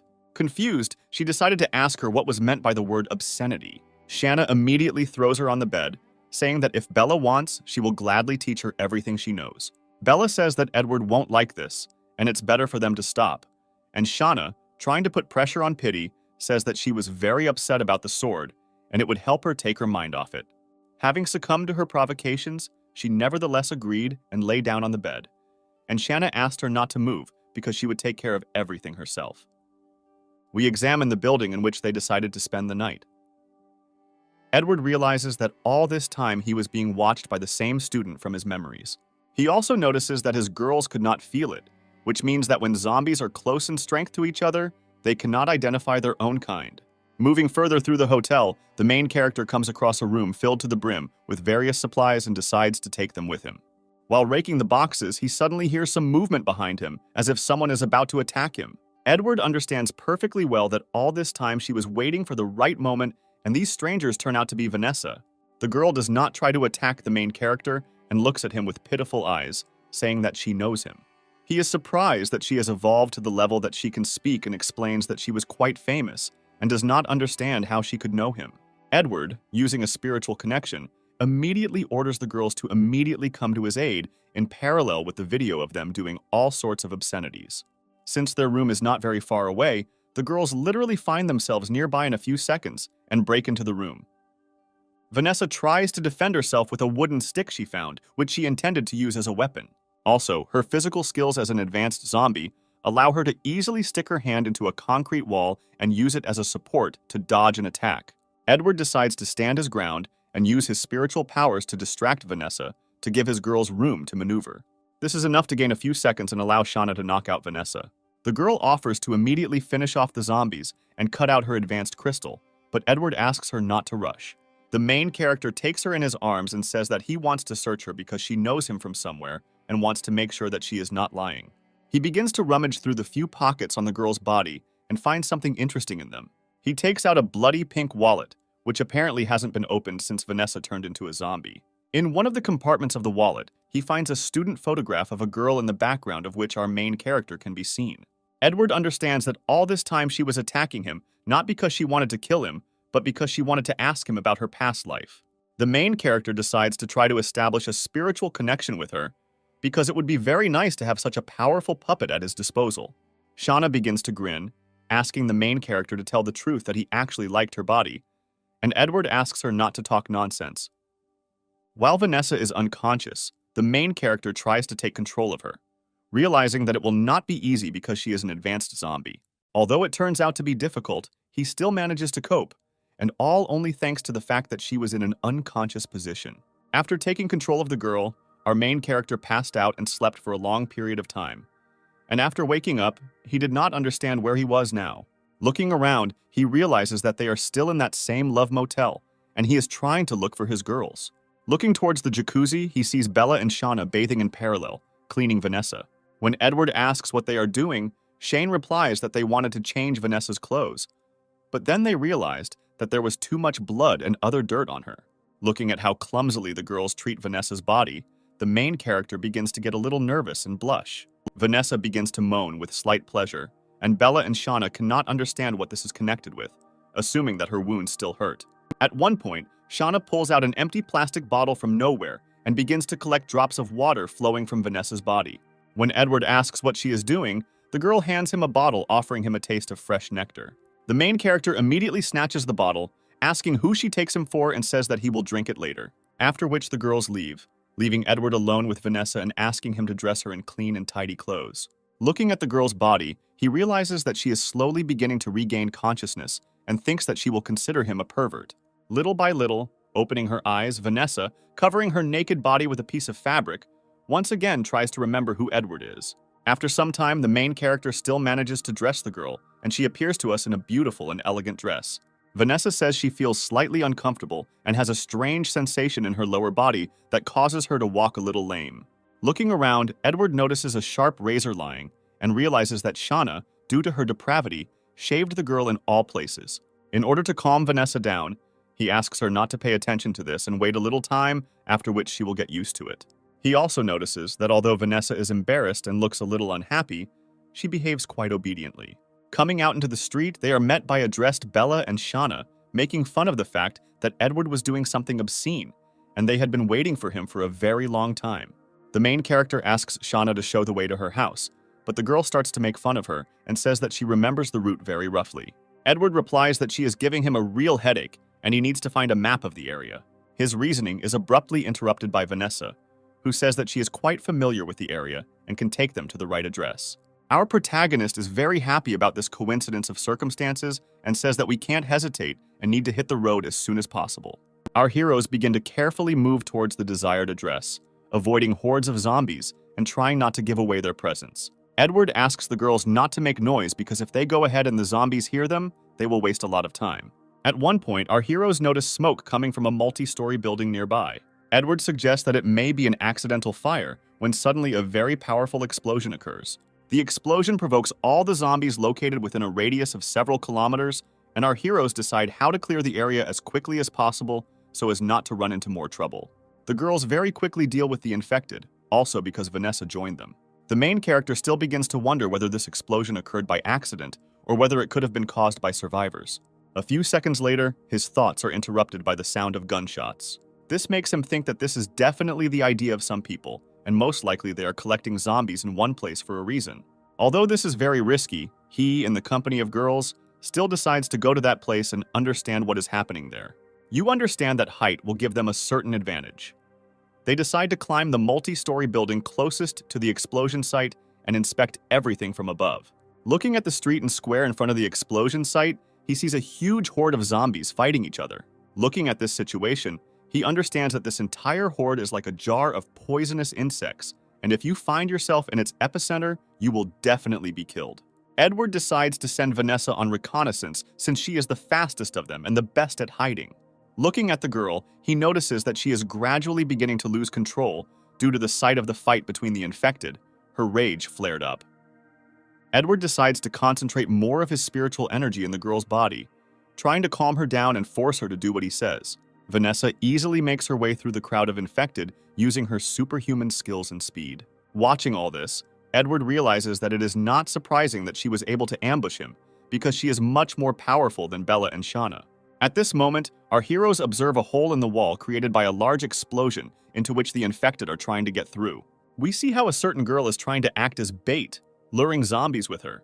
A girl named Mistletoe runs to her friend with a rifle whose name is Louis and asks him for help and cover. We see the two of them collecting barrels of flammable fuel and hoping to blow up all these mutants today. Mistletoe asks Louis not to forget about the plan because they are just luring zombies here, and the main goal is supplies from all over the street. At this time, Vanessa, who is outside the building, reports that all entrances are blocked and she cannot see what is inside. Deciding to use Vanessa as a guide, he uses her help to take control of an ordinary zombie to use him as a scout. At this time, Louis discusses a plan of action with his friend and asks her not to worry because they have enough escape routes. All this is overheard by a zombie scout under Edward's control, and he understands that their main goal is to collect enough supplies and leave the city. Also, due to third-party interference and the screams of the zombie, the main character is unable to hear the name of the person who is helping them and is now somewhere nearby. The protagonist orders the girl to return back, and regardless of the success of the survivors' operation, his main task is to profit from the crystals. After which he hits Shauna on the head, asking her not to think about the fact that they will kill the survivors. Upon Vanessa's return, Edward asks the girls to concentrate and cover him while he tries to get into that building. Controlling the zombie puppet, he decides to walk around the building in a circle and try to find entry points by approaching the back door. Approaching the corner of the building, a piece of metal pipe suddenly flies into it, which was thrown with incredible force and speed. We see a guy named Russell standing nearby, holding in his hand exactly the same piece of metal pipe that apparently attacked the puppet. Looking at him, Edward suggests that he does not look so strong that he is able to throw such weights with ease, and most likely he has a superpower. The main character decides to retreat, and at this time someone in a green jacket calls out to Russell and asks him what he is doing. This stranger turns out to be our old friend Anna, who, apparently, also helps the survivors in organizing the explosions. The girl says that all the zombies are now gathered around the business center, and there is no need for him to patrol lonely wandering infected. Russell says it seemed to him like the zombie had intelligence and moved almost like a person. Anna recalls her story of encountering Edward's puppets and says that it is impossible for zombies to have intelligence. The girl turns around and says that she will go help Louis, ordering the guy to act according to the further plan. Russell thinks that Anna is a very hot-tempered girl and hopes that because of her, their whole plan will not go down the drain. At this time, Mistletoe finishes preparing the barrels of fuel for the implementation of their plan. Louis, smoking a cigarette, says that so far everything is going well and let the girl act according to plan. Before leaving, Mistletoe stops and wants to say something to her friend, but he says that now is not the right time for this. He looks at her with piercing eyes and says that they will talk about this in private when they finish gathering supplies. The girl leaves, asking her friend to be careful, and Edward overhears their conversation all this time. The main character understands the intent of their plan to gather all the zombies in one place and blow them up at once and remove all supplies from the area as quickly as possible. At the same moment, thanks to his skills and reaction speed, he manages to dodge another iron pipe that flies towards him.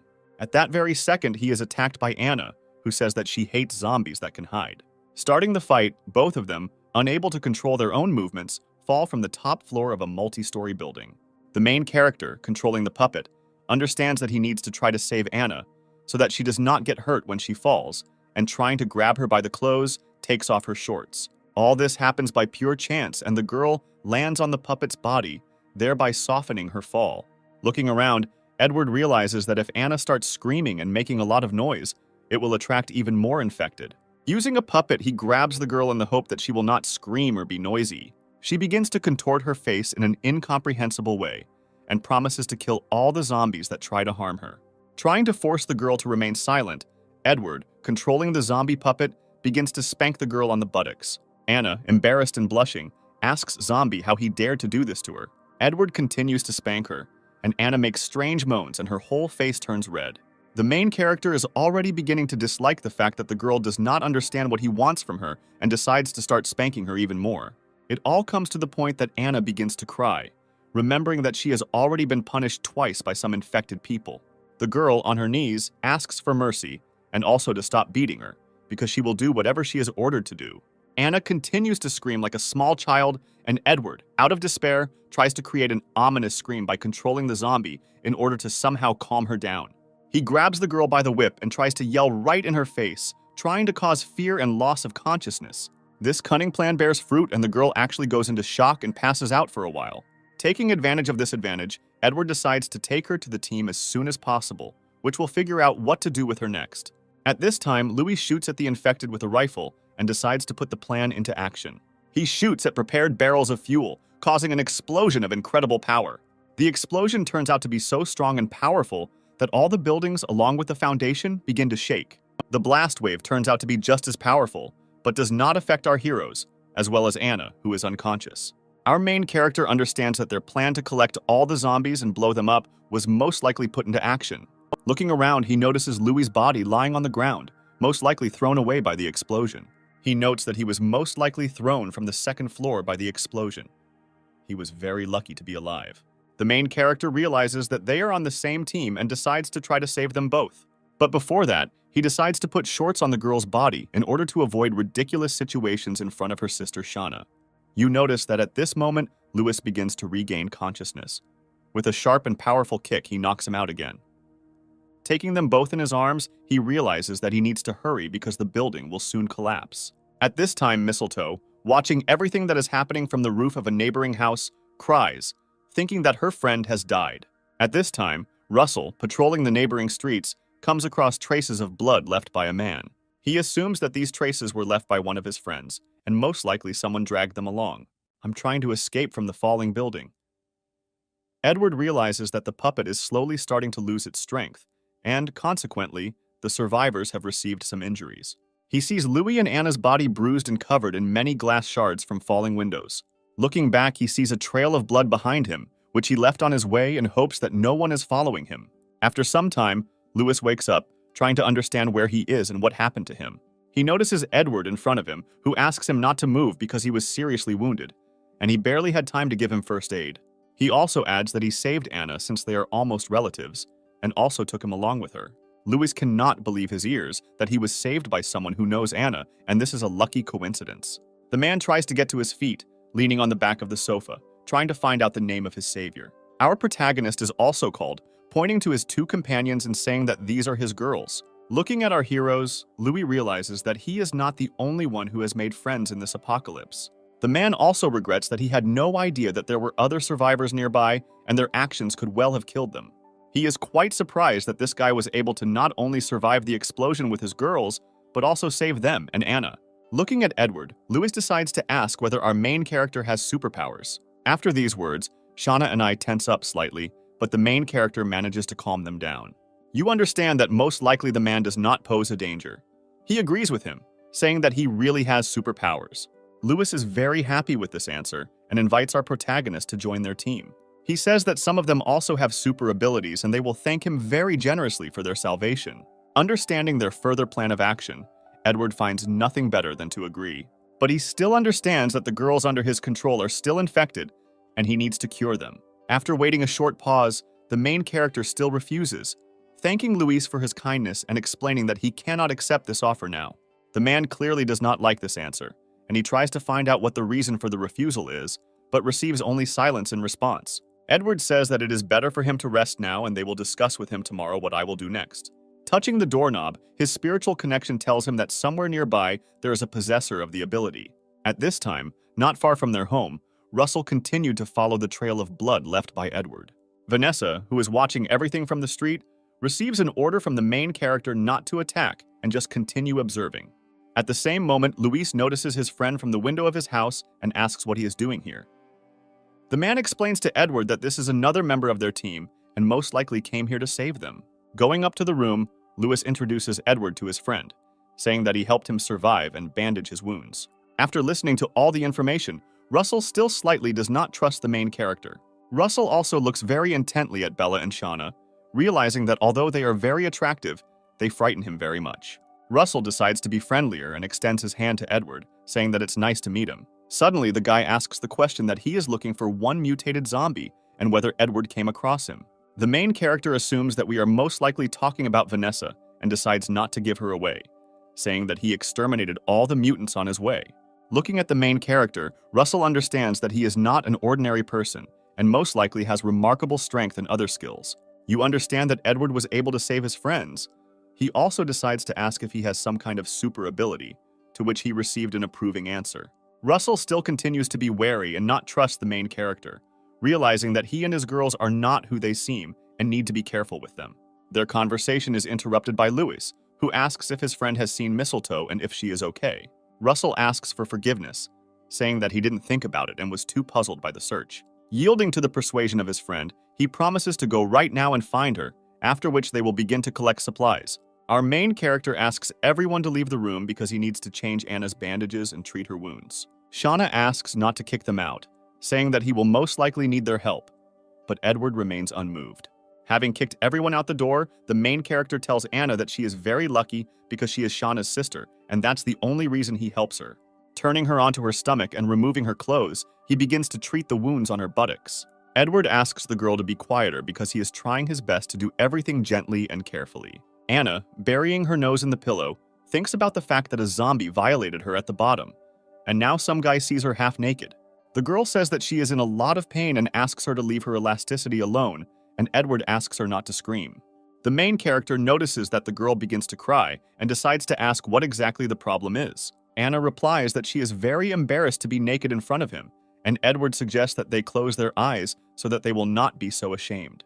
The main character puts a black, opaque bandage over the girl's eyes and explains that she won't see anything this way.